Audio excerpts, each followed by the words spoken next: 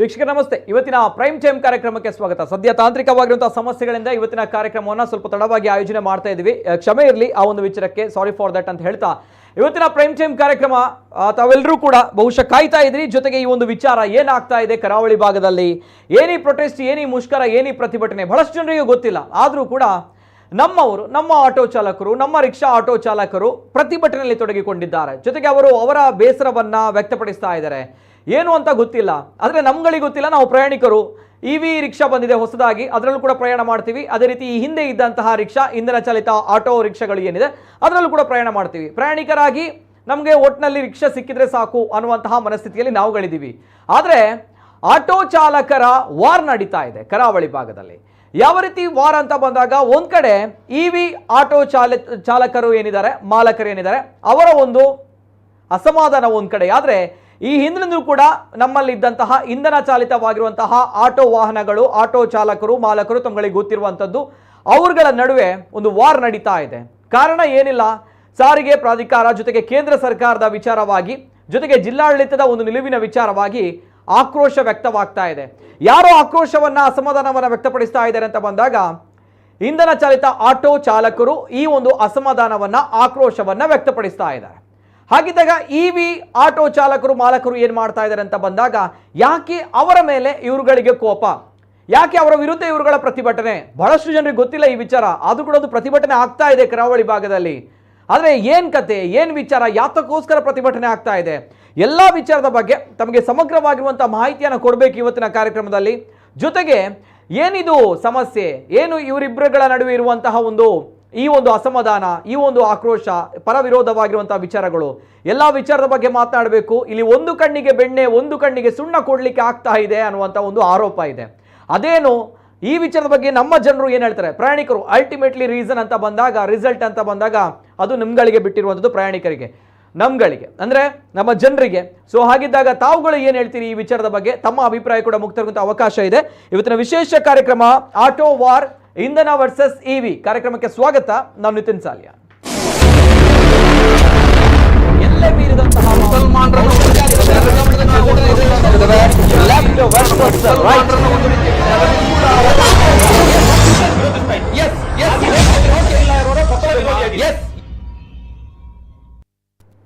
ಈಗ ತಾನೇ ಬಂದಿರುವಂತಹ EV ಆಟೋಗಳು ಬಹಳಷ್ಟು ಸಂಖ್ಯೆ ಜಾಸ್ತಿ ಆಗ್ತಾ ಇದೆ, ಜೊತೆಗೆ ಟ್ರೆಂಡಿಂಗ್ ನಲ್ಲಿದೆ. ಹಾಗಿದ್ದಾಗ ಬಹಳಷ್ಟು ಜನರು ಇದನ್ನ ತೆಗೆದುಕೊಳ್ಳಬೇಕು, ಜೊತೆಗೆ ಇದರಲ್ಲಿ ಬಾಡಿಗೆ ಮಾಡುವಂಥದ್ದು, ಇದರನ್ನ ಈ ಒಂದು ವಿಚಾರದಲ್ಲಿ ಜೀವನ ಸಾಗಿಸುವಂಥದ್ದು ನಾವು ಗಮನಿಸಿದ್ದೇವೆ. ಇವೆಲ್ಲದರ ಜೊತೆಗೆ ಈ ಹಿಂದಿಂದೂ ಕೂಡ ಇಂಧನ ಚಾಲಿತವಾಗಿರುವಂತಹ ಆಟೋ ಚಾಲಕರೇನಿದ್ದಾರೆ, ಅವರುಗಳವರ ಬದುಕಿಗಾಗಿ ಅದೇ ಒಂದು ಆಟೋವನ್ನು ಈ ಹಿಂದಿನೂ ಕೂಡ ನಂಬಿಕೊಂಡು ಬಂದವರು.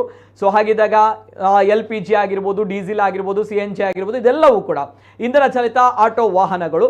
ಇದೆಲ್ಲವೂ ಕೂಡ ಈ ಹಿಂದಿನಿಂದಲೂ ಕೂಡ ನಮ್ಮ ಕರಾವಳಿ ಭಾಗದಲ್ಲಿ ಮಾತ್ರ ಅಲ್ಲ, ನಮ್ಮ ಜಿಲ್ಲೆಯಾದ್ಯಂತ, ನಮ್ಮ ನಾಡಿನಾದ್ಯಂತ ಸಂಚರಿಸ್ತಾ ಇರುತ್ತೆ. ಆದರೆ EV ಅನ್ನುವಂತಹ ಒಂದು ಆಟೋ ಚಾಲಕರು ಜೊತೆಗೆ ಮಾಲಕರು, ಅವರುಗಳಿಗೆ ಕೇಂದ್ರ ಸರ್ಕಾರ ಜೊತೆಗೆ ಸಾರಿಗೆ ಪ್ರಾಧಿಕಾರ ಜೊತೆಗೆ ಜಿಲ್ಲಾಡಳಿತ ಒಂದು ವಿಶೇಷವಾಗಿರುವಂತಹ ವಿನಾಯಿತಿ ಕೊಟ್ಟಿದೆ ಅನ್ನುವಂತಹ ಆರೋಪ. ಆ ಆರೋಪದ ಮೇಲೆ ಈ ಒಂದು ಆಕ್ರೋಶ, ಈ ಒಂದು ಪ್ರತಿಭಟನೆ. ಅದೇನು ಅಂತ ಹೇಳಿದ್ರೆ, EV ಚಾಲಕರೇನಿದ್ದಾರೆ, EV ಆಟೋ ಚಾಲಕರು ನಮ್ಮ ಜಿಲ್ಲೆಯಾದ್ಯಂತ ಎಲ್ಲಿ ಬೇಕಾದರೂ ಅವರು ಸಂಚರಿಸಬಹುದು, ಎಲ್ಲಿ ಬೇಕಾದರೂ ಅವರು ಹೋಗಬಹುದು. ಆದರೆ ಈ ಹಿಂದಿನಿಂದ ಕೂಡ ಬಂದಿರುವಂತಹ ಇಂಧನ ಚಾಲಿತ ಆಟೋ ಚಾಲಕರೇನಿದ್ದಾರೆ ನೋಡಿ, ಅವರುಗಳಿಗೆ ಒಂದು ವಲಯ ನಿರ್ಬಂಧಿತ ಅನ್ನುವಂಥದ್ದು ಇರುತ್ತೆ. ಸೊ ಅದರ ಮೇಲೆ ಇರುವಂಥದ್ದು ಬಹುದೊಡ್ಡದಾಗಿರುವಂತಹ ಒಂದು ಅಸಮಾಧಾನ, ಜೊತೆಗೆ ಬಹಳಷ್ಟು ಅವರ ಬೇಡಿಕೆಗಳಿವೆ, ಬಹಳಷ್ಟು ಅವರ ಕೋರಿಕೆಗಳಿವೆ, ಅಸಮಾಧಾನ ಇದೆ. ಏನದು ಅನ್ನುವಂತಹ ಪ್ರಶ್ನೆ. ಹಾಗಿದ್ದಾಗ ತಾವೆಲ್ಲರೂ ಕೂಡ ಗಮನಿಸಿದ್ದೀವಿ, ಮೊನ್ನೆ ತಾನೇ ಕ್ಲಾಕ್ ಟವರ್ ಮುಂಭಾಗದಲ್ಲಿ ಬೃಹತ್ ಪ್ರತಿಭಟನೆ ನಡೆಯಿತು. ಸಾವಿರಾರು ಜನರು ಆಟೋ ಚಾಲಕರಲ್ಲಿ ಸೇರಿದ್ರು, ಪ್ರತಿಭಟನೆ ಮಾಡಿದ್ರು. ಆದರೆ ಬಹಳಷ್ಟು ಜನರಿಗೆ ಗೊತ್ತಿಲ್ಲ ಏನಾಗಿದೆ, ಯಾತಕ್ಕೋಸ್ಕರ ಪ್ರತಿಭಟನೆ ಅನ್ನುವಂಥದ್ದು ಗೊತ್ತಾಗ್ತಾ ಇಲ್ಲ. ಸೊ ದ್ಯಾಟ್ಸ್ ವೈ ಅದು ಏನು ಆ ವಿಚಾರದ ಬಗ್ಗೆ ಕಂಪ್ಲೀಟ್ ಆಗಿರೋ ಡೀಟೇಲ್ಸ್ ಮಾಹಿತಿಯನ್ನು ಕೊಡಬೇಕು, ಜೊತೆಗೆ ತಮ್ಗಳ ಅಭಿಪ್ರಾಯ ಸಂಗ್ರಹ ಮಾಡಬೇಕು. ಅಷ್ಟೇ ಕೂಡ ಮೊನ್ನೆ ನಡೆದಿರುವಂತಹ ಕ್ಲಾಕ್ ಟವರ್ ಮುಂಭಾಗ ನಡೆದಿರುವಂತಹ ಪ್ರತಿಭಟನೆ, ಸಾವಿರಾರು ಆಟೋ ಚಾಲಕರಲ್ಲಿ ಸೇರಿದ್ರು. ಒಂದ್ಸಲ ನೋಡ್ಕೊಂಡು ಬನ್ನಿ. ಬೀದಿಗೆ ತಂದ ಜನಪ್ರತಿನಿಧಿಗಳಿಗೆ, ರಿಕ್ಷಾ ಚಾಲಕರನ್ನು ಬೀದಿಗೆ ತಂದ ಜನಪ್ರತಿನಿಧಿಗಳಿಗೆ, ರಿಕ್ಷಾ ಚಾಲಕ ರಥವನ್ನು ಪಡೆದು ದ್ರೋಹ ಮಾಡಿದ ಜನಪ್ರತಿನಿಧಿಗಳಿಗೆ, ಈ ಪ್ರತಿಭಟನಾ ಸಭೆಯಲ್ಲಿ ಭಾಗವಹಿಸಿ ನಮ್ಮ ಈ ಒಕ್ಕೂಟ ಇಲ್ಲಿ ಯಾರು ಕೂಡ ರಕ್ಷಣೆ ಮಾಡಬೇಡಿ. ಮಾತಾಡಲೇ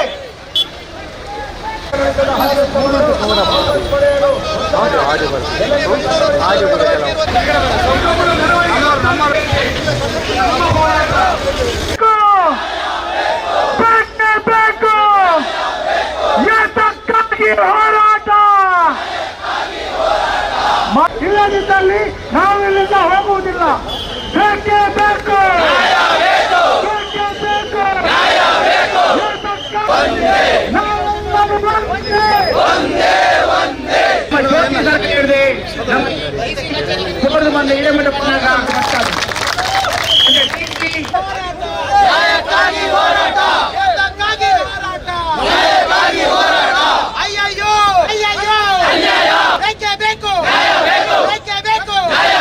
ಮಂದಿ ಇಡಮಟ್ಟ ವಿಷಯ ಐದು ನಮಗೆ ಮುಳುಕುಲಾದರೆ ನಮಗೆ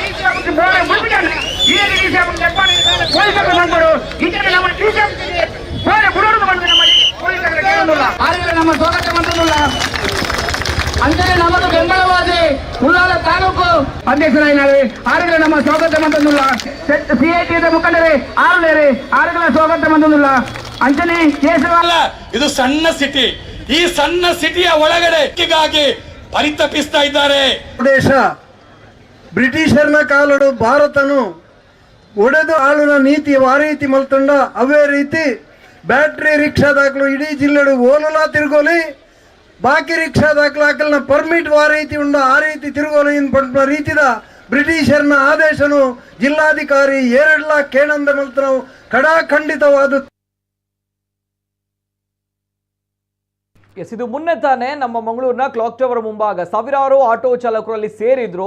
ಅವರ ಒಂದು ಅಸಮಾಧಾನ, ಅಸಹಾಯಕತೆಯನ್ನು ಅವರಲ್ಲಿ ವ್ಯಕ್ತಪಡಿಸಿದ್ರು. ಅಂದರೆ ಬಡ ಆಟೋ ಚಾಲಕರು, ನಾವುಗಳು ಇದನ್ನೇ ನಂಬಿ ಬದುಕ್ತಾ ಇದ್ದೀವಿ ಇಷ್ಟು ವರ್ಷಗಳಿಂದ. ಆದರೆ ನಮ್ಗಳ ಮುಂಭಾಗದಲ್ಲಿ ನಮ್ಮ ಎದುರಿನಲ್ಲಿ ಈಗ ಇವಿ ಆಟೋ ಇದೆ. ಸೊ ಅವರುಗಳಿಗೆ ಕೊಟ್ಟಿರುವಂತಹ ವಿಶೇಷ ವಿನಾಯಿತಿ ಅದೇನಂತ ಹೇಳಿದ್ರೆ ಪರ್ಮಿಟ್ನ ವಿಚಾರವಾಗಿ ಅವರುಗಳಿಗೆ ಒಂದ್ಸಲ ನಂಬರ್ ರಿಜಿಸ್ಟ್ರೇಷನ್ ಮಾಡಿದರೆ ಸಾಕು. ಸೊ ಹಾಗಿದ್ದಾಗ ಜಿಲ್ಲೆಯಲ್ಲಿ ಎಲ್ಲಿ ಬೇಕಾದರೂ ತಿರುಗಾಡಬಹುದು. ಇದು ಕಷ್ಟ ನಮ್ಗಳಿಗೆ ವಲಯ ನಿರ್ಬಂಧಿತ ಇದೆ. ಒಂದು ಕಡೆ ಇಂಧನ ಬೆಲೆ ಏರಿಕೆ ಆಗ್ತಾ ಇದೆ, ನಾವು ಎಲ್ಲವೂ ಕೂಡ ಹಾಕಿಕೊಂಡು ಬದುಕಬೇಕು. ಸೊ ಹಾಗಿದ್ದಾಗ ನಮ್ಗಳ ಮೇಲೆ ಯಾಕೆ ದಬ್ಬಾಳಿಕೆ ಅನ್ನುವಂಥದ್ದು ಜಿಲ್ಲಾಡಳಿತದ ವಿರುದ್ಧವಾಗಿ, ಜೊತೆಗೆ ಕೇಂದ್ರ ಸರ್ಕಾರದ ರೂಲ್ ಅದು ಇವಿ ಆಟೋ ಚಾಲಕರ ವಿಚಾರವಾಗಿ ನಾವು ಮಾತಾಡಿದಾಗ ಅದರ ಬಗ್ಗೆ ನಾನು ಮಾತಾಡ್ತೇನೆ, ಇನ್ನು ಮುಂದಕ್ಕೆ ಹೇಳ್ತಾ ಹೋಗ್ತೀನಿ. ಜೊತೆಗೆ ನಮ್ಮ ಜೊತೆ ಅತಿಥಿಗಳು ಜಾಯ್ನ್ ಆಗಿದ್ದಾರೆ, ಆತ್ಮೀಯವಾದಂಥ ಸ್ವಾಗತವನ್ನ ಮಾಡ್ತಾ ಇದ್ದೇನೆ. ನಮ್ಮ ಜೊತೆ ಇವತ್ತಿನ ಕಾರ್ಯಕ್ರಮದಲ್ಲಿ ನೇರವಾಗಿ ಇಬ್ರು ಸಂಘಟನೆಯಿಂದ ನಮ್ಮ ಅತಿಥಿಗಳು ಜಾಯ್ನ್ ಆಗಿದ್ದಾರೆ ಇವತ್ತಿನ ಕಾರ್ಯಕ್ರಮದಲ್ಲಿ. ಮೊದಲಾಗಿ ಯೂತ್ ಇಲೆಕ್ಟ್ರಿಕಲ್ ಅಂದರೆ ಇವಿ ಆಟೋ ಕಡೆಯಿಂದ ಯೂತ್ ಇಲೆಕ್ಟ್ರಿಕಲ್ ಆಟೋ ಚಾಲಕ ಮಾಲಕರ ಸಂಘ ಇದರ ಉಪಾಧ್ಯಕ್ಷರು ಪ್ರಜೇಶ್ ಕೆಜಿ ಅವರು ನಮ್ಮ ಜೊತೆ ಇದ್ದಾರೆ. ಆತ್ಮೀಯವಾದಂಥ ಸ್ವಾಗತ ಪ್ರಜೇಶ್ ಅವರಿಗೆ, ನಮಸ್ತೆ ಸರ್. ಅದೇ ರೀತಿ ನಮ್ಮ ಜೊತೆ ಇವತ್ತಿನ ಕಾರ್ಯಕ್ರಮದಲ್ಲಿ ಯೂತ್ ಎಲೆಕ್ಟ್ರಿಕಲ್ ಆಟೋ ಚಾಲಕ ಮಾಲಕರ ಸಂಘದ ಸಲಹೆಗಾರರು ಆಗಿರುವಂತಹ ಮೊಹಮ್ಮದ್ ರಿಯಾಜ್ ಅವರಿದ್ದಾರೆ. ಆತ್ಮೀಯವಾದಂಥ ಸ್ವಾಗತ ಸರ್, ಮೊಹಮ್ಮದ್ ರಿಯಾಜ್ ಅವರಿಗೆ ನಮಸ್ತೆ ಸರ್. ಅದೇ ರೀತಿ ನಮ್ಮ ಜೊತೆ ಒಕ್ಕೂಟದ ಪ್ರಧಾನ ಕಾರ್ಯದರ್ಶಿ, ಕರ್ನಾಟಕ ರಕ್ಷಣಾ ವೇದಿಕೆ ಆಟೋ ರಿಕ್ಷಾ ಘಟಕ ಇದರ ಪ್ರಧಾನ ಕಾರ್ಯದರ್ಶಿ ಆಗಿರುವಂತಹ ಭರತ್ ಕುಮಾರ್ ಅವರಿದ್ದಾರೆ. ಆತ್ಮೀಯವಾದಂಥ ಸ್ವಾಗತ ಸರ್ ತಮಗೆ, ನಮಸ್ತೆ ಸರ್. ಅದೇ ರೀತಿ ನಮ್ಮ ಜೊತೆ ಇವತ್ತಿನ ಕಾರ್ಯಕ್ರಮದಲ್ಲಿ ಅಧ್ಯಕ್ಷರು, ಕರ್ನಾಟಕ ರಕ್ಷಣಾ ವೇದಿಕೆ ಆಟೋ ರಿಕ್ಷಾ ಘಟಕ ಅರುಣ್ ಕುಮಾರ್ ಸರ್ ಇದ್ದಾರೆ. ಆತ್ಮೀಯವಾದಂಥ ಸ್ವಾಗತ ಸರ್, ಅರುಣ್ ಸರ್ ಅವರಿಗೆ ನಮಸ್ತೆ ಸರ್. ನಮಸ್ತೆ. ನಾಲ್ವರು ಅತಿಥಿಗಳು ಕೂಡ ಕಾರ್ಯಕ್ರಮದಲ್ಲಿ ಜಾಯಿನ್ ಆಗಿದ್ದಾರೆ. ಎರಡೂ ಕಡೆಯಿಂದ ನಾನು ನೇರವಾಗಿ ಒಂದು ವಿಚಾರವನ್ನ ಜನರಿಗೆ ಮೊದಲಾಗಿ ತಿಳಿಸಬೇಕಾಗುತ್ತೆ. ಅಂದ್ರೆ ಬಹಳ ಜನಕ್ಕೆ ಗೊತ್ತಿಲ್ಲ, ತಾವುಗಳು ಪ್ರತಿಭಟನೆಯನ್ನು ಮಾಡ್ತಾ ಇದ್ದೀರಿ. ಒಂದ್ ಕಡೆಯಿಂದ ಆಟೋ ಚಾಲಕರ ಪ್ರತಿಭಟನೆ, ಯಾರ ಪ್ರತಿಭಟನೆ ಅನ್ನೋದು ಗೊತ್ತಿಲ್ಲ, ಯಾತಕ್ಕೋಸ್ಕರ ಮಾಡ್ತಾರೆ ಅನ್ನೋದು ಗೊತ್ತಾಗ್ತಾ ಇಲ್ಲ. ಪ್ರಯಾಣಿಕರಿಗೆ ಗೊತ್ತಾಗುವಂಥದ್ದು ಏನು, ಒಂದು ಕಡೆಯಿಂದ ಮತ್ತೊಂದು ಕಡೆಗೆ ಸುರಕ್ಷಿತವಾಗಿ ಹೋಗ್ಬೇಕು ಅನ್ನೋದಾದ್ರೆ ಇವರುಗಳ ಒಂದು ಬದುಕಿನ ಪಾಡು, ಆ ಒಂದು ವಿಚಾರ, ಆ ಒಂದು ಅನಿವಾರ್ಯತೆಯ ಬಗ್ಗೆ ಇವರುಗಳು ಮಾಡ್ತಾ ಇರುವಂತಹ ಪ್ರತಿಭಟನೆ. ಜೊತೆಗೆ ಈ ಎಲ್ಲಾ ವಿಚಾರದ ಬಗ್ಗೆ ತಾವುಗಳು ಏನ್ ಹೇಳ್ತೀರಿ ಅನ್ನುವಂತಹ ಪ್ರಶ್ನೆಗಳ ನಡುವೆ ಜಿಲ್ಲಾಡಳಿತದ ವಿಚಾರವಾಗಿಯೂ ಕೂಡ ಈಗಾಗಲೇ ಜಿಲ್ಲಾಧಿಕಾರಿ ಅವರು ಸಭೆಯನ್ನು ಕೂಡ ಕಳೆದಿದ್ದಾರೆ 5ನೇ ತಾರೀಕಿನಂದು. ಸೊ ನಾವು ಇದರ ಬಗ್ಗೆ ಒಂದು ಡಿಸಿಷನ್ ತೆಗೆದುಕೊಳ್ಬೇಕು ಅನ್ನುವಂಥ ನಿಟ್ಟಿನಲ್ಲಿ, ಅಂದ್ರೆ ಜಿಲ್ಲಾಧಿಕಾರಿಗೆ ಇರುವಂತಹ ಒಂದು ಕಾನೂನಿನ ಆಧಾರದಲ್ಲಿ ಇರುವಂತಹ ಒಂದು ಅಧಿಕಾರ, ಜೊತೆಗೆ ಅದು ಎಲ್ಲೋ ಒಂದ್ ಕಡೆ ಬೇರೆ ರೀತಿಯಲ್ಲಿ ಹೋಗ್ತಾ ಇದೆ ಅನ್ನುವಂತಹ ಒಂದು ಆರೋಪ. ಎಲ್ಲಾ ವಿಚಾರ ಬಗ್ಗೆ ಮಾತಾಡ್ತೀನಿ. ನಾನು ನೇರವಾಗಿ ಫಸ್ಟ್ ಆಕ್ಷನ್ ಹೋಗ್ತಾ ಇರುವಂತದ್ದು ಬೃಹತ್ ಆಗಿರುವಂತಹ ಪ್ರತಿಭಟನೆಯನ್ನ ಮಾಡಿದ್ರಿ ಸಾವಿರಾರು ಜನರು. ಸೊ ಹಾಗಿದ್ದಾಗ ನಾನು ಫಸ್ಟ್ ಆಕ್ಷನ್ ಹೋಗ್ತಾ ಇದ್ದೀನಿ. ಎಸ್, ಒಕ್ಕೂಟದ ಪ್ರಧಾನ ಕಾರ್ಯದರ್ಶಿ ಆಗಿರುವಂತಹ ಭರತ್ ಕುಮಾರ್ ಸರ್, ಏನ್ ಹೇಳ್ತೀರಾ ಸರ್? ತಮ್ಗಳ ಕೋರಿಕೆ ಏನು, ತಮ್ಗಳ ಬೇಡಿಕೆ ಏನು, ತಮ್ಗಳಿಗೆ ಆಗ್ತಾ ಇರುವಂತಹ ಅನ್ಯಾಯ ಏನು, ಏನ್ ಕತೆ? ಅನ್ಯಾಯ ಎಲ್ಲರ ಮುಂದೆ ಇದೆ. ನಾವು ಹೊಸದಾಗಿ ಹೇಳ್ಬೇಕಂತ ನಾವು ಇವಿ ರಿಕ್ಷಾ ಚಾಲಕರ ವಿರುದ್ಧವಾಗಿ ಪ್ರತಿಭಟನೆ ಮಾಡಲಿಲ್ಲ. ಅದೇನಿದೆ ಇವಿ ಆಟೋ ರಿಕ್ಷಾಗಳಲ್ಲಿ ಏನು ನಿಯಮಗಳೇನಿದೆ ಸೆಂಟ್ರಲ್ ಗವರ್ಮೆಂಟ್ ಮಾಡಿರೋದು ಅದರ ವಿರುದ್ಧವಾಗಿ ಹೊರತು ಆ ಕಂಪನಿ ವಿರುದ್ಧವಾಗಿಯೂ ಇಲ್ಲ. ಅದನ್ನು ನಮ್ಮ ಈ ಆಟೋ ರಿಕ್ಷಾಗಳು ಏನಿವೆ ಈಗ LPG CNG ಅಲ್ಲಿ ಯಾವ ತರ ಪರ್ಮಿಟ್ ಇದೆ ಆ ಪರ್ಮಿಟ್ ವ್ಯಾಪ್ತಿಗೆ ತರಬೇಕು. ನಮ್ಮ ಈಗ ಇರುವಂತ ಪರ್ಮಿಟ್ ಅನ್ನು ಎಲೆಕ್ಟ್ರಿಕಲ್ ಆಟೋ ರಿಕ್ಷಾಗಳಿಗೆ ವರ್ಗಾವಣೆ ಮಾಡುವ ರೀತಿಯಲ್ಲಿ ಒಂದು ನಿಯಮವನ್ನು ಜಾರಿಗೆ ಮಾಡಬೇಕಂತ ಒಂದು ಒತ್ತಾಯ. ಅದೇ ರೀತಿ ನಮ್ಮ ಜಿಲ್ಲಾಧಿಕಾರಿಗಳಿಗೂ ಬಹಳಷ್ಟು ಬಾರಿ ಮನವಿ ಕೂಡ ಸಲ್ಲಿಸಿ ಆಯಿತು. ರಾಜ್ಯದ ಸಾರಿಗೆ ಮಂತ್ರಿಯವರಿಗೂ ಮನವಿ ಸಲ್ಲಿಸಿದ್ದು ಆಯಿತು. ರಾಜ್ಯದ ಸಾರಿಗೆ ಪ್ರಾಧಿಕಾರಕ್ಕೂ ಬೆಂಗಳೂರು ಇವರಿಗೂ ಕೂಡ ಇದರ ಬಗ್ಗೆ ಮನವಿ ಸಲ್ಲಿಸಿದ್ದಾಯಿತು. ಎಲ್ಲವೂ ಕಡೆ ಹೋದರೂ ಕೂಡ ನಮ್ಮ ಬೇಡಿಕೆಯನ್ನು ಮೂಲೆ ಗುಂಪು ಮಾಡಿದ್ದಾರೆ ಹೊರತು ನಮ್ಮ ಬೇಡಿಕೆಯನ್ನು ಯಾವ ಒಂದು ಇದು ಮಾತಿಗೂ ಒಂದು ಬೆಲೆ ಕೊಡದೆ ಮೂಲೆ ಗುಂಪು ಮಾಡಿ ಮತ್ತೆ ಮತ್ತೆ ಪ್ರತಿ ಸರ್ತಿ ಯಾವಾಗ ನೋಡಿದ್ರು ಕೂಡ ನಮಗೆ ನಿರಾಸೆ ಕೊಟ್ಟಿದ್ದಾರೆ ಹೊರತು ಅದಕ್ಕೊಂದು ಒಳ್ಳೆ ಪ್ರತಿಫಲ ರೀತಿ ಇಲ್ಲಿವರೆಗೆ ಬರಲಿಲ್ಲ. ಈಗ ಮುಂದಿನ ದಿನಗಳಲ್ಲಿ ಏನಾಗ್ತದೆ ನೋಡಿ, ನಮ್ಮ ಮಂಗಳೂರು ನಗರದಲ್ಲಿ ಈಗಾಗಲೇ ಇಲ್ಲಿನ ಸ್ಥಳೀಯ ನಿವಾಸಿಗಳು ಬೇರೆ ಬೇರೆ ಕೆಲಸದಲ್ಲಿ ತೊಡಗಿದ್ದವರೆಲ್ಲ, ಉದಾಹರಣೆಗೆ ಕಾರ್ಪೆಂಟರ್ ಆಗಿರ್ಬೋದು, ಪೇಂಟರ್ಗಳಾಗಿರ್ಬೋದು, ಅವರ ಕೆಲಸಗಳನ್ನೆಲ್ಲ ಈ ಉತ್ತರದ ಭಾರತದ ಯಾರೆಲ್ಲ ಕೂಲಿ ಕಾರ್ಮಿಕರಿದ್ದೆಲ್ಲ ಅವರೆಲ್ಲ ಹೊಡೆದು ಅವರೇ ನುಂಗಿ ಹಾಕೊಂಡಿದ್ದಾರೆ. ಮುಂದಿನ ದಿನಗಳಲ್ಲಿ ಅವರು ಕೂಡ ನಮ್ಮ ಆಟೋ ರಿಕ್ಷಾಕ್ಕೆ ಬರುವ ಸಾಧ್ಯತೆಗಳು ಈ ನಿಯಮದ ಪ್ರಕಾರ ಯಾರು ಬೇಕಾದ್ರೂ ದುಡಿಬಹುದು. ಯಾವ ಊರಿಂದ ಯಾವ ಅವನಿಗೆ ಏನು ಆಧಾರ್ ಕಾರ್ಡ್ ಹೊಂದಿದ್ರೆ ಸಾಕು, ಲೈಸೆನ್ಸ್ ಇದೆಯಾ ಇಲ್ವಾ ಅದು ಬೇಡ. ಒಂದು ಸಾರಿಗೆ ನಿಯಮದ ಪ್ರಕಾರ ಸಾರಿಗೆ ವಾಹನ ಚಲಾಯಿಸಬೇಕಾದ್ರೆ ಅವನ ಹತ್ರ DL ಬ್ಯಾಡ್ಜ್ ಈ ತರ ಎಲ್ಲ ಬೇಕು. ಇದು ಯಾವ್ದು ಅದು ಇದೇ ಆ ವ್ಯಕ್ತಿ ಹತ್ರ, ಚಾಲಕನ ಹತ್ರ ಆ ಒಂದು DL ಇದೆ ಅಂತ ಕೂಡ ಪರೀಕ್ಷೆ ಮಾಡ್ಲಿಕ್ಕೆ ಕೂಡ ನಮ್ಮ ಸಾರಿಗೆ ಇಲಾಖೆ ಮುಂದಾಗುದಿಲ್ಲ. ಕೇವಲ ಒಂದು ಆಧಾರ್ ಕಾರ್ಡಿನ ಒಂದು ಪ್ರತಿ ಇದ್ರೆ ಸಾಕು. ಯಾರು ನಮ್ಮ ಸಂಚಾರಿ ಸಾರಿಗೆ ಸಂಸ್ಥೆ ಅದನ್ನು ಅವರಿಗೆ ಆ ವಾಹನ ಕೊಡ್ತದೆ. ಈಗ ನಾವು ಸಂಚರಿಸಬೇಕಾದ್ರೆ ನಮಗೆ ಎಲ್ಲಾ ರೀತಿಯ FC ಇನ್ಶೂರೆನ್ಸ್ ಎಲ್ಲ ವೆಹಿಕಲ್ಗೆ ಇರುವುದೇ, ಟ್ಯಾಕ್ಸು, ಹೆಚ್ಚುವರಿ ಟ್ಯಾಕ್ಸು ಇತ್ಯಾದಿಗಳನ್ನೆಲ್ಲ ಮಾಡ್ತೇವೆ. ಅದ್ರ ಜೊತೆಗೆ ನಾವು CNG LPG ಅನ್ನು ಕೂಡ ಬಳಸ್ತೇವೆ. ಆ CNG LPG ಬಳಸುವಂತ ಅದರಲ್ಲಿ ತೆರಿಗೆ ಬೇರೆ, ಆ ತೆರಿಗೆ ಯಾರಿಗೆ ಹೋಗ್ತದೆ, ಆ ತೆರಿಗೆಯಿಂದ ಹಣದಿಂದಲೇ ಇವರಿಗೆ ಸಬ್ಸಿಡಿ. ಆಗ ನಮಗೂ ಕೂಡ ಕೇಳ್ಬೋದಲ್ಲ, ನಮ್ಮ ತೆರಿಗೆ ನಮ್ಮ ಹಕ್ಕು ಅಂತ. ಯಾಕೆ ನಮ್ಮ ತೆರಿಗೆಯಿಂದ ಇನ್ನೊಬ್ಬರಿಗೆ ಸಬ್ಸಿಡಿ? ನಮ್ಮ ರಿಕ್ಷಾ ಚಾಲಕರಿಗೆ ಒಂದು ಕಲ್ಯಾಣ ಮಂಡಳಿ ಮಾಡಿ ಅಂತ ಹೇಳಿದ್ರೆ ಯಾವುದೇ ಸರ್ಕಾರ ಬಂದ್ರೆ ಅವರಿಗೆ ಆ ಯೋಗ್ಯತೆ ಇಲ್ಲ ಇಲ್ಲಿವರೆಗೆ. ನಾವು ಒಂದು ಸರ್ಕಾರವನ್ನು ಗುರಿ ಇಟ್ಟು ಮಾತಾಡೋದಲ್ಲ. ಹಿಂದಿನಿಂದಲೂ ಎಷ್ಟು ಸರ್ಕಾರಗಳು ಬಂದು ಹೋಗಿವೆ, ಯಾರು ಕೂಡ ಅದರ ಬಗ್ಗೆ ಚಿಂತೆ ಮಾಡಲಿಲ್ಲ. ನಾವೇನು ರಿಟೈರ್ಡ್ ಆಗುವಾಗ ನಮ್ಮ ದುಡಿಮೆಗೆ ಶಕ್ತಿ ಮೀರಿ ದುಡಿತೇವೆ. ಈಗ ಒಂದು ದಿವಸ ನಮಗೂ ಕೂಡ ಶಕ್ತಿ ಇರೋದಿಲ್ಲ ದುಡಿಲಿಕ್ಕೆ. ಆ ಸಮಯದಲ್ಲಿ ನಮ್ಗೆ ಏನಾದ್ರು ಪೆನ್ಷನ್ ಬರ್ತದ, ESI ಕೊಡ್ತಾರ? ಯಾವುದಿಲ್ಲ. ಇದೆಲ್ಲ ನಮ್ಮ ಬೇಡಿಕೆ ಇದೆ. ನಮ್ಮ ಜೊತೆ ಭರತ್ ಕುಮಾರ್ ಅವರು ವಿಚಾರವನ್ನ ಹೇಳಿದ್ರು. ಜೊತೆಗೆ ಫಸ್ಟ್ ರಿಯಾಕ್ಷನ್ ನಾನು ಬರ್ತೀನಿ ಸರ್. ಜೊತೆಗೆ ಅರುಣ್ ಕುಮಾರ್ ಅವರು ತಮ್ಮ ಫಸ್ಟ್ ರಿಯಾಕ್ಷನ್ ಸರ್, ಏನ್ ಹೇಳ್ತೀರಾ ತಮ್ಮ ಒಂದು ವಿಚಾರದ ಬಗ್ಗೆ, ಪ್ರತಿಭಟನೆ ಬಗ್ಗೆ ಫಸ್ಟ್ ರಿಯಾಕ್ಷನ್ ಸರ್? ಜನರು ನಮ್ಮ ಬೇಡಿಕೆಗಳು, ನಮ್ಮ ಪ್ರತಿಭಟನೆ ನಮ್ಮ EV ಆಟೋ ರಿಕ್ಷಾಗಳ ಚಾಲಕರ ವಿರುದ್ಧ ಏನಲ್ಲ. ಏನು AC ರೂಮಲ್ಲಿ ಕೂತ್ಕೊಂಡು ಏನು ಕೆಲವೊಂದು ಅವರಿಗೆ ಗೊತ್ತಿಲ್ಲದಂತ ಕಾನೂನುಗಳನ್ನು ಯಾರೋ ಹೇಳಿದ್ದನ್ನು ತಂದು ಯಾರೋ ಒಂದು ಲಾಬಿಗೋಸ್ಕರ ಯಾರೋ ಒಬ್ಬರ ಲಾಬಿಗೋಸ್ಕರ ಮಾಡಿದಾರಲ್ಲ, ಅವರ ವಿರುದ್ಧ ನಮ್ಮ ಹೋರಾಟ. ಯಾಕೆಂದ್ರೆ ಒಂದು ದೇಶ ಒಂದು ಕಾನೂನು ಅಂತೇಳಿ ನಮ್ಮ ಸಂವಿಧಾನದಲ್ಲಿ ಇರುವಾಗ ಒಂದು ದೇಶದಲ್ಲಿ ಎರಡೆರಡು ಕಾನೂನು ಬೇಕು ಅಂದ್ರೆ ಇದರ ವಿರುದ್ಧ ನಮ್ಮ ಹೋರಾಟ. ನಮ್ಮ ದೇಶ ಒಂದು ಭಾರತ ದೇಶ. ಭಾರತ ದೇಶದಲ್ಲಿ ಸಂವಿಧಾನ ಇರೋದು ಡಾಕ್ಟರ್ BR ಅಂಬೇಡ್ಕರ್ ಬರೆದಂತ ಸಂವಿಧಾನದಲ್ಲಿ ಇರೋದು ಒಂದೇ ಕಾನೂನು. ಒಂದೇ ಕಾನೂನು ಇರ್ಬೇಕಾದ್ರೆ ಒಂದೇ ನಿಯಮ ಕೂಡ ಒಂದೇ ಇರ್ಬೇಕಲ್ಲ.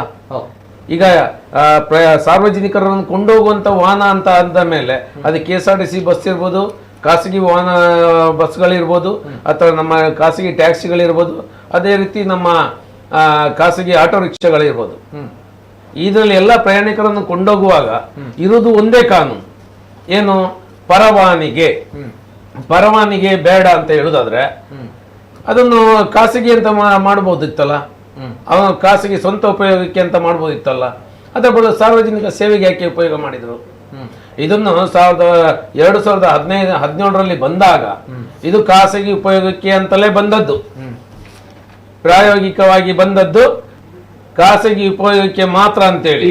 EV ಆಟೋ ರಿಕ್ಷಾಗಳು ಖಾಸಗಿ ಉಪಯೋಗಕ್ಕೆ ಅಂತ ಬಂದದ್ದು ದಾಖಲೆಗಳು ನಮ್ಮಲ್ಲಿ ಇದಾವೆ. ಅದೇ ರೀತಿ ಅದ ಬಂದ 6 ತಿಂಗಳಲ್ಲಿ ಇದರಲ್ಲಿ ಸಾರ್ವಜನಿಕರನ್ನು ಕೊಂಡೋಗ್ಬೋದು. ಅಲ್ಲೇ ಮಾಡ್ಬೋದು ಅಂತ ಮಾಡಿದಾಗ ಅದು ಯಾರ ಲಾಭಕ್ಕೋಸ್ಕರ, ಯಾರ ಲಾಭಿಗೋಸ್ಕರ, ಇಲ್ಲಿ ಯಾವ ವ್ಯಕ್ತಿ ತನ್ನ ಸ್ವಂತ ಲಾಭಕ್ಕೋಸ್ಕರ ಉಪಯೋಗ ಮಾಡಿದ್ದನ್ನು. ಒಂದು ಕಾನೂನು ಮಾಡುವಾಗ ಅದಕ್ಕೆ ಯಾವುದೇ ಪರವಾನಗಿ ಬೇಡ, ಯಾವುದೇ ದಾಖಲೆಗಳು ಬೇಡ ಅನ್ನೋದಾದ್ರೆ, ಈಗ ನಮಗೆ ಪರವಾನಗಿ ಬೇಡ ಅಂತ ಹೇಳುದಲ್ಲ, ನಾವು ನಮ್ಮ ಬೇಡಿಕೆಯನ್ನು ಅದು ಕೂಡ ಬರಲಿ. ನಮ್ಮ ಈ ಒಂದು ಹಳೆಯ LPG CNG ಪೆಟ್ರೋಲ್ ಗಾಡಿಯಲ್ಲಿ ಏನು ದುಡಿತಾ ಇದೀವಲ್ಲ, ಅದರಲ್ಲಿ ಒಂದು ಪರವಾನಗಿ ಅಂತ ಇದೆಯಲ್ಲ, ಆ ಪರವಾನಗಿಯನ್ನು ಅದಕ್ಕೆ ವರ್ಗಾವಣೆ ಮಾಡ್ಲಿಕ್ಕೆ ಅವಕಾಶ ಮಾಡಿಕೊಡಿ ಅಂತ ನಮ್ಮ ಬೇಡಿಕೆ. ಅವರು ಈಗ ಹೇಳ್ತಾ ಇದ್ದಾರೆ ಅದು ಬೇಡಿಕೆ, ಅದನ್ನು ಮಾಡಲು ಸಾಧ್ಯ ಇಲ್ಲ ಅಂತೇಳಿ. ಇದೇ ಮಂಗಳೂರಿನ ಆರ್ಟಿಒ ಇಲಾಖೆ ಪ್ರಾಧಿಕಾರ, ಇದೇ ಆ ಮಂಗಳೂರಿನ ಆರ್ಟಿಒ ಪ್ರಾಧಿಕಾರ ಒಬ್ಬನ LPG ಯಲ್ಲಿದ್ದಂತ ಆಟೋ ರಿಕ್ಷಾದ ಪರವಾನಗಿಯನ್ನು ಎಲೆಕ್ಟ್ರಿಕಲ್ ಆಟೋ ರಿಕ್ಷಾಗೆ ಪರವಾನಗಿಯನ್ನು ವರ್ಗಾವಣೆ ಮಾಡಿ ಕೊಟ್ಟಿದ್ದಾರೆ. ಆಗ ಇಲ್ಲದ ಕಾನೂನು ಈಗ ಹೇಗೆ ಬಂತು?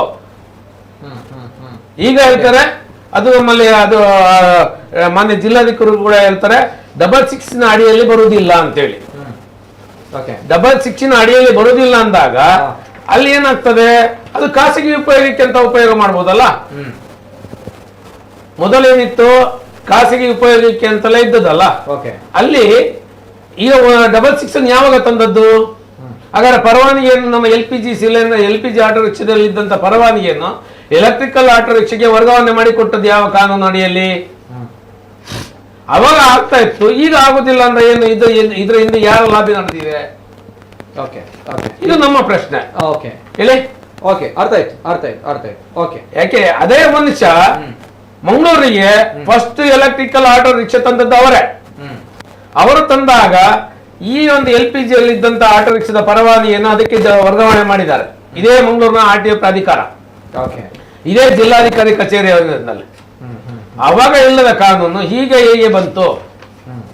ಅವಾಗ ಮಾಡಿಕೊಟ್ಟದ್ದು ನೀವೇ, ಈಗ ಮಾಡುದಿಲ್ಲ ಅನ್ನೋರು ನೀವೇ ಅಲ್ಲ. ಅದರ ವಿರುದ್ಧ ನಮ್ಮ ಹೋರಾಟ. ಈಗ ಸರಿ, ಈಗ EV ಅವರಿಗೆ ಎಲ್ಲಿ ಬೇಕಾದ್ರೂ ಜಿಲ್ಲೆಯಾದ್ಯಂತ ಅವರುಗಳು ಬಾಡಿಗೆಯನ್ನ ಮಾಡಬಹುದು, ಜೊತೆಗೆ ಜಿಲ್ಲೆಯಾದ್ಯಂತ ಎಲ್ಲಿ ಬೇಕಾದ್ರೂ ಅವರು ಹೋಗಬಹುದು. ತಮ್ಗಳಿಗೆ ಒಂದು ವಲಯ ಅಂತ ಇದೆ, ನಿರ್ದಿಷ್ಟ ವಲಯ, ಅಲ್ಲಿ ಮಾತ್ರ ಹೋಗ್ಬೇಕು. ಇದು ಕೂಡ ತಮ್ಮ ಆಕ್ಷೇಪ ಇರುವಂತ. ನೋಡಿ, ಮೊನ್ನೆ ಜಿಲ್ಲಾಧಿಕಾರಿಗಳು ಮೊನ್ನೆ ಪತ್ರಿಕಾಗೋಷ್ಠಿಯಲ್ಲಿ ಕರೆದು ನಾವೆಲ್ಲಿ ಕೂಡ ಹೈಕೋರ್ಟ್ ಅಲ್ಲೂ ಕೂಡ ಅದು ಏನು ವಲಯ 1 ವಲಯ 2 ಕ್ಯಾನ್ಸಲ್ ಮಾಡಿದ್ದಾರೆ ಅಂತ ಹೇಳಿ. ಇದು ಮಾನ್ಯ ಉಚ್ಚ ನ್ಯಾಯಾಲಯದ ಆದೇಶ. ಇದು ಉಚ್ಚ ನ್ಯಾಯಾಲಯದ ಆದೇಶ. ಈ ಆದೇಶದಲ್ಲಿ ವಲಯ ಬೇಡ ಅಂತೇಳಿ ಆರ್ಡರ್ ಆಗಿದೆ ಅಂತ ತೋರಿಸ್ಬಿಟ್ರೆ ನಾನು ಇದೇ ಸಾರ್ವಜನಿಕ ಇದರಲ್ಲಿ ಬಂದು ಮಾನ್ಯ ಜಿಲ್ಲಾಧಿಕಾರಿಗಳ ಕಾಲಿಡಿತೀನಿ. ಈ ಆದೇಶ ಮಾನ್ಯ ಉಚ್ಚ ನ್ಯಾಯಾಲಯ ಮಾಡಿದ್ದೇನು? ಯಾರಿಗೆ ಮಾಡಿದ್ದು? ಜಿಲ್ಲಾಧಿಕಾರಿಗೆ ಆದೇಶ ಮಾಡಿದ್ರು. ನಿನ್ನ ಜಿಲ್ಲೆಗೆ ಏನಿದೆ, ಏನು ಅವಶ್ಯಕತೆ ಇದೆ ಅದನ್ನು ನೀನು ಮಾಡು. ಆದೇಶ ಮಾಡುವ ಹೊರಗಾಕುವ ಮೊದಲು ನನಗೆ ವಾಪಸ್ ಕಳಿಸು, 3 ತಿಂಗಳಲ್ಲಿ ಮಾಡ್ಬೇಕಂತೇಳಿ. ಜಿಲ್ಲಾಧಿಕಾರಿಗೆ ರೈಟ್ಸ್ ಇದೆ ಅಂತ ತಾವು ಹೇಳುವಂತದ್ದು. ಹೌದು, ಅದೇ ಜಿಲ್ಲಾಧಿಕಾರಿ ಹೇಳುವಂತ ನಂಗೆ ಆ ರೈಟ್ಸ್ ಇಲ್ಲ.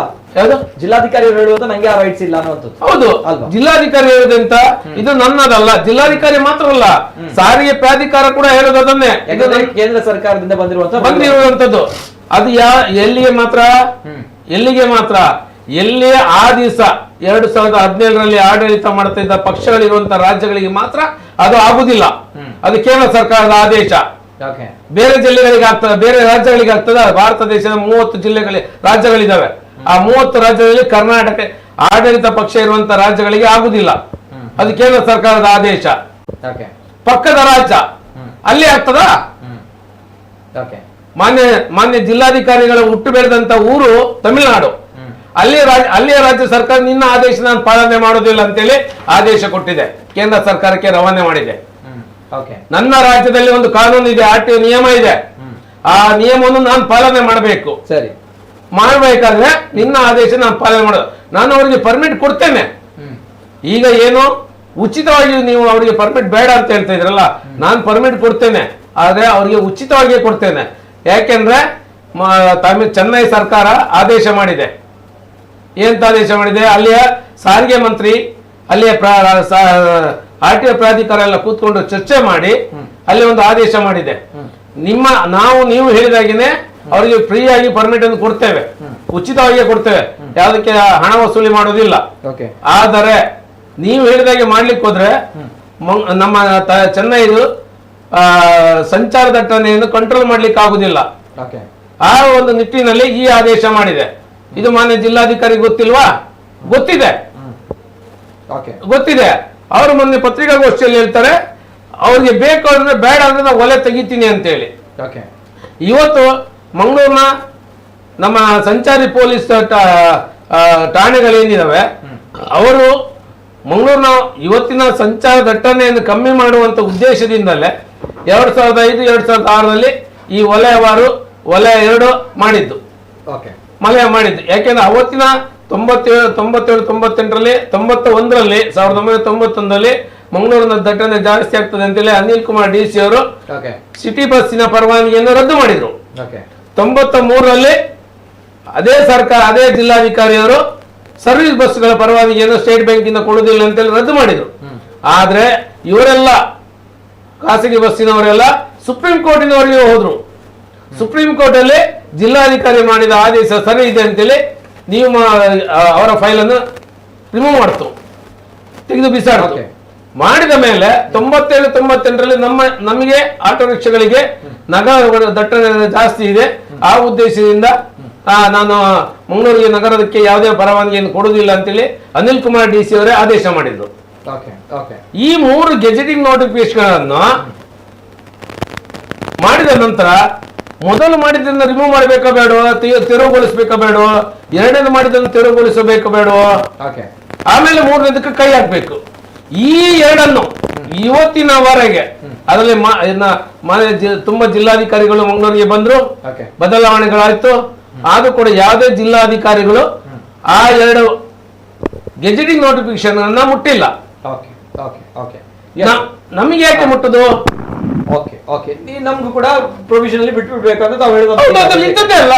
ನಾನು ಹೊಸದಾಗಿ ಏನ್ ಕೇಳ್ತಾ ಇಲ್ಲ. ಆವತ್ತು ಏನು ನಿಯಮ ಮಾಡಿದ್ರು, ಮತ್ತೆ ಈಗ ಮನೆ ಜಿಲ್ಲಾಧಿಕಾರಿಗಳು ಆಗಸ್ಟ್ 3ನೇ ತಾರೀಕಿಗೆ ರಾಜ್ಯಪತ್ರ ಸುತ್ತೋಲೆ ಹೊಡಿಸ್ತಾರೆ. ಆಗಸ್ಟ್ 3ಕ್ಕೆ ಹೊಡಿಸ್ತಾರೆ. ಇದು 26ಕ್ಕೆ ಇವರು ಮಾನ್ಯ ಜಿಲ್ಲಾಧಿಕಾರಿಗಳು ಯಾವ ಸಭೆಯನ್ನು ಕರೆಯದೆ ಏಕ ಪಕ್ಷವಾಗಿ ನಿರ್ಧಾರ ಮಾಡಿಕೊಂಡು ಅದನ್ನು ರಾಜ್ಯಪತ್ರ ಹೊಡಿಸ್ತಾರೆ. ಈ ರಾಜ್ಯಪತ್ರದಲ್ಲಿ ನಾನು ಮಾಧ್ಯಮ ಮಿತ್ರರಲ್ಲಿ ತಮ್ಮನ್ನು ಕೂಡ ವಿನಂತಿ ಮಾಡ್ತೇನೆ, ಇಥೇನ್ ಮತ್ತೆ ಮಿಥೇನ್ ಅಂದ್ರೆ ಏನು, ಯಾವ ಅನಿಲ ಅದು? ಇಥೇನ್ ಮತ್ತೆ ಮಿಥೇನ್ ಎಲೆಕ್ಟ್ರಿಕಲ್ ಆಟೋ ರಿಕ್ಷಾಗಳು ಮಂಗಳೂರಿನಲ್ಲಿ ಇಥೇನ್ ಮತ್ತೆ ಮಿಥೇನ್ ಎಂಬ ಏನು ಅನಿಲಗಳಿದೆ ಅದನ್ನು ಬಳಕೆ ಮಾಡಿಕೊಂಡು ಮಂಗಳೂರಲ್ಲಿ 6,949 ಆಟೋ ರಿಕ್ಷಾಗಳು ರನ್ ಆಗ್ತವೆ ಅಂತೇಳಿ ಮಾನ್ಯ ಪೊಲೀಸ್ ಆಯುಕ್ತರು ಕೊಡ್ತಾರೆ. 6,949 ಆಟೋ ರಿಕ್ಷಾಗಳು ಇಥೇನ್ ಮತ್ತೆ ಮಿಥೇನ್ ಬಳಸಿ ರನ್ ಆಗ್ತಾ ಇದಾವೆ ಅಂತೇಳಿ ಮಾನ್ಯ ಪೊಲೀಸ್ ಆಯುಕ್ತರು ಕೊಡ್ತಾರೆ. ಇಥೇನ್ ಮತ್ತೆ ಮಿಥೇನ್ ಮಂಗಳೂರು ನಗರಕ್ಕೆಲ್ಲ ಭಾರತ ದೇಶಕ್ಕೆ ಇನ್ನೂ ಕೂಡ ಎಂಟ್ರಿ ಆಗಿಲ್ಲ. ಹಾಗಾದ್ರೆ ಇದನ್ನು ಬಳಸ್ತಾ ಇರೋರು ಯಾರು? ಇದು ಯಾರ ಉಪಯೋಗಕ್ಕೆ ಮಾಡಿದಂತ ರಾಜ್ಯ ಸುತ್ತೋಲೆಕ ಪತ್ರ ಹೇಳಿ. ಯಾಕೆಂದ್ರೆ ಈ ರಾಜ್ಯ ಪತ್ರ ಏನಿದೆ ಇದು ದೋಷಪೂರಿತವಾದಂತ ಪತ್ರ. ಇದು ಸತ್ಯಕ್ಕೆ ದೂರವಾದಂತಹ ಮಾತುಗಳು. ಈಗ ಹೇಳ್ತಾರೆ, ಇದ್ರಲ್ಲಿ ಸಾರಿಗೆ ಪ್ರಾಧಿಕಾರ ಹೇಳ್ತದೆ 1976ರಲ್ಲಿ ಎಲೆಕ್ಟ್ರಿಕಲ್ ಆಟೋ ರಿಕ್ಷಾಗಳಿತ್ತು ಅಂತ ಹೇಳಿ ಹೇಳ್ತಾರೆ. 76ರಲ್ಲಿ ಇತ್ತು ಅಂತ ಹೇಳ್ತಾರೆ. ಆದ್ರೆ ಅವ್ರಿಗೆ ಕಾಮನ್ ಸೆನ್ಸ್ ಇದೆಯಾ? ಹಾಗಾದ್ರೆ ಇದು ದೋಷಪೂರಿತವಲ್ಲ.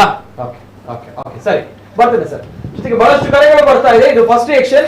ಇಂಧನ ಚಾಲಿತ ಆಟೋ ಚಾಲಕರು ಮಾಲಕರ ಸಂಘ ಅದರ ಉಪಾಧ್ಯಕ್ಷರು ಜೊತೆಗೆ ಸಲಹೆಗಾರರ ಒಂದು ಮಾತುಗಳು, ಕ್ಷಮಿಸಿ, ಇದು ಕರ್ನಾಟಕ ರಕ್ಷಣಾ ವೇದಿಕೆ ಆಟೋ ರಿಕ್ಷಾ ಘಟಕ ಇವರ ಒಂದು ಅಧ್ಯಕ್ಷರ ಜೊತೆಗೆ ಒಕ್ಕೂಟದ ಪ್ರಧಾನ ಕಾರ್ಯದರ್ಶಿಗಳ ಮಾತುಗಳು. ಜೊತೆಗೆ ನಾನು ಇವರ ಜೊತೆ EV ಆಟೋ ಚಾಲಕರ ಜೊತೆ ರಿಯಾಕ್ಷನ್ ತೆಗೆದುಕೊಳ್ಬೇಕು. ಯಾಕಂದ್ರೆ ಇವತ್ತು ಅವರು ಪ್ರೆಸ್ ಮೀಟ್ ಅನ್ನು ಕೂಡ ಮಾಡಿದ್ರು, ಅವರೊಂದು ವಿಚಾರವನ್ನು ಕೂಡ ಅವರು ಪ್ರಸ್ತಾಪ ಮಾಡಿದ್ರು. ಜೊತೆಗೆ ಅವರು ಈಗಾಗಲೇ DC ಅವರು ಕೂಡ ಭೇಟಿಯಾಗಿದ್ದಾರೆ. ಸೊ ದಟ್ಸ್ ವೈ ಆಗಿದ್ದಾಗ ಎಲ್ಲ ವಿಚಾರದ ಬಗ್ಗೆ ನಾನು ಮಾತಾಡಬೇಕು. ಬಿಫೋರ್ ದಟ್ ಬಹಳಷ್ಟು ಕರೆಗಳು ಬರ್ತಾ ಇದೆ. ತಮ್ಮ ಕರೆಗಳನ್ನು ಕೂಡ ತೆಗೆದುಕೊಳ್ತೇನೆ. ತಮ್ಮ ಅಭಿಪ್ರಾಯಗಳು ಕೂಡ ಮುಕ್ತವಾದ ಅವಕಾಶ ಇದೆ. ಇವರ ಜೊತೆ ಜಿಲ್ಲಾಧಿಕಾರಿ ಅವರು ಏನ್ ಹೇಳಿದ್ರು, ಯಾಕಂದ್ರೆ ಜಿಲ್ಲಾಧಿಕಾರಿ ಅವರ ಮಾತುಗಳಲ್ಲಿ ಸ್ವಲ್ಪ ಸ್ಪಷ್ಟತೆ ಇತ್ತು. ಕಾನೂನು ಏನ್ ಹೇಳುತ್ತೆ, ಏನ್ ವಿಚಾರ ನಗಳಿಗೆ ಯಾಕೆ ಆಗ್ತಾ ಇಲ್ಲ ಈ ಒಂದು ವಿಚಾರದಲ್ಲಿ ಮುಂದುವರಿಲಿಕ್ಕೆ, ಎಲ್ಲ ವಿಚಾರವನ್ನು ಅವರು ಬಿಚ್ಚಿಟ್ಟಿದ್ದಾರೆ. ಜಿಲ್ಲಾಧಿಕಾರಿ ಅವರು ಏನ್ ಹೇಳಿದ್ರು ಅದರ ಬಗ್ಗೆ ಕೂಡ ನಿಮ್ಗೆ ನಾನು ದೃಶ್ಯಗಳನ್ನು ಪ್ಲೇ ಮಾಡ್ತೀನಿ. ಬಿಫೋರ್ ದಟ್ ನಾನು ಫಸ್ಟ್ ರಿಯಾಕ್ಷನ್ ಹೋಗ್ತಾ ಇದ್ದೀನಿ.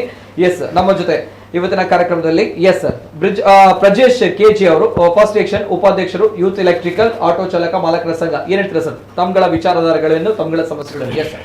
ನೋಡಿ, ಈಗ ಇವರು ನಮ್ಮ ಭರತ್ ಸರ್ ಅವರು ಹೇಳಿದಾಗೆ ಯಾವುದೇ ಒಂದು ಆಧಾರವಿಲ್ಲದೆ ಒಂದು ಆ ಗಾಡಿಗಳನ್ನು ಯಾವುದು ಇವಿ ಆಟೋ ರಿಕ್ಷಾಗಳನ್ನು ಕೊಡ್ತಾ ಇದ್ದಾರೆ ಅಂತೇಳಿ ಹೇಳಿದ್ರು. ಇದು ಶುದ್ಧ ಸುಳ್ಳು. ಇದು ನಾನು ಒಪ್ಲಿಕ್ಕೆ ರೆಡಿ ಇಲ್ಲ, ಅಥವಾ ಯಾರೇ ಒಪ್ಲಿಕ್ಕೂ ರೆಡಿ ಇಲ್ಲ. ಒಬ್ಬ ಚಾಲಕ ಅಂತ ಹೇಳಿ ಆಗ್ಬೇಕಾದ್ರೆ ಅವನ ಹತ್ರ ಪರವಾನಗಿ ಅನ್ನುವಂಥದ್ದು ಇರಲೇಬೇಕು. ಪ್ರಥಮವಾದ ವಿಷಯ. ಇನ್ನೊಂದು ವಿಚಾರ ಏನಂತ ಹೇಳಿದ್ರೆ, ಪರವಾನಗಿ ಇಲ್ಲದೆ ಅಲ್ಲಿ ಗಾಡಿಯನ್ನು ಡೆಲಿವರಿ ಕೊಡುದಿಲ್ಲ, ಬುಕ್ಕಿಂಗ್ ಸಮೇತ ಮಾಡುದಿಲ್ಲ. ಆವಾಗಲೇ ಕೇಳ್ತಾರೆ ಅವರು, ನಾನು ಇವಿ ಆಟೋ ಹೊಂದಿದವನು, ಅರ್ಥ ಆಯ್ತಲ್ವಾ? ಇವಿ ಆಟೋ ಹೊಂದಿದವನು. ಈಗ ಅಲ್ಲಿ ಏನಾಗಿದೆ, ಯಾವಾಗ ಪರ್ಚೇಸ್ ಮಾಡಿದ್ರೆ ತಾವು? ನಾನು ಈಗ ಸತತ 2 ತಿಂಗಳ ಹತ್ರ ಆಗ್ತಾ ಬಂತು. 2 ತಿಂಗಳಾಗ್ತಾ ಬಂತು. ಓಕೆ ಸರಿ. ಒಂದು ಅದೊಂದು ಮಾತು ಸುಳ್ಳು.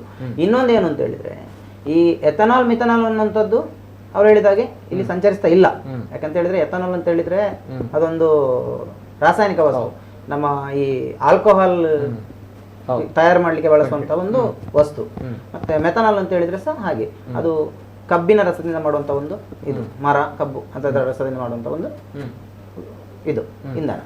ಹಾಗಿರುವಾಗ ನಾನೀಗ ಇವರು ಹೇಳಿದ್ರು, ಅವರೊಂದು ಒಳ್ಳೆ ಮಾತು ಹೇಳಿದರು, ನಮ್ಮಲ್ಲಿರುವ ಪರ್ಮಿಟನ್ನು ಇವಿ ಆಟೋ ರಿಕ್ಷಾಗಳಿಗೆ ವರ್ಗಾವಣೆ ಮಾಡುವಂತೆ ಮಾಡಿ, ಅಥವಾ ನಮಗೆ ಕೊಟ್ಟಂತ ರೀತಿಯಲ್ಲಿ ಇವಿ ಆಟೋ ರಿಕ್ಷಾಗಳಿಗೂ ಮಾಡಿ, ಅದಕ್ಕೆ ನಾವು ಬದ್ಧರಿದ್ದೇವೆ, ಇಲ್ಲ ಅಂತ ಹೇಳುದಿಲ್ಲ.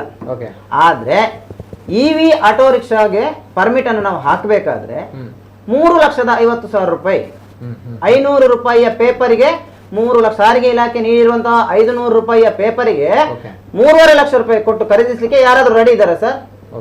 ಬ್ಲಾಕ್ ಮಾರ್ಕೆಟ್ ಅಲ್ಲಿ ಇವಾಗ ನೀವು ಗೂಗಲ್ ಅಲ್ಲಿ ಸರ್ಚ್ ಮಾಡಿ ನೋಡಿ, ಮಂಗಳೂರಲ್ಲಿ ಎಷ್ಟು ಪರ್ಮಿಟ್ ನ ರೇಟ್ ಎಷ್ಟಿದೆ ಅಂತ. ಅರ್ಥ ಆಯ್ತಲ್ವಾ? ಈಗ ನಾವು ಅವರು ಹೇಳಿದ ಮಾತಿಗೆ ನನಗೆ ಬದ್ಧ. ಯಾಕೆ ಅಂತ ಹೇಳಿದ್ರೆ, ಅವ್ರು ಹೇಳಿದ್ರು ನಮಗೆ ಯಾವ ರೀತಿ ಪರ್ಮಿಟ್ ಇದೆಯೋ ಅದೇ ರೀತಿ ಪರ್ಮಿಟ್ ಸಾರಿಗೆ ಇಲಾಖೆ ಅವರಿಗೂ ಕೊಡ್ಲಿ, ವಲಯವನ್ನು ಕೊಡ್ಲಿ, ಅಥವಾ ಇನ್ ಮಾಡ್ಲಿ. ವಲಯ ವಿಚಾರದಲ್ಲಿ ನಾನು ಹೇಳುದಾದ್ರೆ ಸರಿ ಬರೋಣ, ಅದ್ರ ಬಗ್ಗೆ ಒಳ್ಳೆ ಮಾತು ಹೇಳಿದ್ರಿ. ಬರೋಣ, ಈ ತಮ್ಗಳಿಗೆ ಪ್ರೊವಿಷನ್ಸ್ ಇದೆ. ಈಗ ಜನರಿಗೆ ಸಮಸ್ಯೆಗಳು ಏನು ಸ್ವಲ್ಪ ಕನ್ಫ್ಯೂಷನ್, ತಮ್ಗಳಿಗೆ ಪ್ರೊವಿಷನ್ಸ್ ಏನೆಲ್ಲ ಪ್ರೊವಿಷನ್ಸ್ ಇದೆ ಅದನ್ನ ಸ್ವಲ್ಪ ಬಿಡಿಸಿ ಹೇಳಿ. ನೋಡಿ, ಈಗ ಜನಗಳಿಗೆ ಇಲ್ಲಿ ಏನಾಗಿದೆ ಅಂತ ಹೇಳಿದ್ರೆ, ಜನಗಳಿಗೆ ಈ ಪರ್ಮಿಟ್ ವಿಚಾರದಲ್ಲಿ ಆಟೋ ಇದ್ದವರಿಗೆ ಗೊತ್ತು ವಿನಃ ಆಟೋ ಇಲ್ಲ. ಈಗ ನಿಮಗೂ ಗೊತ್ತಿದೆಯಾ ಇಲ್ವ ಅಂತ ನನಗೆ ಗೊತ್ತಿಲ್ಲ.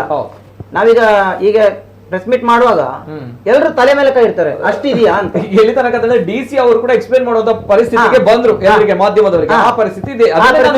ಪ್ರಥಮವಾಗಿ ನಾನು ಹೇಳುವಂತದ್ದು ಜನರಿಗೆ ತಿಳಿಸಬೇಕು ಅನ್ನೋದು. ದಟ್ಸ್ ವೈ ನಾನು ಪ್ರಥಮವಾಗಿಯೂ ಕೂಡ ನಾನು ಈ ಕಾರ್ಯಕ್ರಮ ಸ್ಟಾರ್ಟ್ ಮಾಡಿದಾಗ ಏನ್ ಸಮಸ್ಯೆ ಅನ್ನೋದು ಜನರಿಗೆ ಗೊತ್ತಿಲ್ಲ. ತಾವು 1000 ಸಂಖ್ಯೆಯಲ್ಲಿ ಸೇರಿದ್ರಿ ಕ್ಲಾಕ್ ಟವರ್ ಮುಂಭಾಗ, ಅದ್ರ ಜನರಿಗೆ ಗೊತ್ತೇ ಇಲ್ಲ. ಉಳಿದವರು ಬಾಡಿಗೆ ಮಾಡ್ತಾ ಇದಾರೆ, ಆಟೋ ವಾಹನ ಚಾಲಿಸ್ತಾ ಇದ್ದಾರೆ. ಸೊ ಹಾಗೆ ಏನ್ ಸಮಸ್ಯೆಗಳು ಅಂತ ಜನರಿಗೇನೆ ಗೊತ್ತಿಲ್ಲ. ಸೊ ದಟ್ಸ್ ವೈ ನಾನು ಕ್ಲಾರಿಟಿ ಬೇಕಾಗಿದೆ. ಜನರುಗಳು ತೀರ್ಮಾನ ಅಲ್ಲ, ನಾವು ಕ್ಲಾರಿಟಿ ಕೊಡ್ಲಿಕ್ಕೆ ರೆಡಿ ಇದ್ದೇವೆ. ಯಾಕೆಂದ್ರೆ ನಾವು ಈಗ ನಮ್ಮ ಆತ್ಮೀಯ ಮಿತ್ರರೊಬ್ರು ಹೇಳಿದ್ರು 3.5 ಲಕ್ಷ ಅಂತ ಹೇಳಿದ್ರು. ಆ 3.5 ಲಕ್ಷ ಕೊಡುವವರು ಯಾರು? ಆ ಆಟೋ 3.5 ಲಕ್ಷದ ಪರ್ಮಿಟ್ ಅನ್ನು ಮಾರುವವರು ಯಾರು? ಆಯ್ತಾ? ಈಗ ಆಟೋ ರಿಕ್ಷಾದ ಪರ್ಮಿಟ್ 3.5 ಲಕ್ಷ ಅಂತ ಹೇಳಿದ್ರು. ಈಗ 500 ರೂಪಾಯಿದ ಪರ್ಮಿಟ್, ಆ ಪೇಪರ್ಗೆ 500 ರೂಪಾಯಿ ಇದೆ. ಈವನ್ ಬಸ್ಸಿಗೂ ಸಮೇತ 500 ರೂಪಾಯಿ ಇದೆ. ಮತ್ತೆ ಅಬಕಾರಿ ಇಲಾಖೆಯ ಪರವಾನಗಿ ಕೂಡ 500 ರೂಪಾಯಿ. ಆಯ್ತಾ? ಮತ್ತೆ ಏರ್ಪೋರ್ಟ್ ಟ್ಯಾಕ್ಸಿಗಳಿಗೂ ಕೂಡ 500 ರೂಪಾಯಿನೇ. ಎಲ್ಲ ಸರ್ಕಾರ ಕೊಡುವಂತ ಪರವಾನಗಿಗಳು 500 ರೂಪಾಯಿ ಒಳಗೆ ಇರುವಂತದ್ದೇ. ಆದರೆ ಗೂಗಲ್ ಅಲ್ಲಿ ಸರ್ಚ್ ಮಾಡಿ, ತಾವು ಹೇಳಿದಾಗ ನಮ್ಮ ಆತ್ಮೀಯರು ಹೇಳಿದಾಗೇನೆ ಬಸ್ಸಿನ ಪರವಾನಗಿಗೆ ಎಷ್ಟಿದೆ, ಅಬಕಾರಿ ಇಲಾಖೆಯ ಅಬಕಾರಿ ಒಂದು ಅಂಗಡಿ ತೆಗಿಬೇಕು ಅಂತ ಏನ್ ಪರವಾನಗಿ ಇದೆ ಅಂತ ತಾವೇ ಸರ್ಚ್ ಮಾಡಿ. ಖಾಲಿ ರಿಕ್ಷಾ ಮಾತ್ರ ಅಲ್ಲ, ಎಲ್ಲವನ್ನೂ ಸರ್ಚ್ ಮಾಡಿ.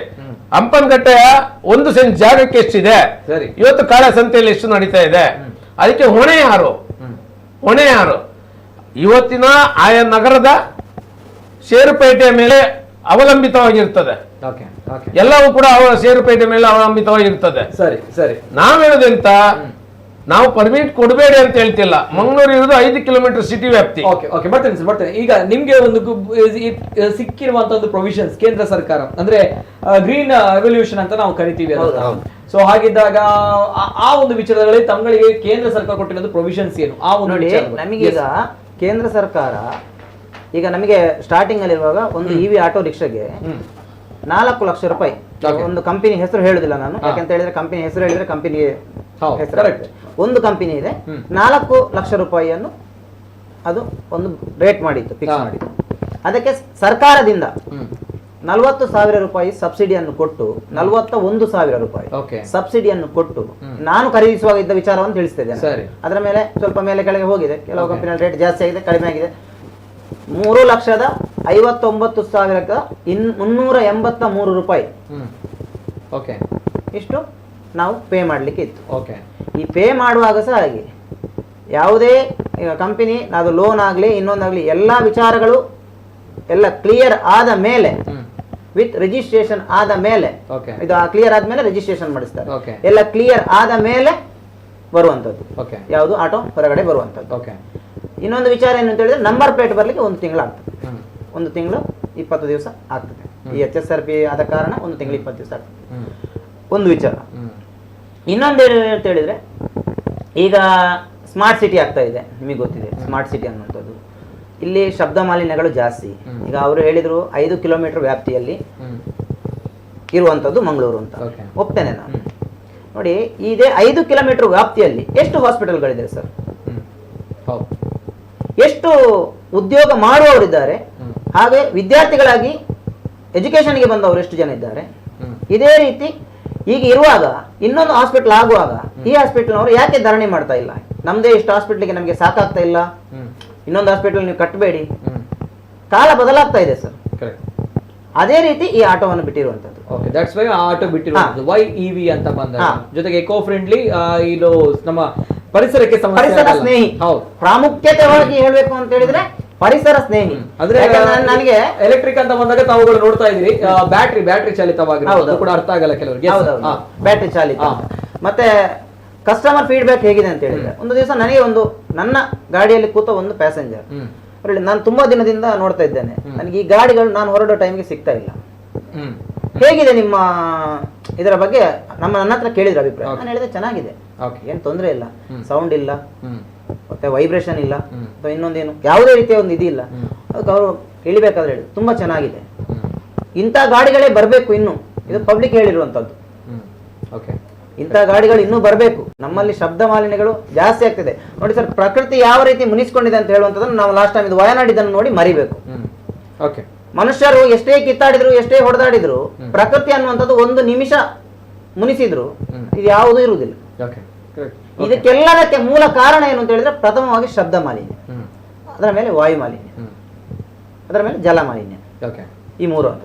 ಈ 3ಕ್ಕೂ ಸ್ನೇಹವಾಗಿರುವಂತದ್ದು ಯಾವುದು ಅಂತ ಹೇಳಿದ್ರೆ ಇದು. ಈಗ ತಾವುಗಳು ಪ್ರಥಮವಾಗಿ ಈ ಗಾಡಿನ ತೆಗೆದುಕೊಳ್ತೀರಿ, ಪರ್ಮಿಟ್ ಇದಕ್ಕೆ ಇಲ್ಲ ಪರ್ಮಿಟ್ ಇಲ್ಲ ಅಂತ ಹೇಳಿ ಇಲ್ಲ, ಪರ್ಮಿಟ್ ಇದೆ, ತೋರಿಸ್ತೇನೆ ಬೇಕಾದ್ರೆ. ಪರ್ಮಿಟ್ ಇದೆ, ಏನಿದೆ ಪಬ್ಲಿಕ್ ಸರ್ವಿಸಿಗಾಗಿ ಅನ್ನುವಂಥದ್ದನ್ನು ಕೊಟ್ಟಿದ್ದಾರೆ. ಪಬ್ಲಿಕ್ ಸರ್ವಿಸ್ ಖಾಸಗಿಯಾಗಿಯೂ ಕೂಡ ಬಳಕೆ ಮಾಡಬಹುದು, ಪಬ್ಲಿಕ್ ಸರ್ವಿಸಿಗಾಗಿ. ಅದು ಯಾವ ರೀತಿ ಮಾನದಂಡ ಇರುತ್ತೆ ಪಬ್ಲಿಕ್ ಸರ್ವಿಸ್? ಪಬ್ಲಿಕ್ ಸರ್ವಿಸ್ ಅಂತ ಹೇಳಿದ್ರೆ ಎಲ್ಲಾ ವಿಚಾರಕ್ಕೂ, ಈಗ ಪ್ಯಾಸೆಂಜರ್ ತಗೊಂಡು ಹೋಗ್ಬೋದು. ಅಲ್ಲ, ಅದಕ್ಕೆ ತಮ್ಗೇನಾದ್ರು ಇವ್ರುಗಳ ಹಾಗೆ ಏನಾದ್ರು ಮನಿ ಸ್ಪೆಂಡ್ ಮಾಡ್ಲಿಕ್ಕೆ ಏನಿಲ್ಲ. ಈಗ ಇವರು ಹೇಳ್ತಾರೆ ಅವ್ರಿಗೆ ಯಾವುದೇ ಪರ್ಮಿಟ್ ಇಲ್ಲ ಅಂತ. ನಿಮಗೆ RTO ಲೆಕ್ಕದಲ್ಲಿ RTO ಒಂದು ಗಾಡಿ, ಎಲ್ಲಾ ಗಾಡಿಗಳು ರಿಜಿಸ್ಟ್ರೇಷನ್ ಆಗುವಾಗ RTO ಚಾರ್ಜಸ್ ಇಷ್ಟು ಅಂತ ಹೇಳಿ ಹಾಕ್ತಾರೆ. ಆಗ ಅದರಲ್ಲಿ ಟ್ಯಾಕ್ಸ್, ಇನ್ಸೂರೆನ್ಸ್, ಪರ್ಮಿಟ್, ಟ್ಯಾಕ್ಸ್ ಇದೆ. ನಮಗೆ ಟ್ಯಾಕ್ಸ್ ಇಲ್ಲ ಅಂತ ಹೇಳಿಲ್ಲ, ಲೈಫ್ ಟ್ಯಾಕ್ಸ್ ಇರುವಂತದ್ದು ಅದರಲ್ಲಿ. ಅದರಲ್ಲಿ ಲೈಫ್ ಟ್ಯಾಕ್ಸ್ ಇರುವಂತದ್ದು. ಈಗ ನೋಡಿ, ಪ್ರೈವೇಟ್ ಗಾಡಿ ತಗೊಂಡ್ರೆ ಟ್ಯಾಕ್ಸ್ ಹೇಗಿರ್ತದೆ ಸರ್? ಪ್ರೈವೇಟ್ ಗಾಡಿಗಳಿಗೆ ಟ್ಯಾಕ್ಸ್ ಹೇಗಿರ್ತದೆ, ಅದೇ ರೀತಿ ಕಮರ್ಷಿಯಲ್ ವೆಹಿಕಲ್ ಗಳಿಗೆ ಟ್ಯಾಕ್ಸ್ ಹೇಗಿರ್ತದೆ? ಟ್ಯಾಕ್ಸ್ ಇಲ್ಲ ಅಂತ ಹೇಳುವಂತ ಮಾತು ಸುಳ್ಳು. ಟ್ಯಾಕ್ಸ್ ಇದೆ, ಇನ್ಸೂರೆನ್ಸ್ ಇದೆ, ಪರವಾನಿಗೆ ಅದು ಇದೆ. ಅದರಲ್ಲಿಯೂ ಪರವಾನಿಗೆಯಲ್ಲಿ ಬ್ಯಾಜ್ ಇದೆ. ಈಗ ಅವ್ರು ಹೇಳಿದ್ರು ಪರವಾನಿಗೆ ಬೇಡ ಅಂತೆ. ಸರ್ ನಾನು ಹೇಳ್ತೇನೆ, ಈಗ ಅವರು ಹೇಳಿದ ಪ್ರಕಾರ CNG ಮತ್ತು LPG ಗಾಡಿಯಲ್ಲಿ ಪರವಾನಗಿ ಇಲ್ಲದೆ ದುಡಿಯುವ ಡ್ರೈವರ್ಗಳು ಎಷ್ಟು ಜನ ಇದ್ದಾರೆ? 1. ಸರಿ, ಈಗ ನಿಮ್ಮ ಮಾಧ್ಯಮದಲ್ಲಿ ಪ್ರಸಾರ ಆಗಿತ್ತು ಲಾಸ್ಟ್ ಟೈಮ್, ಒಂದು ತಮ್ಗಳಿಗೆ ಗೊತ್ತಿರಬಹುದು, ಪಂಪೈಲ್ ನಲ್ಲಿ ನಡೆದ ಒಂದು ಘಟನೆ. ಮೀಟರ್ ಅಲ್ಲಿ ಪಂಪೈಲ್ ನಿಂದ ಪಡೀಲಿಗೆ ಹೋಗಲು ರಿಕ್ಷಾ ಕೇಳಿದಾಗ ಮೀಟರ್ ಹಾಕುವುದಿಲ್ಲ. ಗೊತ್ತಾಯ್ತು. ಈಗ ತಮ್ಗಳಿಗೆ ಈಗ ಇಲ್ಲಿ ಪರ್ಮಿಟ್ ಇಲ್ಲ, ಜೊತೆಗೆ ನಂಬರ್ ನಿಮ್ಮ ಗಾಡಿ ನಂಬರ್ ಮಾತ್ರ RTO ಅಲ್ಲಿ ನಾವು ರಿಜಿಸ್ಟ್ರೇಷನ್ ಮಾಡ್ತೀರಿ. ಪರ್ಮಿಟ್ ಇದೆ, ಪರ್ಮಿಟ್ ಪರ್ಮಿಟ್ ಇದೆ. ಅವರಿಗೆ ಇರುವಂತಹ ಒಂದು ಮಾನದಂಡಗಳು, ಆ ಒಂದು ರೂಲ್ಸ್ ರೆಗ್ಯುಲೇಷನ್ ಇಲ್ಲ. ಅದು ನಾನು ಕ್ಲಿಯರ್ ಮಾಡಬೇಕಾಗುತ್ತೆ. ಜೊತೆಗೆ ತಮ್ಗಳಿಗೆ ಒಂದು RTO ಇಂದ ಒಂದು ನಂಬರ್ ಪ್ಲೇಟ್ ಬರುತ್ತೆ, ಅದು ಮಾತ್ರ ರಿಜಿಸ್ಟ್ರೇಷನ್ ಅನ್ನೋದು ಇರುವಂತದ್ದು ಇಲ್ಲ. ನಮಗೆ RC ಕೊಡ್ತಾರೆ, ಕೊಡ್ತಾರೆ. ಯಾವುದು ರಿಜಿಸ್ಟ್ರೇಷನ್ ಕಾಪಿ RC ಕೊಡ್ತಾರೆ, ಟ್ಯಾಕ್ಸ್ ಇನ್ವಾಯ್ಸ್ ಕೊಡ್ತಾರೆ, ಆಮೇಲೆ ಇದು ಕೊಡ್ತಾರೆ ಯಾವುದು. ಸರಿ, ಅದನ್ನ ಇಟ್ಕೊಂಡು ತದನಂತರ ತಾವುಗಳ ನಂಬರ್ ಪ್ಲೇಟ್ ಬರುತ್ತೆ. ತದನಂತರ ತಾವುಗಳು ತಮ್ಮ ರಿಕ್ಷಾವನ್ನು ಇಟ್ಕೊಂಡು ವೆದರ್ ಅದನ್ನ ತಾವು ಖಾಸಗಿಯಾಗಿಯೋ ಅಥವಾ ಸಾರ್ವಜನಿಕವಾಗಿಯೋ ಬಾಡಿಗೆಯನ್ನು ಕೂಡ ಮಾಡಬಹುದು. ತಾವುಗಳು ಈಗ ಇಲ್ಲಿದ್ದೀರಿ, ಸಿಟಿ ಸೆಂಟರ್ ಹತ್ರ ಇದೀರಿ ಅಂತ ಬಂದಾಗ ತಾವುಗಳು ಸುರತ್ಕಲ್ಗೆ ಹೋಗ್ಬೋದು, ಬಂಟ್ವಾಳಕ್ಕೆ ಹೋಗ್ಬೋದು, ಎಲ್ಲಿಗೆ ಬೇಕಾದ್ರೂ ಹೋಗ್ಬೋದು ತಾವುಗಳು ಅಲ್ವಾ. ತಮ್ಮ ಸುಳ್ಯ ಕಡೆ, ಪುತ್ತೂರು ಕಡೆ ಹೋಗಿ ಬಾಡಿಗೆ ಮಾಡಿಕೊಂಡು ಬರ್ಬೋದು. ತಮಿಳಿಗೆ ಮಾಡ್ಲಿಕ್ಕೆ ಇಲ್ಲ ಸರ್, ನಮಗಿಲ್ಲ. ಮಂಗಳೂರು ನಗರ, ಮಂಗಳೂರು ತಾಲೂಕು ಏನಿದೆ, ಮಂಗಳೂರು ತಾಲೂಕು ವ್ಯಾಪ್ತಿ ಬಿಟ್ಟು ಹೊರಗೆ ಹೋಗ್ಲಿಕ್ಕಿಲ್ಲ. ಇದು ತಮ್ಗಳಿಗೆ ಒಂದು ಆಕ್ಷೇಪ ಇರುವಂತದ್ದು. ಪರವಾನಿಗೆಯಲ್ಲಿ ಎಲ್ಲಿದೆ ಪರವಾನಿಗೆ ಅಲ್ಲಿ ಮಾತ್ರ ತಾವುಗಳು ಬಾಡಿಗೆ. ಮಂಗಳೂರು ತಾಲೂಕಿನ ಮಂಗಳೂರು ತಾಲೂಕು ಆದ್ಯಂತ ಸಂಚರಿಸಲು ನಮಗೆ ಅನುಮತಿ ಇದೆ. ಓಕೆ, ನಾವು ಇಲ್ಲಿಯೇ ಈಗ ಇದು ಆಕ್ಷೇಪ ಇರುವಂತದ್ದು ತಮ್ಮಲ್ಲೂ ಇವರುಗಳು ಎಲ್ಲಿ ಒಂದು ಕೂಡ ಬಾಡಿಗೆ ಮಾಡಬಹುದು ಅನ್ನುವಂಥದ್ದು. ಹೌದು. ಸೊ ಇದನ್ನ ಕೊಟ್ಟಿರುವಂತದ್ದು ಇಲ್ಲಿಯ ಜಿಲ್ಲಾಧಿಕಾರಿ ಅಲ್ಲ, ಕೇಂದ್ರ ಸರ್ಕಾರ ಪ್ರೊವಿಷನ್ಸ್ ಕೊಟ್ಟಿಲ್ಲ. ಕೇಂದ್ರ ಸರ್ಕಾರ ಕೊಟ್ಟಿದೆ, ಅದಕ್ಕೆ ಜಿಲ್ಲಾಧಿಕಾರಿಗಳು ಮಾನದಂಡದಲ್ಲಿ ತರುವಂತ ಅವಕಾಶ ಇದೆ ಅಂತ ಹೇಳಿ ತಮ್ಮ ವಾದ. ಬರ್ತೇನೆ ಇದೆ. Yes sir. ಈಗ first action sir, Mohammed Riyaz ಬಹಳಷ್ಟು ಕರೆಗಳು ಬರ್ತಾ ಇದೆ, ಮುಂದಕ್ಕೆ ಕರೆಗಳನ್ನು ತೆಗೆದುಕೊಳ್ತೀನಿ. ತಮ್ಮ ಅಭಿಪ್ರಾಯನ ಫಸ್ಟ್ ಎಕ್ಷನ್ ಸರ್ ಏನ್ ಹೇಳ್ತೀರಾ ಸರ್? ಎಸ್ ಸರ್, ಇವರು ಈಗ ಹೇಳಿದ್ರು ಎಲೆಕ್ಟ್ರಿಕಲ್ ಗಾಡಿಯಲ್ಲಿ ಪಬ್ಲಿಕ್ ಸರ್ವ್ ಮಾಡ್ಲಿಕ್ಕಿಲ್ಲ ಅಂತ ಹೇಳಿ. ಮೊನ್ನೆ ದಿವಸ ಬ್ಯಾಂಗ್ಳೂರಲ್ಲಿ ನಾನಿದ್ದೆ, ಎಲೆಕ್ಟ್ರಿಕ್ ಸಿಟಿ ನಮ್ಮ ಕೆಂಪೇಗೌಡ ಬಸ್ ಸ್ಟ್ಯಾಂಡ್ ಅಲ್ಲಿ ಎಲೆಕ್ಟ್ರಿಕಲ್ ಬಸ್ ಎಷ್ಟಿತ್ತು? Very good. ಬಸ್ ಎಷ್ಟಿದೆ? ನನ್ನ ಲೆಕ್ಕದಲ್ಲಿ ನಾನೊಂದು ಹಾಫ್ ಅನ್ ಅವರ್ ಅಲ್ಲಿ ನಿಂತ್ಕೊಂಡಿದ್ದೇನೆ, ಕಮ್ಮಿ ಅಂದ್ರೆ ಒಂದು 50-60 ಬಸ್ ನೋಡ್ಕೊಂಡಿದ್ದೆ, ಎಲೆಕ್ಟ್ರಿಕಲ್ ಬಸ್. ಇವಿ ರಿಕ್ಷಾ ಕೂಡ ಇದೆ. ಇವರು ಏನೋ ರೀತಿಯಲ್ಲಿ ಮಂಗಳೂರಲ್ಲಿ ರಿಕ್ಷಾದಲ್ಲಿ ಇವಿ ಪಬ್ಲಿಕ್ ಅನ್ನು ಕರ್ಕೊಂಡು ಹೋಗ್ಲಿಕ್ಕಿಲ್ಲ ಅಂತ ಹೇಳಿ. ಅಲ್ಲ, ಅದು ನಾನು ಹೇಳಿದ್ದಲ್ಲ. ಇದನ್ನು ಓಪನ್ ಮಾಡಿದ್ದು ಬ್ಯಾಂಗ್ಳೂರಲ್ಲಿ ಇರುವಂತ ಬಸ್ಗಳು ಮಂಗಳೂರು ಅಲ್ಲಿ ಹಾಕಿಲ್ಲ. ಬರ್ಬೋದು ಪ್ರಕಾರ ನಮ್ಮ ಬರ್ಬೋದು. ಪೊಲ್ಯೂಷನ್ ಬರ್ತದೆ, ಯಾವ್ದ್ರಲ್ಲಿ ಜಾಸ್ತಿ ಬರ್ತದೆ? ಡೀಸೆಲ್ ಅಲ್ಲಿ ಬರ್ತದ, LPG ಅಲ್ಲಿ ಬರ್ತದ? ಯಾಕೆ ಮಂಗಳೂರಿಗೆ ಬರ್ಲಿಲ್ಲ? ಬಸ್ ಯಾಕೆ ಬರ್ಲಿಲ್ಲ ವಿಚಾರ ಇದೆ ಸರ್. ಈಗ ಎಷ್ಟೋ ಕಡೆ ನಂಬರ್ ಬರ್ಲಿಲ್ಲ, ಎಷ್ಟೋ ಕಡೆ ಬಸ್ಗಳಿಲ್ಲ. DC ಅವರು ಆರ್ಡರ್ ಮಾಡಿ ಸರ್, ಈಗ ಇದೇ ಸರ್ಕಾರ, ಇದೇ ಜಿಲ್ಲಾಧಿಕಾರಿ ಆದೇಶದ ಪ್ರಕಾರ, ಸರ್ಕಾರದ ಆದೇಶ ಪ್ರಕಾರ ಮಂಗಳೂರಿಗೆ ನರ್ಮ ಬಸ್ ಬಂತು, 78 ಬಸ್ ಬಂತು. ಎಲ್ಲಿದೆ ನರ್ಮ ಬಸ್? ಯಾಕೆ ಓಡ್ತಾ ಇಲ್ಲ ಸ್ಟೇಟ್ ಬ್ಯಾಂಕ್ ಇಂದ? ಅವರಿಗೆ ಇದೇ 1196, 115 ಮೇಲೆ ಮತ್ತೆ 66 ಮೇಲೆ ಅನ್ವಯ ಆಗುತ್ತೆ. ಇದೇ ನರ್ಮ ಬಸ್ ನಮಗಿಂತ ಆಟೋ ರಿಕ್ಷಾಗಳಿಗಿಂತಲೂ ಜಾಸ್ತಿ ಸಾರ್ವಜನಿಕರಿಗೆ ಬೇಕಾದಂಥದ್ದು ಸಾರ್ವಜನಿಕ ಬಸ್ಸುಗಳು. KSRTC ಬಸ್ ಇರ್ಬೋದು ಅಥವಾ ಖಾಸಗಿ ಬಸ್ಗಳ ಅನುಕೂಲತೆ ಬೇಕು. ಆದ್ರೆ ಇವತ್ತಿನವರೆಗೆ ಆ ನರ್ಮ ಬಸ್ ಬರ್ದಾಗೆ ಜಿಲ್ಲಾಧಿಕಾರಿ ಬರ್ಲಿಲ್ಲಲ್ಲ. ಅದಕ್ಕೆ ಜಿಲ್ಲಾಧಿಕಾರಿ ಯಾವ ಕ್ರಮ ತಗೊಂಡಿದ್ದಾರೆ? ಅದೇ 115 ಅಡಿಯಲ್ಲಿ ತಂದದ್ದು DC ಅವರು ಮತ್ತೆ RTO ಅವರು, ಸಾರಿಗೆ ಪ್ರಾಧಿಕಾರ ಇದೇ 115 ಅಲ್ಲಿ ತಂದ್ರಲ್ಲ ಆದೇಶ. ಇವತ್ತು ಚಾಲ್ತಿಯಲ್ಲಿ ಇಲ್ಲ. ಮಂಗಳೂರಿನ ಡಿವೈಡರ್ ರಸ್ತೆ ವಿಭಜಕ ಏನಿದೆ, ಪ್ರತಿ ವರ್ಷ ಪೇಂಟ್ ಆಗ್ತದೆ. ನಮಗೆ 2 ಸ್ಟ್ರೋಕ್ ಇದ್ದದನ್ನು ಹೊಗೆ ಜಾಸ್ತಿ ಆಗ್ತದೆ, 4 ಸ್ಟ್ರೋಕ್ ಮಾಡಿದ್ರು. ಹೊಗೆ ಕಮ್ಮಿ ಆಗ್ಲಿ ಅಂತೇಳಿ, ಪೊಲ್ಯೂಷನ್ ಕಮ್ಮಿ ಆಗ್ಲಿ ಅಂತ, ವಾಯುಮಾಲಿನ್ಯ ಕಮ್ಮಿ ಆಗ್ಲಿ ಅಂತೇಳಿ ಮಾಡಿದ್ರು.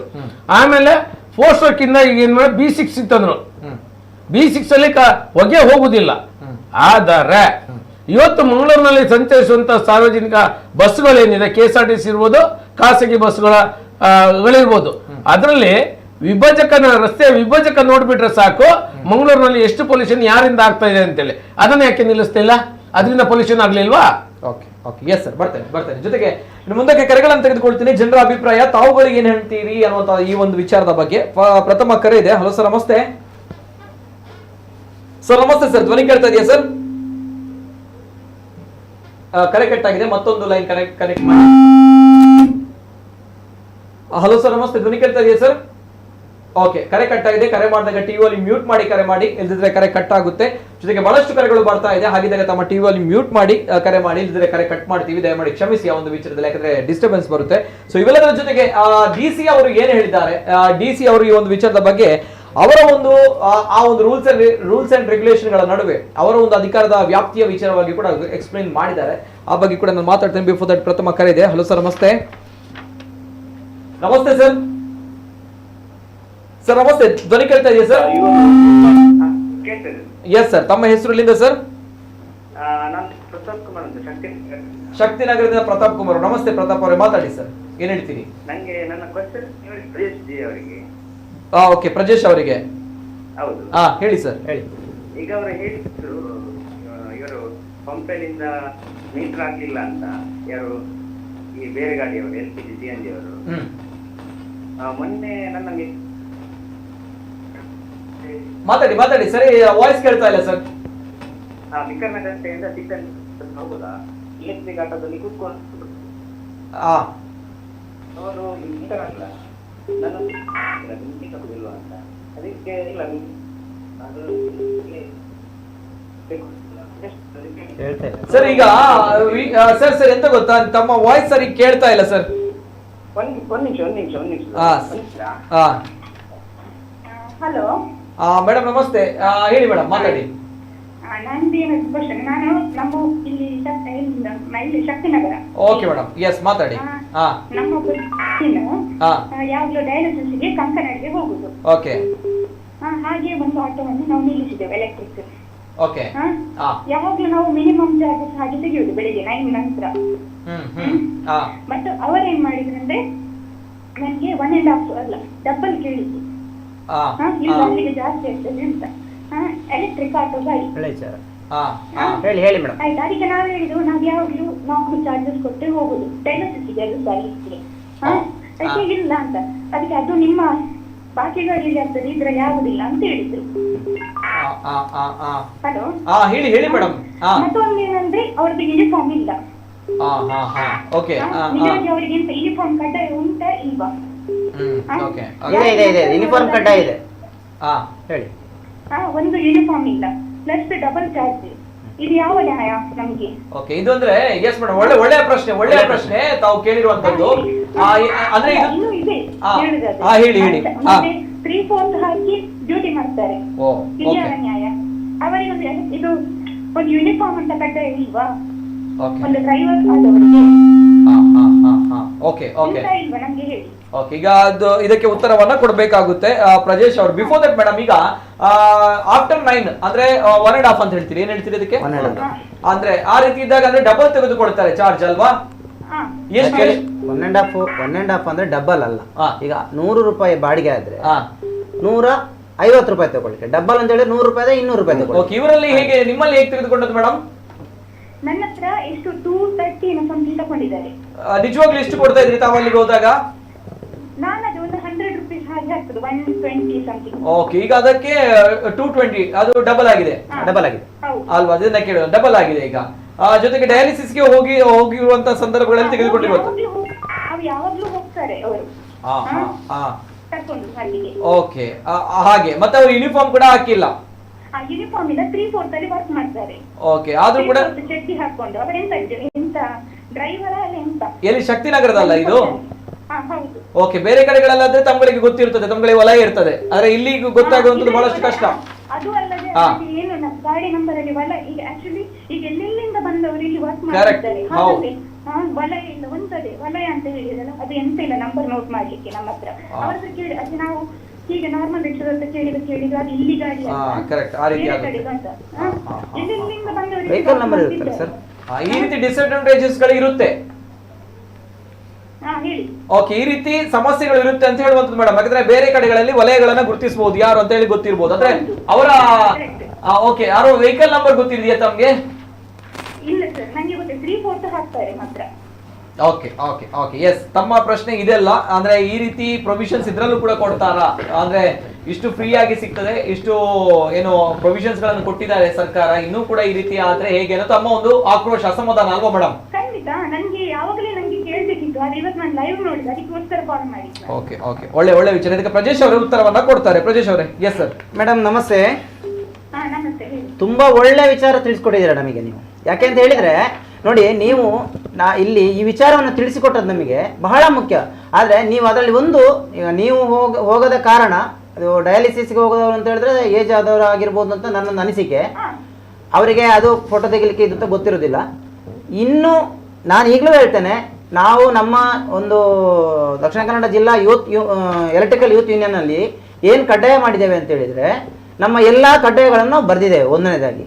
ಎರಡನೇದಾಗಿ ಆ ರೀತಿಯ ಯಾವುದೇ ಇವಿ ಗಾಡಿಗಳಲ್ಲಿ ಅಥವಾ ಇವಿ ಗಾಡಿಗಳಲ್ಲಿ ನಾನು ಪ್ರಾಮುಖ್ಯತೆಯಾಗಿ ಇವಿ ಗಾಡಿ ಕೊಡ್ತಾ ಇದ್ದೇನೆ. ಇವಿ ಗಾಡಿಯಲ್ಲಿ ಇನ್ನು ಮುಂದಕ್ಕೆ ಈಗ ನೀವು ತೆಗಿಲಿಲ್ಲ, ನಿಮ್ಮಲ್ಲಿ ಏನು ಪ್ರೂಫ್ಗಳಿಲ್ಲ, ನೀವು ಹೇಳಿದ್ದನ್ನು ನಾವು ನಂಬ್ತೇವೆ.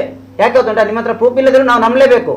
ಯಾಕಂತ ಹೇಳಿದ್ರೆ ಪ್ರೂಫ್ ಕೊಡ್ಲಿಕ್ಕೆ ನಾವು ಒಬ್ಬರ ಕಂಪ್ಲೇಂಟ್ ಮಾಡಿದ್ದೆವು, ಆದ್ರೆ ಅವರು ಹೇಳಿದ್ರು ಅದು ನಮ್ಗೆ ಯಾವ್ದು ಅಂತ ಗೊತ್ತಾಗುದಿಲ್ಲ ಈಗಿದ್ದು ಗಾಡಿ. ಅಲ್ಲ ಮೇಡಮ್, ನಾನು ಹೇಳ್ತಾ ಇರೋದು ಕೇಳಿ, ಯಾವುದು ಅಂತ ಇವಿ ಗಾಡಿ ಗೊತ್ತಾಗದಿದ್ರು ಬಟ್ ಅದರಲ್ಲಿ ರಿಜಿಸ್ಟ್ರೇಷನ್ ನಂಬರ್ ಅನ್ನುವಂಥದ್ದು ತುಂಬಾ ಇದೆ, ಸೀರಿಯಲ್ ಪ್ರಕಾರ ಬರುವಂತದ್ದು. ರಿಜಿಸ್ಟ್ರೇಷನ್ ನಂಬರ್ ಇರ್ಲಿಲ್ಲ ಅದ್ರಲ್ಲಿ, ಗಾಡಿ ನಂಬರ್ ಇಲ್ಲ. ಗಾಡಿ ನಂಬರ್ ಇರ್ಲಿಲ್ಲ ಅಂತ ಹೇಳಿದ್ರೆ ಸಾಧ್ಯನೇ ಇಲ್ಲ ಮೇಡಮ್. ಇದು ನಾನು ಸುಳ್ಳು ಸರ್, ಇದು ಶುದ್ಧ ಸುಳ್ಳು. ಯಾಕೆ ಅಂತ ಹೇಳಿದ್ರೆ, ಒಂದು ನಿಮಿಷ, ಇದು ನಾನು ಹೇಳ್ತೇನೆ, ಇದು ಶುದ್ಧ ಸುಳ್ಳು. ಯಾಕೆ ಅಂತ ಹೇಳಿದ್ರೆ ರಿಜಿಸ್ಟ್ರೇಷನ್ ಇದು ಇವರಿಗೂ ಗೊತ್ತಿರುವಂತ ವಿಚಾರ. ರಿಜಿಸ್ಟ್ರೇಷನ್ ಆಗುವಾಗ ಅಲ್ಲಿ ಅದ್ರ ಬಗ್ಗೆ ನಾನು ಹೇಳ್ತೇನೆ, RTO ರಿಜಿಸ್ಟ್ರೇಷನ್ ಎಲ್ಲಿ ಆಗ್ತದೆ ಅಲ್ಲಿ ರಿಜಿಸ್ಟ್ರೇಷನ್ ಆಗುವಾಗ ಅದಕ್ಕೆ ನಂಬರ್ ಮತ್ತು ಎಲ್ಲೋ ಪಟ್ಟಿಯನ್ನು ಹಾಕದೆ RTO ಅಧಿಕಾರಿಗಳು ಸೈನ್ ಮಾಡುವುದಿಲ್ಲ. ನಂಬರ್ ಮತ್ತು ಎಲ್ಲೋ ಪಾರ್ಟಿ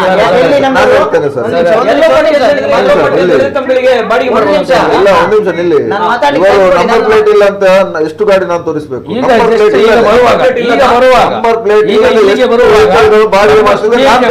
ಬಹುಶಃ ನಮ್ಗಳಿಗೆ ಕೂಡ ನಂಬಲಿಕ್ಕೆ ಆಗಲ್ಲ. ಅಲ್ಲ ಸರ್, ಈಗ ಇಲ್ಲಿಗೆ ಸ್ಟುಡಿಯೋಕ್ಕೆ ಬರುವಾಗ ನನ್ನ ಮುಂದೆನೆ Bajaj auto rickshaw number plate ಇಲ್ಲ. ಮಧ್ಯಾಹ್ನ ನಮ್ಮದೊಂದು ಮೀಟಿಂಗ್ ಇತ್ತು ಇಲ್ಲಿ ರೂಪ ಹೋಟೆಲ್ ಹತ್ರ, ಡೌನ್ ಬಾಸ್ಕೋ ಹತ್ರ. ನಂಬರ್ ಪ್ಲೇಟ್ ಇಲ್ಲ, ಯೂನಿಫಾರ್ಮ್ ಇಲ್ಲ. ಎಷ್ಟು ಬೇಕು? ಗಾಡಿ ಕಂಪನಿ ಮಹೇಂದ್ರ ಎಷ್ಟು ಬೇಕು? ಇದೆಲ್ಲ ಇವರಿಗೆ ಗೊತ್ತಿದ್ದರೆ ಮಾಡ್ತಾರೆ, ಗೊತ್ತಿಲ್ಲ. ಇದೆಲ್ಲ ತಪ್ಪು. ಇದರ ಬಗ್ಗೆ ನಾವು RTO ಕೂಡ ದೂರು ಕೊಟ್ಟಿದ್ದೇವೆ. ಬೆಂಬಲ ಕೊಡುವುದಿಲ್ಲ.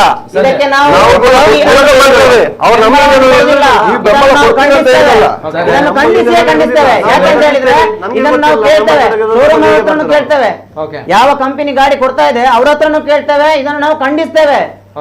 ಅರ್ಥ ಆಯ್ತಲ್ವಾ? ಬೆಂಬಲ ಕೊಡ್ತೀರಾ ಅಂತ ಹೇಳ್ತಲ್ಲ ಇಲ್ಲಿ. ಅಲ್ಲ, ನಂಬರ್ ಪ್ಲೇಟ್ ಇಲ್ಲದೆ ಹೋಗುವಂತದ್ದು ಕಾನೂನು ಬಾಹಿರ, ಆಗ್ಲೇಬಾರದು.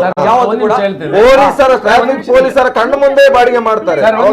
ಸರ್ ಒಂದ್ ನಿಮಿಷ, ಈಗ ನಮ್ಮ ಸ್ನೇಹಿತರು ಹೇಳಿದ್ರು ನಮ್ಗೆ ನಂಬರ್ ಪ್ಲೇಟ್ ಆಗಿ ಬರ್ಲಿಕ್ಕೆ ಒಂದು ಇಲ್ಲ, ಇದು ಒಳ್ಳೆ ವಿಚಾರ. ಯಾಕಂದ್ರೆ ಈ ರೀತಿಯಾಗಿ ಆಗುತ್ತೆ ಅನ್ನೋ ಗೊತ್ತಿಲ್ಲ. ಒಂದು ತಿಂಗಳು 20 ದಿವಸ ಆಗುತ್ತೆ ಅಂತ ಆತ್ಮೀಯರೇ ಹೇಳಿದ್ರು. ನಂಬರ್ ಪ್ಲೇಟ್ ಒಂದು ತಿಂಗಳು ತಪ್ಪಿದ್ರೆ 20 ದಿವಸ ನಂಬರ್ ಪ್ಲೇಟ್ ಆಗ್ಲಿಕ್ಕೆ.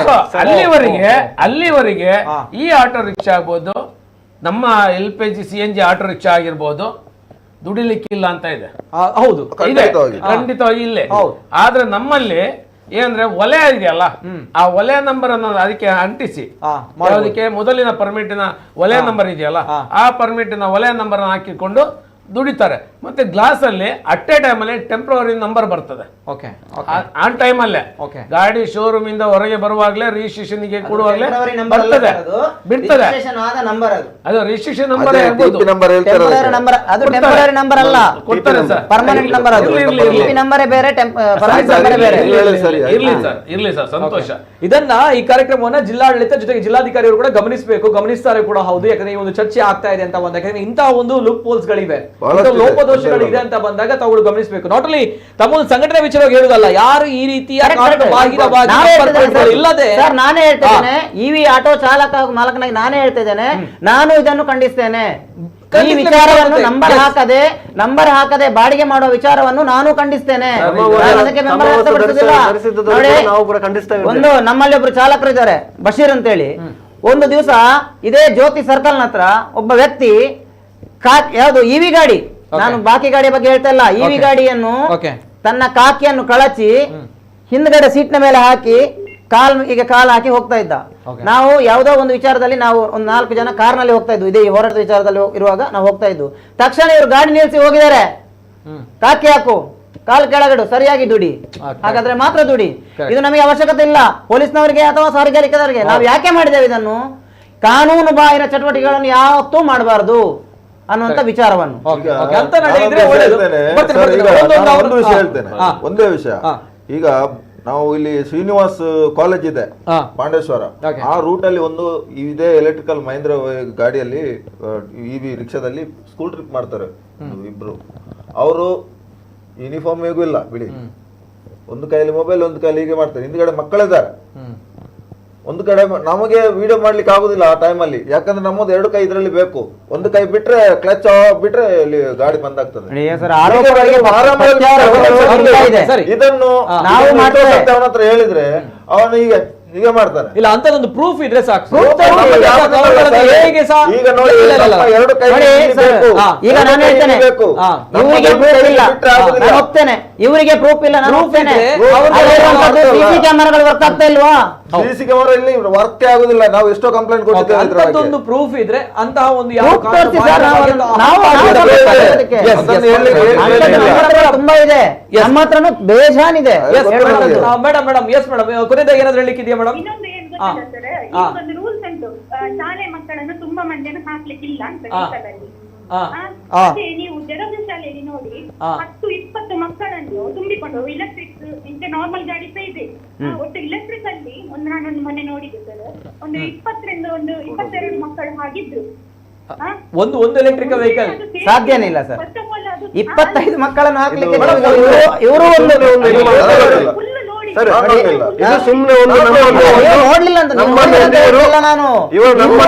ಇದು ಮಾಡ್ಲಿಕ್ಕೋಸ್ಕರ ಇದು ಮಾತಾಡಿಸ್ತಾ ಇರೋದು ಅಂತ ನನಗೆ ಒಂದು ಅನುಮಾನ ಇದೆ ಅವರ ಮೇಲೆ. ಪರವಾಗಿಲ್ಲ, ನಾನು ಹೇಳ್ತೇನೆ ಸರ್, ನೀವೇ ಒಂದು 3 ಜನ ಕುಳಿತುಕೊಳ್ಳುವ ಗಾಡಿಯಲ್ಲಿ 25 ಜನವನ್ನು ಹಾಕ್ತಾರಂತಂದ್ರೆ ಇವಾಗ ನಾವು ಇವರನ್ನು ಕಂಪ್ಲೇಂಟ್ ಮಾಡೋದಲ್ಲ, ನಮ್ಮ ಕಂಪ್ಲೇಂಟ್ ಮಾಡೋದಲ್ಲ. ನಾವಿಲ್ಲಿ ಎಲ್ಲಿ ಏನಕ್ಕೆ ಬಂದಿದ್ದೇವೆ ಅಂತ ಹೇಳಿದ್ರೆ, ನಮ್ಮ ಏನಿದೆ ಅದನ್ನು ನಾವು ಮಾಡ್ಲಿಕ್ಕೆ ಬಂದಿದ್ದು ಸರಿ. ಇದು ಬಿಟ್ಟು ನಾನು ಇವರ ಹತ್ರ ದೋಷಿಸ್ಲಿಕ್ಕೆ ನೀವು ನಮಿಗೂ ಇದಲ್ಲ, ನಾವೆಲ್ಲ ಅಣ್ಣ ತಮ್ಮಂದಿರಾಗಿ ಮೇಡಮ್ ತಾವು ಹೇಳ್ತಾ ಇರುವಂತದ್ದು ಜಲಸ ಶಾಲೆ ಹತ್ರ. ಹಲೋ, ತಾವು ಹೇಳ್ತಾ ಇರೋದು ಜಲಸ ಶಾಲೆ ಹತ್ರ 25 ಮಕ್ಕಳನ್ನ ಹಾಕಿದ್ದಾರೆ ಒಂದು ಇವಿಯಲ್ಲಿ. ಫುಲ್ ಮಕ್ಕಳಿದ್ರೆ ಒಂದು ರಿಕ್ಷಾದಲ್ಲಿ 25 ಮಕ್ಕಳಿಗೆ ಹಾಕ್ಲಿಕ್ಕೆ ಆಗಲ್ಲ ಮೇಡಮ್, ಬಹಳಷ್ಟು ಕಷ್ಟ. ಅವರಿಗೆ ಕೂಡ ಅವರೊಂದು ಹೆಂಗಸು, ಅವರೇನು ದೊಡ್ಡ ಏನ್ ಗೊತ್ತಿದ್ದವರಲ್ಲ.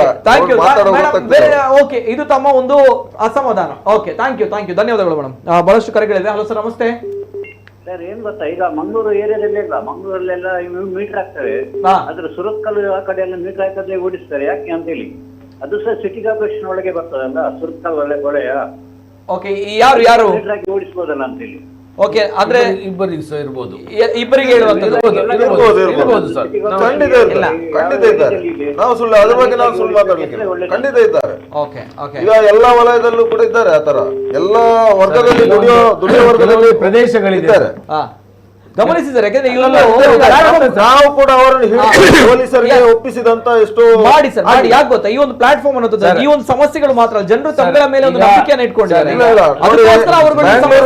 ಬ್ಯಾಂಗ್ಳೂರ್ಗೆ ಹೋಲಿಸಿದ್ರೆ ಮಂಗಳೂರಲ್ಲಿ ಅದು ಸಾಧಾರಣ ಒಂದು 98% ರಿಕ್ಷಾ ಚಾಲಕರು ಮೀಟರ್ ಹಾಕಿಯೇ ಓಡಿಸ್ತಾರೆ. ನೀವು ಬೆಂಗಳೂರಿಗೆ ಹೋದ್ರೆ ಅಪ್ಪಿತಪ್ಪಿ ಮೀಟರ್ ಹಾಕಿದ್ರೆ ನಿಮ್ಗೆ 400 ರೂಪಾಯಿ ಬಿಲ್ ಬರ್ತದೆ. ಅದಕ್ಕೆ ಅಲ್ಲಿ ಜಾಸ್ತಿ ಓಲಾ, ಊಬರ್ ಮತ್ತೆ ಇನ್ನೊಂದೆಲ್ಲ ಚಲಾವಣೆಯಲ್ಲಿ ಇದೆ ಸರ್. ಈಗ ಇನ್ನೊಂದು ಹೇಳಿದೆ, ಈಗ ದೊಡ್ಡವರು ಈಗ ಸಣ್ಣ ಮಕ್ಕಳನ್ನು ಅವರೊಂದು ತುಂಬಾ ಒಂದು 20 ಜನ ಹಾಕೊಂಡಿದ್ರು ಅನ್ನೋ ಮಾತನ್ನ ಹೇಳಿದ್ರು. ಅದ್ ನಮಗೆ ಬೇಡ. ಬರ್ತೇನೆ ಸರ್. ಮತ್ತೊಂದು ಕರೆ ಇದೆ. ಹಲೋ ಸರ್, ನಮಸ್ತೆ. ಹಲೋ ಸರ್, ನಮಸ್ತೆ. ಧ್ವನಿ ಕೇಳ್ತಾ ಇದೆಯಾ ಸರ್? ಸರ್ ನಮಸ್ತೆ, ಧ್ವನಿ ಕೇಳ್ತಾ ಇದೆಯಾ? ಓಕೆ, ಕರೆ ಕಟ್ ಆಗಿದೆ. ಕರೆ ಮಾಡಿದಾಗ ಟಿವಿಯಲ್ಲಿ ಮ್ಯೂಟ್ ಮಾಡಿ ಕರೆ ಮಾಡಿ. ಮತ್ತೊಂದು ಕರೆ ಇದೆ. ಹಲೋ ಸರ್, ನಮಸ್ತೆ. Okay, S sir. ಈಗ ಸಣ್ಣ ಮಕ್ಕಳನ್ನು ಅಷ್ಟು ಜನ ಹಾಕಿದ್ರು ಅಂತ ಹೇಳುವಂಥದ್ದು ಅವ್ರು ಹೇಳಿದ್ದಾರೆ. ಇದು ಮೊನ್ನೆ ನಮ್ಮ ಪ್ರತಿಭಟನೆ ನಡೆಯುವಂತ ಸಂದರ್ಭದಲ್ಲೇ ಒಂದು ಇವಿ ಆಟೋ ರಿಕ್ಷಾದಲ್ಲಿ 6 ಜನ ಇದ್ದಾರೆ. ಓಕೆ, ದೊಡ್ಡವರು ಸರ್. ಹೇಳುದಾದ್ರೆ ನಾನು ಹೇಳ್ತಾ ಇದ್ದಾನಲ್ಲ ಸರ್, ಇವಾಗ ಇವರು ಹೇಳಿದ್ರು ನಾವು ಕೂಡ ಅವ್ರ ಮೇಲೆ ಹೇಳ್ತೇನೆ.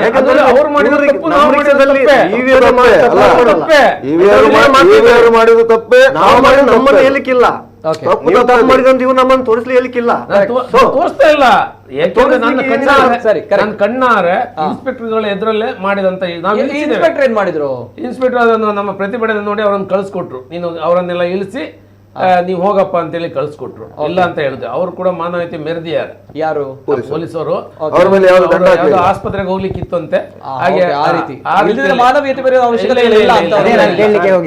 ಇಲ್ಲ, ಪರಿಸ್ಥಿತಿ ಮತ್ತೆ ಅದಕ್ಕೆ ಅನುಗುಣವಾಗಿ ಇರ್ತದೆ. ಆಯ್ತಾ ಸರ್, ನಾನು ಹೇಳುದೇನು, ಇವಿ ಆಟೋ ರಿಕ್ಷಾಗಳಿರ್ಬೋದು, ಅವರಿಗೆ ಕೊಟ್ಟಂತದ್ದು 3+1. ಎಲೆಕ್ಟ್ರಿಕಲ್ ಆಟೋ ರಿಕ್ಷಾಗಳಿಗೆ ಕೊಟ್ಟದ್ದು 3+1. ಒಂದೇ. ಆದ್ರೆ ಮಕ್ಕಳಿಗೆ 6 Okay. 6+1 6 ಮಕ್ಕಳು ಅಂದ್ರೆ ಒಂದು ಮನುಷ್ಯನಿಗೆ 2 ಮಕ್ಕಳ ಲಗೇಜ್ ಒಂದು ಆ ಲೆಕ್ಕದಲ್ಲಿ ಕೊಟ್ಟಿದ್ದಾರೆ. ನಾನು ಹೇಳೋದೇನಂದ್ರೆ ನಾವು ಈ ವಿಷಯಗಳೆಲ್ಲ ಸಣ್ಣ ವಿಷಯಗಳು, ನಮಗೆ ಬೇಕಾಗಿಯನ್ನು ಕಾನೂನಾತ್ಮಕ ಚೌಕಟ್ಟಿನಲ್ಲಿ ಏನ್ ಬರ್ಬೇಕು ಅದು ಮಾಡಿ ಅಂತ ಹೇಳಿ ನಾವು ಮಾಡ್ತೇವೆ. ಯಾಕೆಂದ್ರೆ ನಮ್ಮ ದರ ಪರಿಷ್ಕರಣೆ ಮಾಡ್ಬೇಕಾದ್ರೆ ಇದೇ ಮಾನ್ಯ ಜಿಲ್ಲಾಧಿಕಾರಿಗಳು, ಸಾರಿಗೆ ಪ್ರಾಧಿಕಾರ ಅಧಿಕಾರಿಗಳು ಪಕ್ಕದ ಕೇರಳ, ತಮಿಳುನಾಡು, ಆಂಧ್ರ, ಡೆಲ್ಲಿ, ಪಶ್ಚಿಮ ಬಂಗಾಳ ಅಲ್ಲಿದೆಲ್ಲ ಲೆಕ್ಕ ಮಾಡ್ತಾರೆ. ಈಗ ಇದೇ ವಿಷಯ ಬಂದಾಗ ನಮ್ಗೆ ಏನು ಈ ಎಲೆಕ್ಟ್ರಿಕಲ್ ಆಟೋ ರಿಕ್ಷಾ ಬಂದಾಗ, ಈಗ ಡೆಲ್ಲಿಯಲ್ಲಿ ವರ್ಷಕ್ಕೆ 100 ರಿಕ್ಷಾ ಕೊಡ್ಬೇಕಂತ ಆರ್ಡರ್ ಇದೆ. ನಮ್ಮ ಹತ್ರ ಆದೇಶ ಕಾಪಿ ಇದೆ ಅಲ್ಲಿದು, ಅಲ್ಲಿ ರಾಜಪತ್ರ ನಮ್ಮ ಹತ್ರ ಇದೆ. ಆದ್ರೆ ಇಲ್ಲಿ ಮಂಗಳೂರಲ್ಲಿ ಇಲ್ಲಿಯ ಜಿಲ್ಲಾಡಳಿತ ಅದನ್ನ ಯಾಕೆ ಪರಿಗಣನೆ ತಗೊಳ್ತಾ ಇಲ್ಲ? ರೇಟಿಗೆ ಬಂದಾಗ ತಮಿಳುನಾಡು, ತೆಲುಗು ಅಲ್ಲಿ ಇಲ್ಲಿ ಎಲ್ಲ ಟ್ಯಾಲಿ ಮಾಡಿ ನಮ್ಗೆ ರೇಟ್ ಕೊಡ್ತಾರೆ. ಆದ್ರೆ ಇವಿ ಎಲೆಕ್ಟ್ರಿಕಲ್ ಆಟೋ ರಿಕ್ಷಾಗಳು ಬಂದಾಗ, ಈ ವಿಷಯಕ್ಕೆ ಜಿಲ್ಲಾಡಳಿತ ಬಂದಾಗ ಅಲ್ಲಿ ವರ್ಷಕ್ಕೆ 100 ಆಟೋ ರಿಕ್ಷಾಗಳು. ಇಲ್ಲಿ ಅದಕ್ಕೆ ಲಂಗು ಲಗಾಮ್ ಇಲ್ಲ, ಯಾರು ಬೇಕಾದ್ರೆ ತಗೊಬಹುದು. ಅದೇ ವರ್ಷಕ್ಕೆ 100. ಆ ರೀತಿ ಇಲ್ಲ. ಎಲ್ಲಿ ತಾವು ಡೆಲ್ಲಿಯ ಬಗ್ಗೆ ಸರ್, ಡೆಲ್ಲಿ ಆದೇಶ. ಬೇರೆ ಕಡೆಗಳ ಆದೇಶ ಇದೆಯಾ ಆ ರೀತಿ? ಒಂದು ತಮಿಳುನಾಡು, ಡೆಲ್ಲಿಯಲ್ಲಿ ಇವಿ 100 ಮಾತ್ರ ಕೊಟ್ಟಿದ್ದಾರೆ. ಯಾಕಂದ್ರೆ ಡೆಲ್ಲಿ ಪೊಲ್ಯೂಷನ್ ವರ್ಷಕ್ಕೆ 100 ಪ್ರತಿ ವರ್ಷ 100. ನಮ್ಮ ಬೇಡಿಕೆಯನ್ನು ಅದೇ ರೀತಿ ಬರಲಿ. ಇದು ಪ್ರವಾಸೋದ್ಯಮ ಇಲಾಖೆಯಿಂದ ಕೊಡುವಂತದ್ದು. ಅನ್ಎಂಪ್ಲಾಯ್ಗಳನ್ನ, ನಿರುದ್ಯೋಗಿಗಳನ್ನ ಉದ್ಯೋಗಿ ಮಾಡ್ಲಿಕ್ಕೆ ಅಂತ ಹೇಳಿ ಒಂದು ಪರವಾನಗಿ ತಗೊಬೇಕಾದ್ರೆ ಇವಿ ಎಲೆಕ್ಟ್ರಿಕಲ್ ಇರ್ಬೋದು, ನಮ್ಮ ಇದ್ರ ಪರವಾನಗಿಯನ್ನು ನಿರುದ್ಯೋಗಿ ಸ್ಕೀಮ್ ಅಲ್ಲಿ ತರಬೇಕಾದ್ರೆ ಅವನಲ್ಲಿ ಯಾವುದೇ ವಾಹನಗಳು ಇರಬಾರ್ದು ಅಂತ ನಿಯಮಗಳಿದೆ ನಮಗೆ. ಆದ್ರೆ ಇದಕ್ಕೆ ಯಾಕೆ ನಿಯಮ ಇಲ್ಲ? ಒಂದು ಬಸ್ ವಾಹನ ಓನರು 10 ರಿಕ್ಷಾಗಳನ್ನು ಇಳಿಸಿ, 1 ನಿಮಿಷ, 10 ರಿಕ್ಷಾಗಳನ್ನು ಇಳಿಸಿ, ಇವಿ ಆಟೋ ರಿಕ್ಷಾಗಳಿರ್ಬೋದು, ನಮ್ಮ ಇದು CNG LPG ಆಟೋ ರಿಕ್ಷಾಗಳಿರ್ಬೋದು, ಅದನ್ನು ಇಳಿಸಿ ಅವರಿಗೆ ಬೇರೆಯವರಿಗೆ ಬಾಡಿಗೆ ಕೊಡುತ್ತಾರೆ. ಅಲ್ಲೇ ನಿರುದ್ಯೋಗಿ ನಿರ್ಮೂಲನೆ ಹೇಗಾಗುತ್ತೆ? ನನ್ನ ಪ್ರಶ್ನೆ ಇಲ್ಲಿ. ಯಾಕೆಂದ್ರೆ ಇವಿ ಆಗಿರ್ಬೋದು, LPG CNG ಆಟೋ ರಿಕ್ಷಾಗಳಾಗಿದೆ. ಇದು ಈಗ ಬಂದಿರೋದು ನಮ್ಮ ನಿರುದ್ಯೋಗಿ ಸ್ಕೀಮ್ ಬರುವಂತದ್ದು ನಾವು ಮಾನ್ಯ ಉಚ್ಚ ನ್ಯಾಯಾಲಯದಲ್ಲಿ ತಡೆಯಾಜ್ಞೆ ತಂದಿದ್ದೇವೆ. ಅದೀಗ ಬರ್ತಾ ಇಲ್ಲ. ಈಗ ಇಲ್ಲಿ ಇವಿ ಎಲೆಕ್ಟ್ರಿಕಲ್ ಆಟೋ ರಿಕ್ಷಾಗಳಿಗೂ ನೀವೊಂದು ನಿಮ್ಮ ಜಿಲ್ಲಾಧಿಕಾರಿಗಳ ಮಾನದಂಡದ ಪ್ರಕಾರ ನಮ್ಗೆ ಯಾವ ಮಾನದಂಡದ ಆಧಾರದಲ್ಲಿ ಬೇಸಿಕ್ ಅಲ್ಲಿ ತಂದ್ರೆ ಏನೋ ಅವನಲ್ಲಿ ಯಾವುದೇ ಆಟೋ ರಿಕ್ಷಾಗಳು ಇರಬಾರ್ದು, ಯಾವುದೇ ವಾಣಿಜ್ಯ ವಾಹನಗಳು ಇರಬಾರ್ದು ಅಂತೇಳಿ ನೀವು ತಂದ್ರಲ್ಲ, ಅದೇ ರೀತಿ ತನ್ನಿ. ಮತ್ತೆ ಈಗ ನೋಡಿ, ಸರ್ಕಾರಿ ಅಧಿಕಾರಿಗಳು, ಈಗ ನಿಮ್ಗೆ ಉದಾಹರಣೆ ಹೇಳ್ತೇನೆ. ಮಾನ್ಯ ನಮ್ಮ ಸಾರಿಗೆ ಪ್ರಾಧಿಕಾರದ ಇಲಾಖೆಯಲ್ಲಿ ಕಾಂಟ್ರಾಕ್ಟ್ ಬೇಸಿಕ್ ಮಾಡ್ತಾ ಇರ್ಬೋದು, ಏನೇ ಮಾಡ್ತಿರ್ಬೋದು, ಅವನಲ್ಲಿ ಉದ್ಯೋಗ ಇದೆ, ಅವನಿಗೆ ESI PF ಸಿಗ್ತದೆ. ಅವನಿಗೆ ಎಲೆಕ್ಟ್ರಿಕಲ್ ಗಾಡಿ ತೆಗ್ದಿಯಾರಲ್ಲ, ಇದು ಮೊನ್ನೆ ನಮ್ಮ ಕಾರ್ಪೊರೇಷನ್ ಬ್ಯಾಂಕ್ ಅಲ್ಲಿ ದುಡಿಯೋರು ಇದೇ ಇವಿ ಆಟೋ ರಿಕ್ಷಾ ತೆಗ್ದಿಯಾರಲ್ಲ, ಅದು ತಪ್ಪಲ್ವಾ? ಮತ್ತೆ DC ಜಿಲ್ಲಾಧಿಕಾರಿ ಕಚೇರಿಯಲ್ಲಿ ಕೆಲಸ ಮಾಡೋರು, ಅವರು ಕೂಡ ಇವಿ ರಿಕ್ಷಾ ತೆಗ್ದಿದ್ದಾರೆ. ಇದು ಕಾನೂನು ಬಾಹಿರ ಅಲ್ವಾ? ನಾವ್ ಹೇಳೋದೇನು, ಅದಕ್ಕೊಂದು ಮಾನದಂಡ ತನ್ನಿ. ನಮಗೆ ಯಾವ ಇವಿ ಆಟೋ ರಿಕ್ಷಾ, LPG ಮತ್ತೆ CNG ಆಟೋ ರಿಕ್ಷಾಗಳಿಗೆ ಏನ್ ಮಾನದಂಡ ತಂದಿದ್ದೀರಾ ಅದೇ ಮಾನದಂಡ ತನ್ನಿ.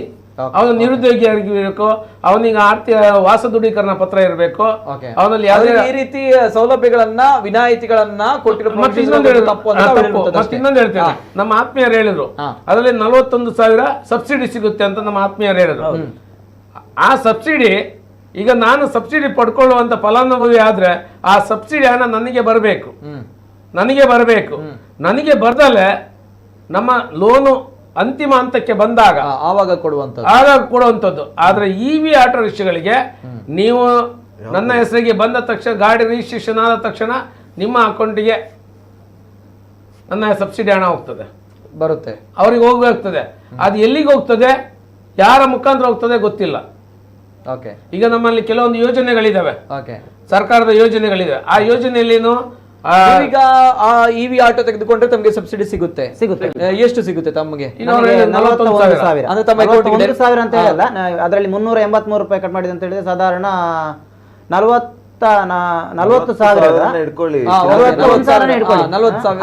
ಅದು ತಮ್ಮ ಅಕೌಂಟಿಗೆ ಬೀಳುತ್ತೆ. ಓಕೆ ಸರಿ. ಅದು ಸರ್ಕಾರ ಕೊಡುವಂತ ಒಂದು ಸಬ್ಸಿಡಿ ಒಂದು ವಿಚಾರದ ಬಗ್ಗೆ ಇದೆಲ್ಲವೂ ಕೂಡ ಸೌಲಭ್ಯ ಸಿಗ್ತದೆ ಅನ್ನುವಂಥ ಅವರುಗಳ ವಾದ. ಇವ್ರಿಗೆ ತಮ್ಗಳ ಒಂದು ಆರೋಪ, ತಮ್ಗಳಿಗೆ ಯಾಕೆ ಇಲ್ಲ ಅನ್ನುವಂಥದ್ದು. ಬರ್ತೇನೆ, ಮತ್ತಷ್ಟು ಕರೆ ಹೇಳಿದೆ. ಹಲೋ ಸರ್, ನಮಸ್ತೆ. ಸರ್ ನಮಸ್ತೆ. ನಮಸ್ತೆ ಸರ್, ತಮ್ಮ ಹೆಸರುಗಳಿಂದ sir? Yatin sir. Yatin, yes sir, ನಮಸ್ತೆ ಸರ್, ಪಾತಲೆ ಸರ್. ಮಾತಿರಗ್ಲ ತೊಲ್ಮೆನ್ ಸರ್. ನಮಸ್ತೆ ಸರ್. ದಾದೆ ಗೊತ್ತಿಲ್ಲ ಸರ್. ಇತ್ತೆ ನಮ್ಮ ಕುಡ್ಲಾಡ್ ಇಂಜಿನ್ ಆತನ ಗೊತ್ತಂದೇ. ನಮ್ಮ ಕುಡ್ಲದ ರಿಕ್ಷಾ ಡ್ರೈವರ್ ನ ಕ್ಲಿಯರ್ ಲೆಕ್ಕ ಒಂಜನೆ ಫಸ್ಟ್ ಆಫ್ ಆಲ್. ಯಾಕೆ ಇತ್ತೆ ಪೂರ ಓಲೋಲು ಬಸ್ಸಿನ ರಾಜ್ಯದ ಜಿಲ್ಲೆದ ಜನಕ್ಕೆ ಬೆಂಕಿನಿ ಒಂಜನೆ ಪ್ರಶ್ನೆ. ರಟ್ಟನೆ ಪ್ರಶ್ನೆ ಹೆಂಗಿನ ಸರ್ ಗೊತ್ತಂದೆ. ಇತ್ತೆ ಕೆಲವು ಸಿಟಿ ಕಾರ್ಪೊರೇಷನ್ ಪೂರ ಇಂಜಿನ ಗೊತ್ತಂದೆ. ಮೀಟರ್ ಪಾಡನ್ನ ರಿಕ್ಷಾದನ್ನು ಮಾಡ್ತಾರೆ ಕುಲ್ಲಂಗನೆ ಮಾಡ್ತಾರೆ 1 and 1/2. ಓಕೆ ರಟ್ಟನೆ ಪ್ರಶ್ನೆ ತನ್ನ ಜಾಗ ಗೊತ್ತಿನ ಕೂಲೂರು ತುಂಗಿ ತೋಟ ಬೆಂಗ್ರೆ ಬರ್ತೀನಿ ಅಂದ 300 ರೂಪಾಯಿ 500 ರೂಪಾಯಿ ಇಂಚಿನ ವಿಷಯ ಮೂಜನ ವಿಷಯ ಇಂಚಿನ ಗೊತ್ತಿಲ್ಲ ಸರ್.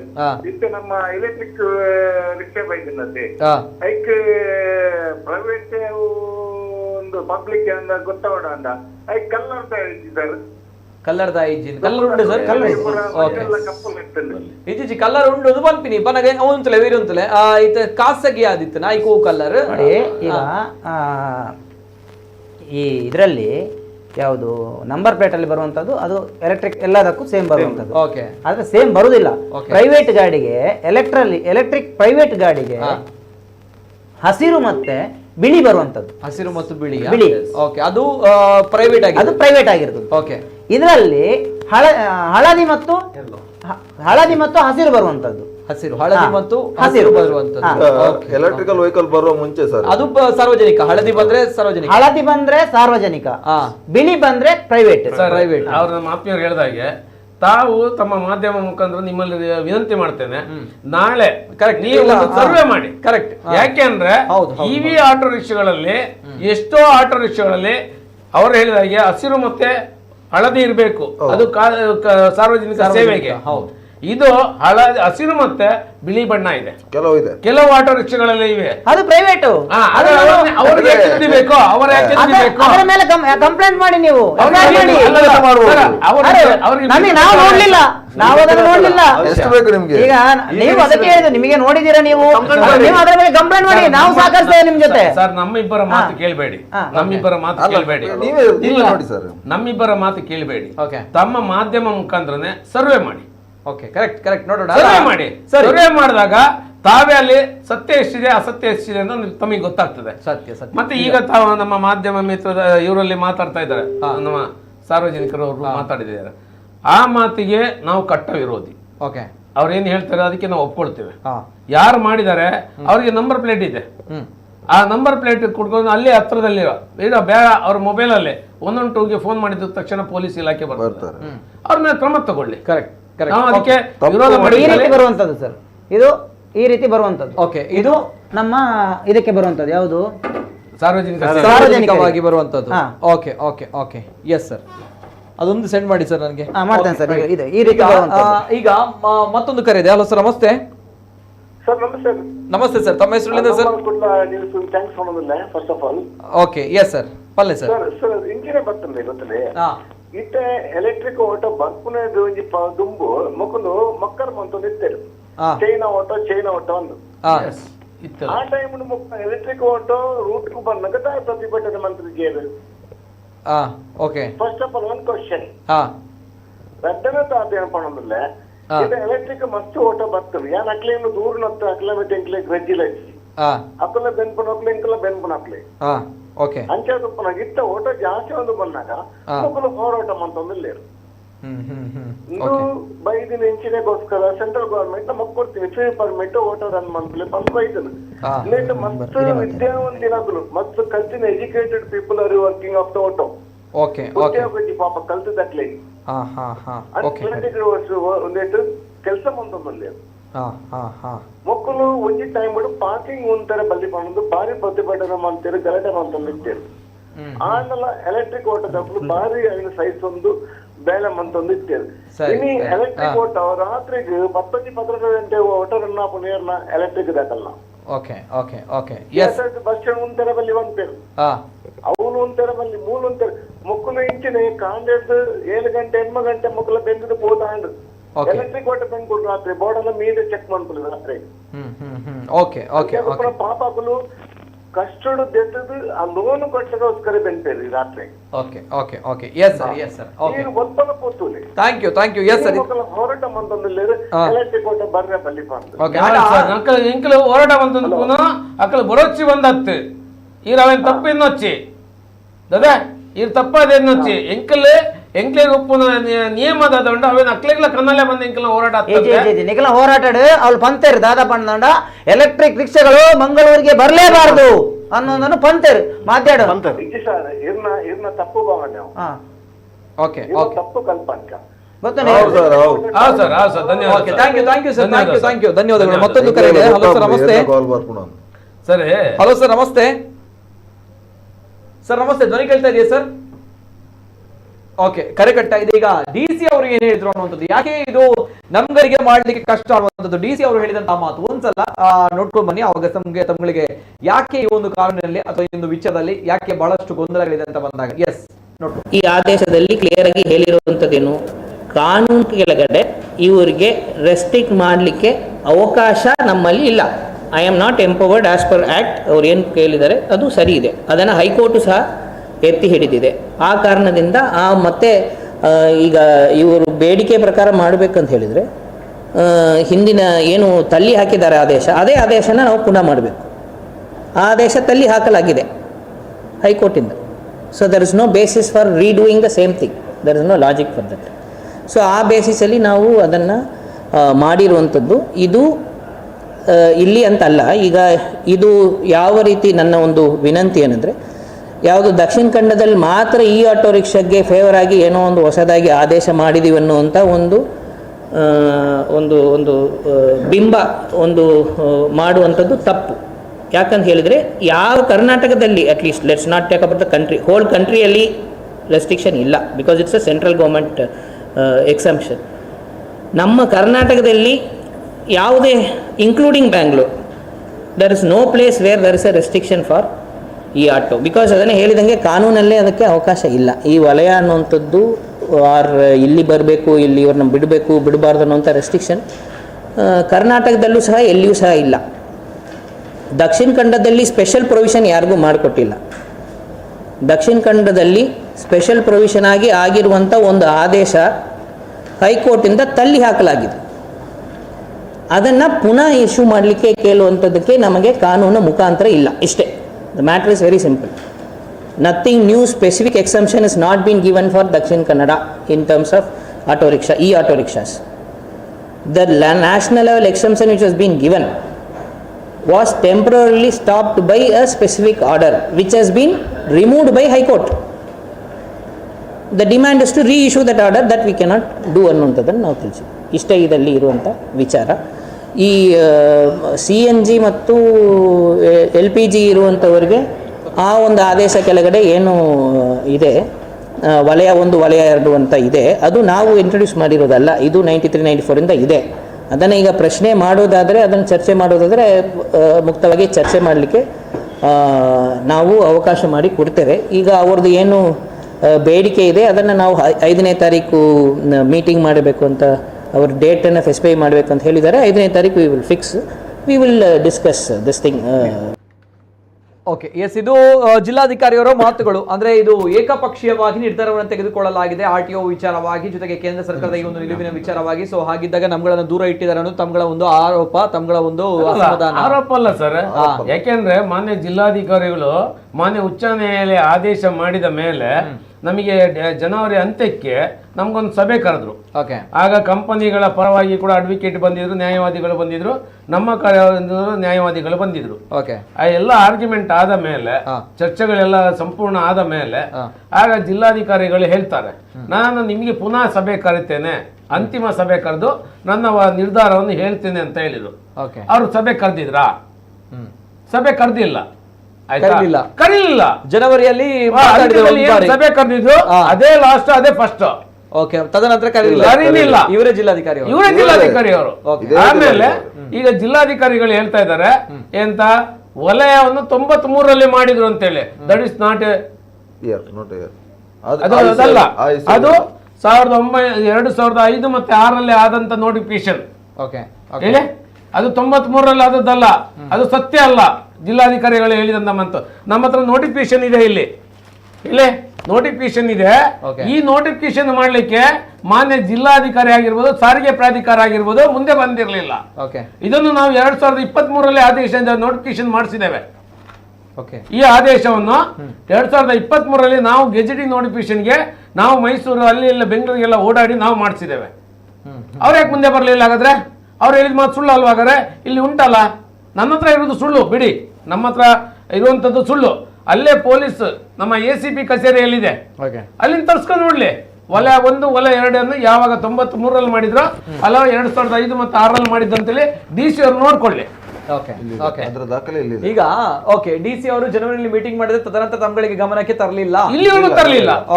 ಇಲ್ಲಿ ಅಧಿಕೃತವಾಗಿ ಮಂಗಳೂರಿನಲ್ಲಿ ಬಹಳಷ್ಟು EV ಆಟೋಗಳು ಯಾವಾಗ ಓಡ್ಲಿಕ್ಕೆ ಶುರು ಮಾಡಿದ್ದು? ಅದು ಈಗ 21ರ ನಂತರನೇ. 21ರ ನಂತರ? ಹೌದು. ಈಗ ಅವ್ರು ಹೇಳ್ತಿದ್ರು, ನಮ್ಮ ದೂರವಾಣಿ ಕರೆಯಲ್ಲಿ ಒಬ್ರು ಹೇಳಿದ್ರು, ಆಗ ಯಾಕೆ ಪ್ರತಿಭಟನೆ ಮಾಡ್ಲಿಲ್ಲ ಅಂತ. ತಮ್ಮ ಮಾಧ್ಯಮದಲ್ಲಿ ನಾವು ಎಷ್ಟು ಸಲ ಪ್ರತಿಭಟನೆ ಮಾಡಿದ್ದೇವೆ ಅನ್ನೋದು ತಮ್ಮ ಮಾಧ್ಯಮದಲ್ಲಿ ಇದೆ. ನಾವು ಅದನ್ನು ಹೇಳ್ಬೇಕಂತೇನಿಲ್ಲ, ಅದನ್ನ ಅವ್ರು ತೆಗೆದು ಯೂಟ್ಯೂಬ್ ಅಲ್ಲಿ ನೋಡ್ಲಿ. ಅಂದ್ರೆ ಎಲ್ಲೋ ಒಂದ್ ಕಡೆ ಬದಲಾವಣೆ ಆಗುತ್ತೆ ಅಂತ ತಮ್ಗಳಿಗೆ ಒಂದು ಆಶಾಭಾವನೆ. ಯಾಕೆಂದ್ರೆ ಸರ್, ಅದೇ ಎಲೆಕ್ಟ್ರಿಕಲ್ ಆಟೋ ರಿಕ್ಷಾ ಮಂಗಳೂರಿಗೆ ಫಸ್ಟ್ ಬಂದಾಗ ಮೊದಲಿಗೆ ಬಂದಂತ ಆಂಟನಿ ಏನು ಆಟೋ ರಿಕ್ಷಾ ಹೆಸರಿತ್ತು, ಅವರಲ್ಲಿ ಇದ್ದಂತ LPG ಅಲ್ಲಿ ಇದ್ದಂತ ಪರವಾನಿಯನ್ನು ಅದಕ್ಕೆ ವರ್ಗಾವಣೆ ಮಾಡಿದ್ರಲ್ಲ, ಆ ಒಂದು ನಂಬಿಕೆಯಿಂದ ನಾವು ಇದ್ವಿ. ಆದ್ರೆ ನಾವು ಕೂಡ ಪ್ರತಿಭಟನೆ ಮಾಡಿದ್ದೇವೆ. ಹೇಳಿ, ನಾವು ಪ್ರತಿಭಟನೆ ಮಾಡಿಲ್ಲ ಅನ್ನೋದಂಥದ್ದು ನಾವು ಒಪ್ಪುವಂತ ಮಾತಲ್ಲ. ಈಗ ಸರ್, ಈಗ ಅವರುಗಳಿಗೆ ಕೊಟ್ಟಿರುವಂತಹ ಪ್ರೊವಿಷನ್ಸ್ ಕೇಂದ್ರ ಸರ್ಕಾರ ಇವು ಎಕೋ ಫ್ರೆಂಡ್ಲಿ ಆಗಿರುತ್ತೆ, ಪರಿಸರ ಸ್ನೇಹಿ ಆಗಿರುತ್ತೆ. ಆ ಒಂದು ವಿಷಯದ ಬಗ್ಗೆ ತಮ್ಮ ಒಂದು ವಾದ ಏನು? ಎಕೋ ಫ್ರೆಂಡ್ಲಿ ಅಂತ ಹೇಳ್ತಿದ್ದಾರೆ, ಪರಿಸರ ಸ್ನೇಹಿ ಅಂತ. ಈಗ ಡೆಲ್ಲಿಯಲ್ಲಿ ಬಹಳಷ್ಟು ಇಲ್ಲಿಗಿಂತ ದುಪ್ಪಟ್ಟು ಇದಿದೆ EV ರಿಕ್ಷಾಗಳಿದೆ. ಯಾಕೆ ಅಲ್ಲಿ ವಾಯು ಮಾಲಿನ್ಯ ಕಂಟ್ರೋಲ್ ಪೊಲ್ಯೂಷನ್ಸ್ ಡೆಲ್ಲಿ ಆ ರೀತಿ ಇರುತ್ತದೆ? ಯಾಕೆ ಕಂಟ್ರೋಲ್? ಇಲ್ಲಿಗಿಂತ ಬಹಳಷ್ಟು ಇದೆ, ಅಲ್ಲಿ ಲಕ್ಷಗಟ್ಟಲೆ ಇದೆ. ಡೆಲ್ಲಿಯಲ್ಲಿ EV ವೆಹಿಕಲ್ಸ್ ಇದೆ ಪಾಪ್ಯುಲೇಷನ್ ಪ್ರಕಾರ. ಯಾಕೆ ಅಲ್ಲಿ ಪಾಪ್ಯುಲೇಷನ್ ಕಂಟ್ರೋಲ್ ಬರಲಿಲ್ಲ? ಈ ರಿಕ್ಷಾದಲ್ಲಿ ಕಂಟ್ರೋಲ್ ಇದು ಬರೋದಿಲ್ಲ. ನಾನು ಹೇಳ್ತೇನೆ, ಈಗ ನಮ್ಮ ಈ CNG ಮತ್ತೆ ತಾವುಗಳು ಒಪ್ಕೊಳ್ಳಲ್ಲ ಆ ಒಂದು ಪ್ರೊವಿಷನ್ಸ್ ಕೊಟ್ಟಿರುವಂತದ್ದು. ಇದು ಗ್ಲೋಬಲ್ ವಾರ್ಮಿಂಗ್ ಇದು ಕಾನ್ಸೆಪ್ಟ್ ಅಲ್ಲ. ಗ್ಲೋಬಲ್ ವಾರ್ಮಿಂಗ್ ಜಾಸ್ತಿ ಆಗೋದು ಈಗ ನಾನು ಹೇಳ್ತೇನೆ ಸರ್, ಒಂದೇ ಸಲ ಯಾವುದೇ ಒಂದು ಜಾಗದಲ್ಲಿ ಒಂದೇ ಸಲ ವಾಯು ಮಾಲಿನ್ಯ ಕಡಿಮೆ ಆಗ್ಬೇಕು, ಶಬ್ದ ಮಾಲಿನ್ಯ ಕಡಿಮೆ ಆಗ್ಬೇಕು, ಅಥವಾ ಜಲ ಮಾಲಿನ್ಯ ಕಡಿಮೆ ಆಗ್ಬೇಕು ಅಂತ ಹೇಳಿದ್ರೆ ಆಗುದಿಲ್ಲ. ಒಪ್ಕೋತೀನಿ. ಅರ್ಥ ಆಯ್ತಲ್ವಾ? ಈಗ ಡೆಲ್ಲಿಯಲ್ಲಿ ಇವರು ಇದೆ ಅಂತ ಹೇಳ್ತಾ ಇದ್ದಾರೆ, ಆದ್ರೆ ಸ್ಟಾರ್ಟಿಂಗ್ ಅಲ್ಲಿ ಬ್ಯಾಟ್ರಿ ಚಾಲಿತ ಗಾಡಿಗಳು ಬರ್ಲಿಕ್ಕೆ ಮುಂಚೆ ಎಷ್ಟಿತ್ತು ಅಲ್ಲಿದು ಪೊಲ್ಯೂಷನ್ ಪ್ರಾಬ್ಲಮ್, ಇವಾಗ ಎಷ್ಟಿದೆ ಅಂತ ಹೇಳಿ ಸರ್ವೆ ಮಾಡಿ ನೋಡ್ಲಿ ಇವರು, ಆವಾಗ ಗೊತ್ತಾಗ್ತದೆ ಇವರಿಗೆ. ಬೆಂಗಳೂರಲ್ಲಿದೆ, ಬೆಂಗಳೂರಲ್ಲೂ ಇದೆ. ಬೆಂಗಳೂರಲ್ಲಿ ಈಗ ಎಷ್ಟಿದೆ, ಮೊದ್ಲು ಎಷ್ಟಿತ್ತು, ಇವಾಗ ಎಷ್ಟಿದೆ, ಮಂಗಳೂರಲ್ಲಿ ಮೊದ್ಲು ಎಷ್ಟಿತ್ತು, ಇವಾಗ ಎಷ್ಟಿದೆ ಅನ್ನೋದನ್ನ ಸರ್ವೆ ಮಾಡಿ ನೋಡ್ಲಿ. ಈಗ ಕಡಿಮೆ ಆಗ್ಬೇಕಾದ್ರೆ ಎಲೆಕ್ಟ್ರಿಕಲ್ ವೆಹಿಕಲ್ ಬರ್ಲಿ, ಸರಿ ಒಪ್ತೇನೆ. ನಮ್ಮದು LPG ಮತ್ತೆ CNG ವೆಹಿಕಲ್ ಕೂಡ ಕಡಿಮೆ ಆಗ್ಬೇಕಲ್ಲ, ಆಗಲ್ಲ ಅಲ್ಲಿ ಕಂಟ್ರೋಲ್ ಬರೋದು. ಈಗ ನಮ್ಮದು ಎಷ್ಟು ವೆಹಿಕಲ್ ಇದೆ ಅದಷ್ಟೇ ಇದೆ, ಅದರ ಮೇಲೆ ಬಂದಂತ ಈ ವೆಹಿಕಲ್ಗಳು ನಿಜವಾಗಿ ಇದು ರೆಡ್ಯೂಸ್ ಆಗ್ಬೇಕು. ಇದು ರೆಡ್ಯೂಸ್ ಆಗ್ಬೇಕು. ಇವರು ಈ ಆಟೋಗಳನ್ನು ಕಂಪನಿಯವರಿಗೆ ಇದನ್ನು ಯಾವುದು ಎಕ್ಸ್ಚೇಂಜ್ ಮಾಡಿಕೊಂಡು ಈ ಎಕ್ಸ್ಚೇಂಜ್ ಮಾಡೋದಿಲ್ಲಲ್ಲ. ಯಾಕೆ ಮಾಡಲ್ಲ? ಅದಕ್ಕೆ ಹೋರಾಟ ಮಾಡಿ ನೀವು. ಅದರ ಬಗ್ಗೆ ಅಲ್ಲ, ನಮ್ಮ ಬಗ್ಗೆ ನಾವು ಅದಕ್ಕೆ ಬೆಂಬಲ ಸೂಚಿಸ್ತೇವೆ. ನಾವು ಪಡೆದವರು ನಾವು ಬೆಂಬಲ ಸೂಚಿಸ್ತೇವೆ. ಯಾಕೆ ಆಗುದಿಲ್ಲ? ಅವರು ಒಂದು ಗಾಡಿಯನ್ನು ಮ್ಯಾನುಫ್ಯಾಕ್ಚರ್ ಮಾಡಿ ಬಿಟ್ಟ ಮೇಲೆ ಅದನ್ನು ಬೇರೆ ಒಂದು ಗಾಡಿ ಒಂದು ಜನರೇಷನ್ ಚೇಂಜ್ ಆಗುವಾಗ ಎಕ್ಸ್ಚೇಂಜ್ ಮಾಡಬೇಕು. ಇಲ್ಲಾಂದ್ರೆ ತಗೊಂಡವನು ಏನ್ ಮಾಡ್ಬೇಕು? ಅವನು ತಗೊಂಡವನು ಏನ್ ಮಾಡ್ಬೇಕು? ಅದು ನಾನು ಕಂಪನಿ ವಿರುದ್ಧ ಅದಕ್ಕೆ ನಾನು ಮಾತಾಡ್ತೇನೆ. ಯಾಕೆಂತ ಹೇಳಿದ್ರೆ ಕಂಪನಿ ತಗೊಳ್ಳೇಬೇಕು. ಅದೇ ಅದಕ್ಕೆ ಹೋರಾಟ ಮಾಡಿ. ಅದೇ ಸ್ವಾಮಿ ನಾವು ಹೇಳ್ತಿರೋದು, ಮೇಲೆ ಮೇಲೆ ವೆಹಿಕಲ್ಸ್ ಬರಲಿ, ನೀವು ಅದನ್ನು ಮಾಡಿ, ಆಗ ಇನ್ನೊಂದು ನಿರ್ಧಾರ ಬರ್ತದೆ. ಓಕೆ ಸರ್, ಈಗ ವೆರಿ ಸಿಂಪಲ್ ಅಂತ ಬಂದಾಗ EVಗೆ ತಮ್ಗಳಿಗೆ ಕನ್ವರ್ಟ್ ಆಗ್ಲಿಕ್ಕೆ ಕಷ್ಟವಾ? ಇಲ್ಲ ಸರ್, ನಮ್ಮ ಪರ್ಮಿಟ್ ಅದಕ್ಕೆ ಜಂಪ್ ಮಾಡ್ಲಿಕ್ಕೆ ಇಲ್ಲಿ ನಾನು ಕೇಳ್ತೇನೆ, ಪರ್ಮಿಟ್ ಜಂಪ್ ಮಾಡುವ ವಿಷಯ ಬರುದಿಲ್ಲ, ಅದಕ್ಕೆ ಬೇರೆನೆ ಪರ್ಮಿಟ್ ಬರ್ತಾ ಇದೆ ಅಲ್ಲ. ಹೌದು, ಪಬ್ಲಿಕ್ ಸರ್ವಿಸ್ ಅಂತ ಪರ್ಮಿಟ್ ಬೇರೆನೆ ಬರ್ತಾ ಇದೆ ಅಲ್ಲ. ಇವ್ರು ಕೊಟ್ಟಿರುವಂತದ್ದು 500 ರೂಪಾಯಿ, 500 ರೂಪಾಯಿ ಕೊಟ್ಟಿರುವಂತದ್ದು ಪರ್ಮಿಟ್ ಗೆ ಹೋಗ್ತಾನೆ. ನಾನು ಅವ್ರು ಹೇಳಿದ್ರಲ್ಲ ಆಗ 3-6 ಲಕ್ಷ ಕೊಟ್ಟು ನಾವು ಪರ್ಮಿಟ್ ಯಾರು ಕೊಡ್ತಾರೆ ಯಾರು ತಗೊಳ್ತಾರೆ ಅಂತ. 500 ರೂಪಾಯಿ ಪರ್ಮಿಟ್ ಇವರು ತಗೊಂಡಿರುವಂತದ್ದು. ಈ 500 ರೂಪಾಯಿ ಪರ್ಮಿಟ್ ಅನ್ನು ಜಂಪ್ ಮಾಡ್ಲಿಕ್ಕೆ ಅದಕ್ಕೆ ಏನ್ ದೊಡ್ಡ ವಿಷಯ ಏನಲ್ಲ. ಅದನ್ನು ಇವರು ನಮಗೆ ನಮ್ಮ ಪರ್ಮಿಟ್ ಅನ್ನೇ ಜಂಪ್ ಮಾಡ್ಲಿ ಅಂತ RTO ಅಧಿಕಾರಿಗಳಿಗೆ ಮನವಿ ಮಾಡ್ಲಿ, ಆಗುದಿಲ್ಲ ಅಂತ ಹೇಳಿದ್ರೆ ನಾನು ಹೇಳ್ತೇನೆ. ಈಗ ನಮಗೆ RTO ಅಧಿಕಾರಿಗಳು ಏನ್ ಮಾಡ್ತಿದ್ದಾರೆ ಅಂತ, ಅಧಿಕಾರಿಗಳಲ್ಲ, ನಮಗೆ ಶೋರೂಮ್ ನಲ್ಲಿ ಏನ್ ಮಾಡ್ತಿದ್ದಾರೆ ಅಂತ ಹೇಳಿದ್ರೆ, ಪರ್ಮಿಟ್ ಇಲ್ಲದ ಗಾಡಿಗಳನ್ನ ಹೊಸದಾಗಿ ಖರೀದಿಸುವಾಗ ಒಂದಿಷ್ಟು ಅಮೌಂಟ್ ಅಂತ ಹೇಳಿ ಮಾಡ್ತಾರೆ. ಇವರು 500 ರೂಪಾಯಿ ಅಲ್ವಾ, ಆ 500 ರೂಪಾಯಿ ಅದರಲ್ಲಿ ಕಟ್ ಮಾಡ್ಲಿ, ಆ 500 ರೂಪಾಯಿ ಅದರಲ್ಲಿ ಕಟ್ ಮಾಡಿ ಕೊಡ್ಲಿ. ಆಗ ಇವರ ಪರ್ಮಿಟ್ ಕೊಟ್ಟ, ಇವರು ಸ್ಟಾರ್ಟಿಂಗ್ ಅಲ್ಲಿ ಪರ್ಮಿಟ್ ಕೊಟ್ಟ 500 ರೂಪಾಯಿ ಇವರ ಕೈಗೆ ಬಂತಲ್ವಾ? ಈಗ ಅಲ್ಲ ಸರ್, ನಾವುಗಳು ಜನಸಾಮಾನ್ಯರಾಗಿ ನಾವು ಕೇಳುವಂತದ್ದು ಅಂದ್ರೆ ಇಷ್ಟು ಪ್ರೊವಿಷನ್ಸ್ ಎಲ್ಲ ಸಿಗುತ್ತೆ, ಇಲ್ಲಿ ಬಾಡಿಗೆ ಮಾಡಬಹುದು, ಇಷ್ಟು ಪ್ರೊವಿಷನ್ಸ್ ಇದೆ, ಸೌಕರ್ಯಗಳ ಬಗ್ಗೆ ತಾವು ಹೇಳ್ತಾ ಇದ್ದೀರಾ. ಹಾಗಿದ್ದಾಗ ತಮ್ಗಳಿಗೆ ನಾನು ಅಲ್ಲಿಗೆ ಬರ್ತಾ ಇದ್ದೀನಿ. ಜನರಲ್ಲಿ ಪ್ರಶ್ನೆ ಬರಬಹುದು, ಬರುವಂತ ಸಹಜ, ಅದು ಒಪ್ತೇನೆ. ಅಪ್ಡೇಟ್ ಆಗ್ಬೇಕು ಅನ್ನುವಂತ ವಿಚಾರಗಳು. ಒಪ್ತೇನೆ ಸರ್. ಒಬ್ಬ ವ್ಯಕ್ತಿ ಯಾವಾಗಲೂ ಗುಡಿಸಲಿನಲ್ಲಿ ಇರುವುದಿಲ್ಲ, ಅವನಿಗೆ ದುಡ್ಡು ಅವನು ದುಡ್ಡು ಬಂದಾಗ ಅವನು ಚೇಂಜಸ್ ಮಾಡ್ತಾ ಹೋಗ್ತಾನೆ. ಓಕೆ, ಬರೋಣ. ಆಯ್ತಾ ಸರ್? ಈಗ ನಾನು ಹೇಳೋದು, ನಮಗೆ ನಾವು ಅದಕ್ಕೆ ಅಪ್ಡೇಟ್ ಆಗಬೇಕು, ಒಪ್ಕೊಳ್ಳುವಂಥದ್ದು. ನಮಗೆ ಈ LPG CNG ಅಂತಿಮ ಹಂತದಲ್ಲಿ ಬಂದಿದೆ ಅಂದಾಗ ನಾವು ಒಂದು ಪಂಪಲ್ಲಿ ಹೋಗಿ ಫಿಲ್ ಮಾಡ್ಕೊಂಡು ನಾವು ಮೂವ್ ಮಾಡ್ತೇವೆ. ಓಕೆ, ಈ ಎಲೆಕ್ಟ್ರಿಕಲ್ ಗಾಡಿಯನ್ನು ನಾವು ಚಾರ್ಜ್ ಮಾಡ್ಲಿಕ್ಕೆ 3 ಗಂಟೆ ಟೈಮ್ ಬೇಕು. ಓಕೆ, 3 ಗಂಟೆ ಟೈಮ್ ಬೇಕು. 3 ಗಂಟೆಗೆ 100 ರೂಪಾಯಿ ದುಡಿದ್ರೆ 300 ರೂಪಾಯಿ ಹಣ ಹೋಯ್ತು. ಸರ್, ಇವರ ಮಾತಿಗೆ ನಾನು ಮಾತು ಹೇಳ್ತೇನೆ ಸರ್, ಒಂದ್ ಮಾತು. ಅಲ್ಲ, ಈಗ ನಾವು ಏನಾಗಿದೆ ಅಂತ ಹೇಳಿದ್ರೆ, ರೂಪಾಯಿ ಅಲ್ಲ ನೀವು ಹೇಳಿದ ವಿಚಾರಕ್ಕೆ ನಾನು ಹೇಳ್ತೇನೆ. ಈಗ ನೀವು ವಿಚಾರಕ್ಕೆ ನಾನು ಹೇಳ್ತೇನೆ. ಏನಾಗಿದೆ ಅಂತ ಹೇಳಿದ್ರೆ, ಇವರು ಹೇಳಿದ್ರೆ 3 ಗಂಟೆ ಬೇಕು ಅಂತ, 3 ಗಂಟೆ ಬೇಕು ಅಂತ ಹೇಳಿದ್ರೆ ಈಗ ಬಂದಿರುವಂತದ್ದು ಇತ್ತೀಚೆಗೆ ಬಂದಿರುವಂತದ್ದು, ಇನ್ನು ಅದು ಅಪ್ಡೇಟ್ ಆಗ್ತಾ ಬರ್ತದೆ. ಈಗ ನೋಡಿ, ಗೊತ್ತಾಯ್ತಲ್ವಾ? ಈಗ ಒಂದು ಲ್ಯಾಪ್ಟಾಪ್ ಅಲ್ಲಿ ಈಗ ಎಷ್ಟೇ ಜನರೇಷನ್ ಇದೆ, ಸ್ಟಾರ್ಟಿಂಗ್ ಅಲ್ಲಿ ಎಷ್ಟಿತ್ತು ಜನರೇಷನ್, ಈಗ ಎಷ್ಟು ಜನರೇಷನ್ ಆಗಿದೆ, ಆವಾಗ ಎಷ್ಟು ಅದ್ರಲ್ಲಿ ಇದು ಬರ್ತಾ ಇತ್ತು. ಈಗ ಅಲ್ಲಿ ನಮ್ಮ ಗಾಡಿ ಏನು ನಾವು ಅಪ್ಡೇಟ್ ಆಗುದಿಲ್ಲ ಅಂತ ಹೇಳಲಿಲ್ಲ. ನಾವು ಎಲ್ಲಿ ಕೂಡ ಎಲೆಕ್ಟ್ರಿಕಲ್ ಆಟೋಗಳ ವಿರೋಧಿಗಳಲ್ಲ ಅಂತ ಹೇಳಿದ್ದೇವೆ. ನಾವು ಕೂಡ CNG ಹಾಗೂ LPG ಆಟೋ ಡ್ರೈವರ್ಗಳಾಗ್ಲಿ ಚಾಲಕರಾಗಲಿ ನಾವು ವಿರೋಧಿಗಳೇನು ಅಂತ ಹೇಳಿದ್ರೆ, ನಾವು ವಿರೋಧಿಗಳು ಒಂದೇ. ಆಗ ಅವರು ಹೇಳಿದ್ದಾರೆ, ಅದಕ್ಕೆ ಉತ್ತರ ಕೊಡ್ತೇನೆ ನಾನು. ಅದು ಯಾವುದು ಅಬಕಾರಿ ಇಲಾಖೆಯಲ್ಲಿ 500 ರೂಪಾಯಿ, ಇನ್ನೊಂದರಲ್ಲಿ 500 ರೂಪಾಯಿ, ಪ್ರತಿಯೊಂದರಲ್ಲಿ 500 ರೂಪಾಯಿ, ಅದಕ್ಕೆ ಉತ್ತರ ನಾನು ಇಲ್ಲ ಅಂತ ಹೇಳುದಿಲ್ಲ, ನಾನು ಅದಕ್ಕೆ ಉತ್ತರ ಕೊಡ್ತೇನೆ. ನಾವು ವಿರೋಧಿಗಳು ಯಾಕೆ ಅಂತ ಹೇಳಿದ್ರೆ, ಬಡ ಆಟೋ ಚಾಲಕರು ಯಾರು LPG CNG ಬಡ ಆಟೋ ಚಾಲಕರ ಹೊಟ್ಟೆಗೆ ಹೊಡೆದಂತಹ ಪರ್ಮಿಟ್ ಇದೆ ಅಲ್ವಾ, ಆ ಪರ್ಮಿಟ್ಗೆ ನಾವು ವಿರೋಧಿಗಳು. ಸರ್, ಈಗ 3.5 ಲಕ್ಷದ ಪರ್ಮಿಟ್ ಇದೆ ಅಲ್ವಾ, ಅದಕ್ಕೆ ನಾವು ವಿರೋಧಿಗಳು. ಸರ್, ಈಗ ಅದನ್ನು ತಂದದ್ದು ನರ್ಮ ಬಸ್ ಯೋಜನೆಯನ್ನು ತಂದದ್ದು ಕೂಡ ಸೆಂಟ್ರಲ್ ಗವರ್ಮೆಂಟ್. ನಮಗೆ ಬಸ್ ಇದ್ದು ಬೇಡ ಸರ್, ಯಾಕೆಂದ್ರೆ ನಾನು ಮಾತಾಡ್ಬೇಕು ಅನ್ನೋ ಒಂದೇ ವರ್ಗವನ್ನು ನಾನು ಸೀಮಿತವಾಗಿ ಮಾತಾಡಬಾರ್ದು. ಯಾಕೆಂದ್ರೆ ನಮಗಿಂತ ಜಾಸ್ತಿ ಉಪಯೋಗ ಆಗೋದು ನಮ್ಮ ಸಾರ್ವಜನಿಕರಿಗೆ ಉಪಯೋಗ ನೋಡ್ಬೇಕು. ಎಲ್ಲಿ ಅಲ್ಲಿ ನರ್ಮ ಬಸ್, ಒಂದು ಬಸ್ಸಿನಲ್ಲಿ 52 ಜನ ಕೂತ್ಕೊಳ್ತಾರೆ. ಹಾಗಾದ್ರೆ ಇದನ್ನು ತಂದದ್ದು ಕೇಂದ್ರ ಸರ್ಕಾರ ಅಲ್ವಾ? ಕೇಂದ್ರ ಸರ್ಕಾರದಿಂದ ತಂದದ್ದು ನರ್ಮ ಬಸ್ ಯೋಜನೆಯನ್ನು ರಾಜ್ಯ ಸರ್ಕಾರಕ್ಕೆ, ಜಿಲ್ಲೆಗೆ. ಹಾಗಾದ್ರೆ ಆ ಜಿಲ್ಲೆಗೆ ಬಂದಂತ ನರ್ಮ ಬಸ್ ಎಲ್ಲೋಯ್ತು? ಯಾವ ಗುಜರಿಯಲ್ಲಿದೆ? ಮತ್ತೆ ಇನ್ನೊಂದು, ನಮಗೆ ಈಕೋ ಫ್ರೆಂಡ್ಲಿ ಎಲೆಕ್ಟ್ರಿಕಲ್ ಬಸ್ ಬರಬೇಕು ಅಂತೇಳಿ ಆರ್ಡರ್ ಆಯ್ತು. ಎಲೆಕ್ಟ್ರಿಕಲ್ ಬಸ್ ಬರಬೇಕು, ಮಂಗಳೂರಿಗೆ ಬರ್ತದೆ ಅಂತೇಳಿ ಆರ್ಡರ್ ಆಯ್ತು. ಇನ್ನು ಮುಂದಿನ 1 ತಿಂಗಳಲ್ಲಿ ಮಾಧ್ಯಮದಲ್ಲಿ ಬಂದಿದೆ, ಪತ್ರಿಕಾ ಮಾಧ್ಯಮದಲ್ಲಿ ಕೂಡ ಬಂದಿದೆ. ಇನ್ನು 1 ತಿಂಗಳಲ್ಲಿ ಮಂಗಳೂರಿಗೆ ಎಲೆಕ್ಟ್ರಿಕಲ್ ಬಸ್ ಬರ್ತದೆ ಅಂತ ಆಯ್ತು ಗೌರ್ಮೆಂಟ್ ಇದು. ಆದ್ರೆ ಇಲ್ಲಿವರೆಗೆ ಮಂಗಳೂರಿಗೆ ಒಂದೇ ಒಂದು ಬಸ್ ಬರಲಿಲ್ಲ. ಅದನ್ನು ತಡೆದವ್ರು ಯಾರು? ಮತ್ತೆ ನಿಲ್ಬೇಕು. ಮತ್ತೆ ಇನ್ನೊಂದು, ನಮ್ಮ ಎಲೆಕ್ಟ್ರಿಕಲ್ ಬ್ಯಾಟ್ರಿ ಚಾಲಿತ ಬ್ಯಾಟ್ರಿ ಅಲ್ಲ ಸರ್. ಈಗ ನಾವು ಒಂದು ಬ್ಯಾಟ್ರಿಯನ್ನು, ನಮ್ಮ ಗಾಡಿಯ ಒಂದು 12 ವೋಲ್ಟ್ ಬ್ಯಾಟ್ರಿಯನ್ನು, ನಮಗೆ ಅಲ್ಲಿ ಒಂದು ಶೆಲ್ ಏನೋ ಹೋಯ್ತು. ಆ ಶೆಲ್ ಹೋದಾಗ ನಾವು ಅದನ್ನು ಕಂಪನಿ ಬ್ಯಾಟ್ರಿ ಅಂಗಡಿ ಕೊಡ್ತೇವೆ. ಕೊಟ್ಟಾಗ ಅವರು ನಮ್ಮ ಮುಂದೆನೆ ಹೊಡಿತಾರೆ. ಹೊಡೆದಾಗ ಆ ನೀರು, ಬ್ಯಾಟ್ರಿಯಲ್ಲಿ ಇದ್ದಂಥ ನೀರು ಅಥವಾ ಡ್ರೈಯಲ್ಲಿ ಇದ್ದಂಥ ಶೆಲ್ಲಲ್ಲಿ ಇದ್ದಂಥ ವಸ್ತು, ಕೆಮಿಕಲ್ ಮಣ್ಣಿನ ಮೇಲೆ ಬೀಳ್ತದೆ. ಮಣ್ಣಿನ ಮೇಲೆ ಬಿದ್ದ ಜಾಗದಲ್ಲಿ ಒಂದು ಸಸ್ಯ ಅದು ಕೂಡ ಹುಟ್ಟುವುದಿಲ್ಲ. ಅದು ನಮ್ಮ ಪೊಲ್ಯೂಷನ್ಗಿಂತಲೂ ಕಮ್ಮಿ ಪ್ರಭಾವ ಬೀಳ್ತದ ಅಲ್ಲ ಜಾಸ್ತಿ ಪ್ರಭಾವ ಬೀಳ್ತದ ಸರ್? ತಾವು ಹೇಳಬೇಕು. ಯಾಕೆಂದ್ರೆ ಈಕೋ ಫ್ರೆಂಡ್ಲಿ ಆಗೋದಕ್ಕೆ ನಮಗೂ ಇಷ್ಟನೇ. ನಾವು ಕೂಡ ಮನೆಯಲ್ಲಿ ಗಿಡಗಳನ್ನು ಬೆಳೆಸ್ತೇವೆ. ಇವತ್ತು ಕೂಡ ಪಾಟಲ್ಲಿ ಬೆಳೆಸ್ತಾ ಇದ್ದೇವೆ. ನನ್ನಲ್ಲಿ LPG ಆಟೋ ರಿಕ್ಷಾಗಳು ಇದ್ರೂ ಕೂಡ ನಮ್ಮಲ್ಲಿ ಹೊಗೆ ಮಾಲಿನ್ಯ ಹೋಗೋದು ಕಮ್ಮಿ ಆಗಿದೆ. 6 ಬಂದಿದೆ, B6 ಅಂತೆಲ್ಲ ಬಂದಿರೋದ್ರಿಂದ ಕಮ್ಮಿ ಆಗಿದೆ.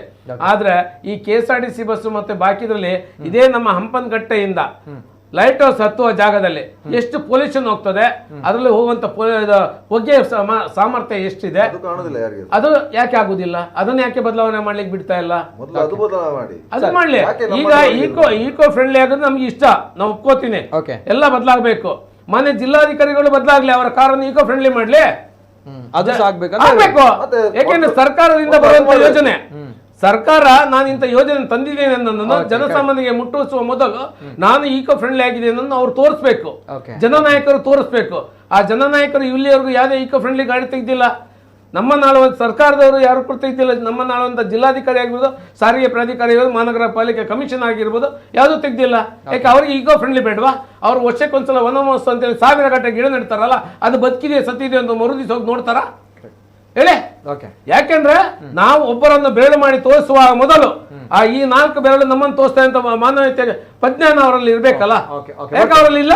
ಬರ್ತೇನೆ. ಎಸ್ ಸರ್ ಇದು ಎಸ್ ಅರುಣ್ ಅವರ ಮಾತುಗಳು. ಇವೆಲ್ಲದರ ಜೊತೆಗೆ ಐವನ್ ಡಿಸೋಜ್ ಅವರು ವಿಧಾನ ಪರಿಷತ್ ಸದಸ್ಯರು, ಅವರು ಕೂಡ ಒಂದು ಈ ವಿಚಾರದ ಬಗ್ಗೆ ಪ್ರಸ್ತಾಪವನ್ನು ಮಾಡಿದ್ದಾರೆ, ಧ್ವನಿಯನ್ನ ಎತ್ತಿದ್ದಾರೆ. ಹೌದು, ಅವರ ಒಂದು ಆಂಗಲ್ ಯಾವ ರೀತಿ ಇತ್ತು ಅಂದ್ರೆ ಇವಿ ಆರ್ ಎಸ್ ಇಂಧನ ಚಾಲಿತ ಆಟೋ ಚಾಲಕರು ಏನ್ ಹೇಳಿದ್ದಾರೆ ನಾನು ಪ್ಲೇ ಮಾಡ್ತೀನಿ. ಬಿಫೋರ್ ದಟ್ ಲೈನ್ ಅಲ್ಲಿ ಇದ್ದಾರೆ ಬಹಳಷ್ಟು ಕರೆಗಳು. ಹಲೋ ಸರ್, ನಮಸ್ತೆ ಸರ್. ನಮಸ್ತೆ, ಧ್ವನಿ ಕೇಳ್ತಾ ಇದೆಯಾ ಸರ್? ಹಲೋ, ನಮಸ್ತೆ ಮೇಡಮ್. ನಮಸ್ತೆ. ತಮ್ಮ ಹೆಸರುಲಿಂದ ಮೇಡಮ್? ಸರ್, ನನ್ನ ಹೆಸರು ಸಿಂಚನ್ ಅಂತ ಹೇಳಿ. ಎಸ್ ಮೇಡಮ್, ಎಲ್ಲಿಂದ? ಆಕ್ಚುಲಿ ನಾನು ಯಾವುದೇ ರೀತಿ ಅಂದ್ರೆ ಇವಿ ಅಥವಾ ಇಂಜಿನ್ ರಿಕ್ಷಾಕ್ಕೆ ಅಂದ್ರೆ ಎರಡಕ್ಕೂ ನಾನು ಸಪೋರ್ಟ್ ಇಲ್ಲ. ಓಕೆ, ಸಪೋರ್ಟ್ ಅಂತಿಲ್ಲ ಯಾವುದಕ್ಕೂ, ಇದಕ್ಕೆ ಅದಕ್ಕೆ ಅಂತಿದೆ. ಜಸ್ಟ್ ಅನ್ಕೊಂಡು ಒಂದು ವಿಷಯ ಹೇಳಿಕ್ಕಿತ್ತು. ಒಂದು 10 minutes ಬ್ಯಾಕ್ ಒಬ್ರು ಹೇಳಿದ್ರು ಮೇಡಮ್, ನಂತೂರಿಂದ ಶಕ್ತಿನಗರಕ್ಕೆ ಬರುವ ರಿಕ್ಷಾಕ್ಕೆ ಎಷ್ಟು ಚಾರ್ಜ್ ಮಾಡ್ತಾರೆ ಅಂತ ಹೇಳಿ. ಸೊ ಅದರ ಬಗ್ಗೆ ನಿಮಗೆ ಹೇಳಿಕ್ಕಿತ್ತು. ಯಾವ್ದು ಮೇಡಮ್? ಹೇಳಿ ಮಾತಾಡಿ. ಇವಿ ರಿಕ್ಷಾ ಎಷ್ಟು ಚಾರ್ಜ್ ಮಾಡ್ತಾರೆ ಅಂತ ಹೇಳಿ ಒಂದು ಕಂಪ್ಲೇಂಟ್ ಬಂತು. ಸೊ ಅದರ ಬಗ್ಗೆ ನಿಮಗೆ ಡಿಸ್ಕಸ್ ಮಾಡ್ಲಿಕ್ಕಿತ್ತು ಸ್ವಲ್ಪ. ಹೇಳಿ ಮಾತಾಡಿ. ಆಕ್ಚುಲಿ ನಾನು ನಂತೂರಿಂದ ಮತ್ತೆ ನಮ್ಮ ಶಿವಬಾಗ್ ಇದೆಯಲ್ಲ, ನಮ್ಮ ಆಭರಣ ಜ್ಯುವೆಲರ್ಸ್ ಅಲ್ಲಿಂದ ಪ್ಲಸ್ ನಮ್ಮ ಅತ್ತವರ. ಸೊ ನಾನು ಅತ್ತವರದಿಂದ ಇಂಜಿನ್ ರಿಕ್ಷಾದಿಂದ ಬಂದಿದ್ದೇನೆ ಎಲ್ಲಿಗೆ, ನಮ್ಮ ಶಕ್ತಿನಗರಕ್ಕೆ. ಎಸ್ ಹೇಳಿ. ಅಲ್ಲಿ ಅತ್ತವರದಿಂದ ಶಕ್ತಿನಗರಕ್ಕೆ ಬಂದದ್ದು 10 rupees ಎಕ್ಸ್ಟ್ರಾ ಕೊಡ್ಬೇಕಂತ ಹೇಳಿದ್ರು. ಬಟ್ ಇಲ್ಲಿ ನಮ್ಮ ಶಿವಬಾಗ್ ಇದೆಯಲ್ಲ, ಶಿವಬಾಗ್ ಜಂಕ್ಷನ್ ಅಂದ್ರೆ ನಮ್ದು KFC ವೈನ್ ಗೇಟ್ ಎಲ್ಲ ಉಂಟಲ್ಲ, ಅಲ್ಲಿ ಅಪೋಸಿಟ್ ಅಲ್ಲಿ ಅವರು ನಮ್ಗೆ ಚಾರ್ಜ್ ಹೇಗೆ ಮಾಡ್ತಿದ್ದಾರೆ ನಾನು ಎಕ್ಸಾಕ್ಟ್ ಹೇಳಿದ್ರೆ ನಿನ್ನೆ ಅದೇ ಇನ್ಸಿಡೆಂಟ್. ಮೇಡಮ್ ಸ್ವಲ್ಪ ಜೋರು ಮಾತಾಡಿ ಮೇಡಮ್. ನಮ್ಮ ಶಿವಬಾಗ್ ಇದೆಯಲ್ಲ, ಶಿವಬಾಗ್ ವೈನ್ ಗೇಟ್ ಮತ್ತೆ KFC ಎಲ್ಲ ಉಂಟು. ಹೌದು, ಸರಿ ಮಾತಾಡಿ, ಹೇಳಿ. ಅಲ್ಲಿಂದ ನಾನು ಇಲ್ಲದ್ರೆ ಶಕ್ತಿನಗರಕ್ಕೆ ಬಂದಾಗ ಇಂಜಿನ್ ರಿಕ್ಷಾ ಅವ್ರು ಹೇಳಿದ್ರು, ಮೇಡಮ್ ಹೇಳಿದ್ರು 10 minutes ಬ್ಯಾಕ್ ಒಬ್ರು ಮೇಡಮ್ ಹೇಳಿದ್ರು ಇವಿ ಅವರು ಚಾರ್ಜ್ ಮಾಡ್ತಾರೆ ಇಷ್ಟು ಅಂತ. ಓಕೆ, ಸರಿ. ಓಕೆ, ಇಂಜಿನ್ ಅವರು ನಾನು ನಿನ್ನೆ ಒಂದು 10 minutes ಅಂದ್ರೆ ಶಿವಬಾಗ್ ಇದೆಯಲ್ಲ, ಸರಿ ಹೇಳಿ ಮೇಡಮ್, ಹೇಳಿ ಈಗ. ಎಕ್ಸಾಕ್ಟ್ಲಿ ಅಲ್ಲಿಂದ ನಾನು ಸ್ವಲ್ಪ ಈಗ ಏನಾಯ್ತು, ಏನ್ ಮಾಡಿದ್ರು ಅಂದ್ರೆ ಚಾರ್ಜ್ ಜಾಸ್ತಿ ತಗೊಂಡ್ರೆ ಏನಾಯ್ತು ಅದು ಹೇಳಿ ಮೇಡಮ್. ಚಾರ್ಜ್ ಅಂದ್ರೆ 30 rupees ಜಾಸ್ತಿ ಹೇಳಿದ್ರು. 30 rupees ಜಾಸ್ತಿ ನಂಗೆ ಬೇಕು ಇಂಜಿನ್ ಅವರು. ಆಕ್ಚುಲಿ ಇವ್ರು ಹೇಳಿದ್ರು ಇವಿ ಅವರು ಜಾಸ್ತಿ ಮಾಡ್ತಾರೆ. ಓಕೆ, ಈಗ 30 rupees ಜಾಸ್ತಿ ಚಾರ್ಜ್ ಮಾಡಿದ್ದಾರೆ ಅಂತ ತಾವು ಹೇಳುವಂತದ್ದು. ಮಾಡ್ತಾರೆ, ಇಂಜಿನ್ ಅವರು ಕೂಡ ಮಾಡ್ತಾರೆ. ಓಕೆ ಸರಿ ಮೇಡಮ್. ಇಲ್ಲ, ಆ ರೀತಿ ಎಲ್ಲ ಕಡೆಗಳಲ್ಲಿ ಇದ್ದಾರೆ. ಎಲ್ಲ ವರ್ಗದಲ್ಲೂ ಕಳ್ರಿದ್ದಾರೆ. ನಮ್ಮ ಇವಿ ರಿಕ್ಷಾ ಕಮ್ಮಿ. ಓಕೆ ನೋಡಿ, ಪೊಲೀಸ್ ಇಲಾಖೆಯಲ್ಲೂ ಏನು ಇವಿ ರಿಕ್ಷಾ ಕಳ್ಳರು ಇದ್ದಾರೆ. ಇವಿ ರಿಕ್ಷಾ ಕಮ್ಮಿ, ಇಂಜಿನ್ ಜಾಸ್ತಿ ಇರುದು ರಿಕ್ಷಾಗಳ. ಇಂಜಿನ್ ಅವರೇ ನಮ್ಗೆ ಜಾಸ್ತಿ ರೇಟ್ ಮಾಡ್ತಿದ್ದಾರೆ. ಓಕೆ, ಅಲ್ಲಿ ನಾವು ಡಬಲ್ ತಗೊಳ್ಬೇಕು, ಅಲ್ಲಿ ಒಳಗೆ ಹೋಗ್ಬೇಕು, ಹಾಗೆಲ್ಲ ಹೇಳ್ತಾರೆ. ಓಕೆ ಸರಿ ಮೇಡಮ್. ಈಗ ಇಲ್ಲಿ ಪ್ರಶ್ನೆ ಏನಂತ ಹೇಳಿದ್ರೆ ಬಹುಶಃ ಇಲ್ಲೂ ಮತ್ತೊಂದು ಕನ್ಸರ್ನ್ ಬರುವಂತದ್ದು, ಯಾಕಂದ್ರೆ ವಲಯದ ವಿಚಾರವಾಗಿ ಕೂಡ. ಎಸ್, ಬರ್ತೇನೆ. ಥ್ಯಾಂಕ್ ಯು ಧನ್ಯವಾದಗಳು ಮೇಡಮ್. ಐವನ್ ಡಿಸೋಸ್ ಅವರು ಏನ್ ಹೇಳಿದ್ದಾರೆ ನಾನು ಬಿಫೋರ್ ದಟ್ ನಾನು ಕೇಳ್ತೀನಿ. ಎಸ್, ಪ್ರಜೇಶ್ ಅವ್ರ ಜೊತೆ ಕೇಳಬೇಕು. ಈಗ ತಮ್ಗಳಿಗೆ ಕೊಟ್ಟಿರುವಂತಹ ಒಂದು ಪ್ರೊವಿಷನ್ಸ್ ಇದೆಯಲ್ಲ, ಎಲ್ಲೂ ಬೇಕಾದ್ರೂ ತಾವುಗಳು ಬಾಡಿಗೆ ಮಾಡಬಹುದು, ಎಲ್ಲೂ ಬೇಕಾದ್ರೂ ತಾವುಗಳು ಇರ್ಬೋದು ಅನ್ನೋ ನಿಟ್ಟಿನಲ್ಲಿ ಅದು ಏನ್ ಹೇಳ್ತೀನಿ ಅಂದ್ರೆ ಅವ್ರಗಳಿಗೆ ಆ ಒಂದು ಪ್ರೊವಿಷನ್ಸ್ ಇಲ್ಲ. ನೋಡಿ ಸರ್, ನಾನು ಏನ್ ಹೇಳ್ತಿದ್ದೇನೆ ಅಂತ ಈಗ ನಮಗೆ ಹೇಳಿದ್ದಾರೆ ಎಲ್ಲಿ ಹೋಗ್ಬೋದು ಎಲ್ಲಿ ಬರ್ಬೋದು. ಈಗ ಒಂದು ಸಣ್ಣ ವಿಚಾರ, ಗ್ರಾಮಾಂತರ ವಿಚಾರದಲ್ಲಿ ನಾನು ಬರ್ತೇನೆ. ಈಗ ಇವರ ವಿಚಾರದ ಹಾಗೆ ಗ್ರಾಮಾಂತರ ವಿಚಾರ ಅಂತ ಇಲ್ಲೇ ಇರುವಂತಹ ಸುರತ್ಕಲ್ ಜಂಕ್ಷನ್ ಬಂದು ಸಿಟಿಗೆ ಸೇರ್ತದೆ. ಕಾನಾದಿಂದ ಮುಂದೆ ಹೋಗ್ಬೇಕಾದ್ರೆ ಕೋಡಿಕೆರೆ ಅಂತ ಹೇಳಿ ಇದೆ. ಕೋಡಿಕೆರೆಯಿಂದ ಸ್ವಲ್ಪ ಈ ಕಡೆ ಅಲ್ಲೊಂದು ಗ್ಯಾರೇಜ್ ಇದೆ, ಆ ಗ್ಯಾರೇಜಿನವರೆಗೆ ಬರುತ್ತೆ ಯಾವುದು ಸಿಟಿ. ಅಲ್ಲಿದ್ದ ರಿಕ್ಷಾ ಚಾಲಕರು ಯಾವುದು ಅಲ್ಲಿ ಇರುವಂತ ಸಿಟಿ ರಿಕ್ಷಾ ಚಾಲಕರು ಸುರತ್ಕಲಲ್ಲಿ ದುಡಿತಾರೆ, ಕೆಲವರು ಮಂಗಳೂರಲ್ಲಿ ದುಡಿತಾರೆ. ಓಕೆ, ಒಪ್ಕೊಳ್ತಾನೆ. ಗ್ರಾಮಾಂತರ ವಿಚಾರ ಬರುವಾಗ ಅಲ್ಲಿಂದ ಒಂದು ಇಂಚು ಇಲ್ಲ, ಅದರಿಂದ ಆಚೆ ಗ್ರಾಮಾಂತರ, ಅಲ್ಲಿ ಅವನ ಮನೆ ಇದೆ. ಅವನು ಮಂಗಳೂರಿಗೆ ಅಲ್ಲಿಂದ ಕರ್ಕೊಂಡು ಬರ್ಬಹುದು, ಆಯ್ತಲ್ವಾ?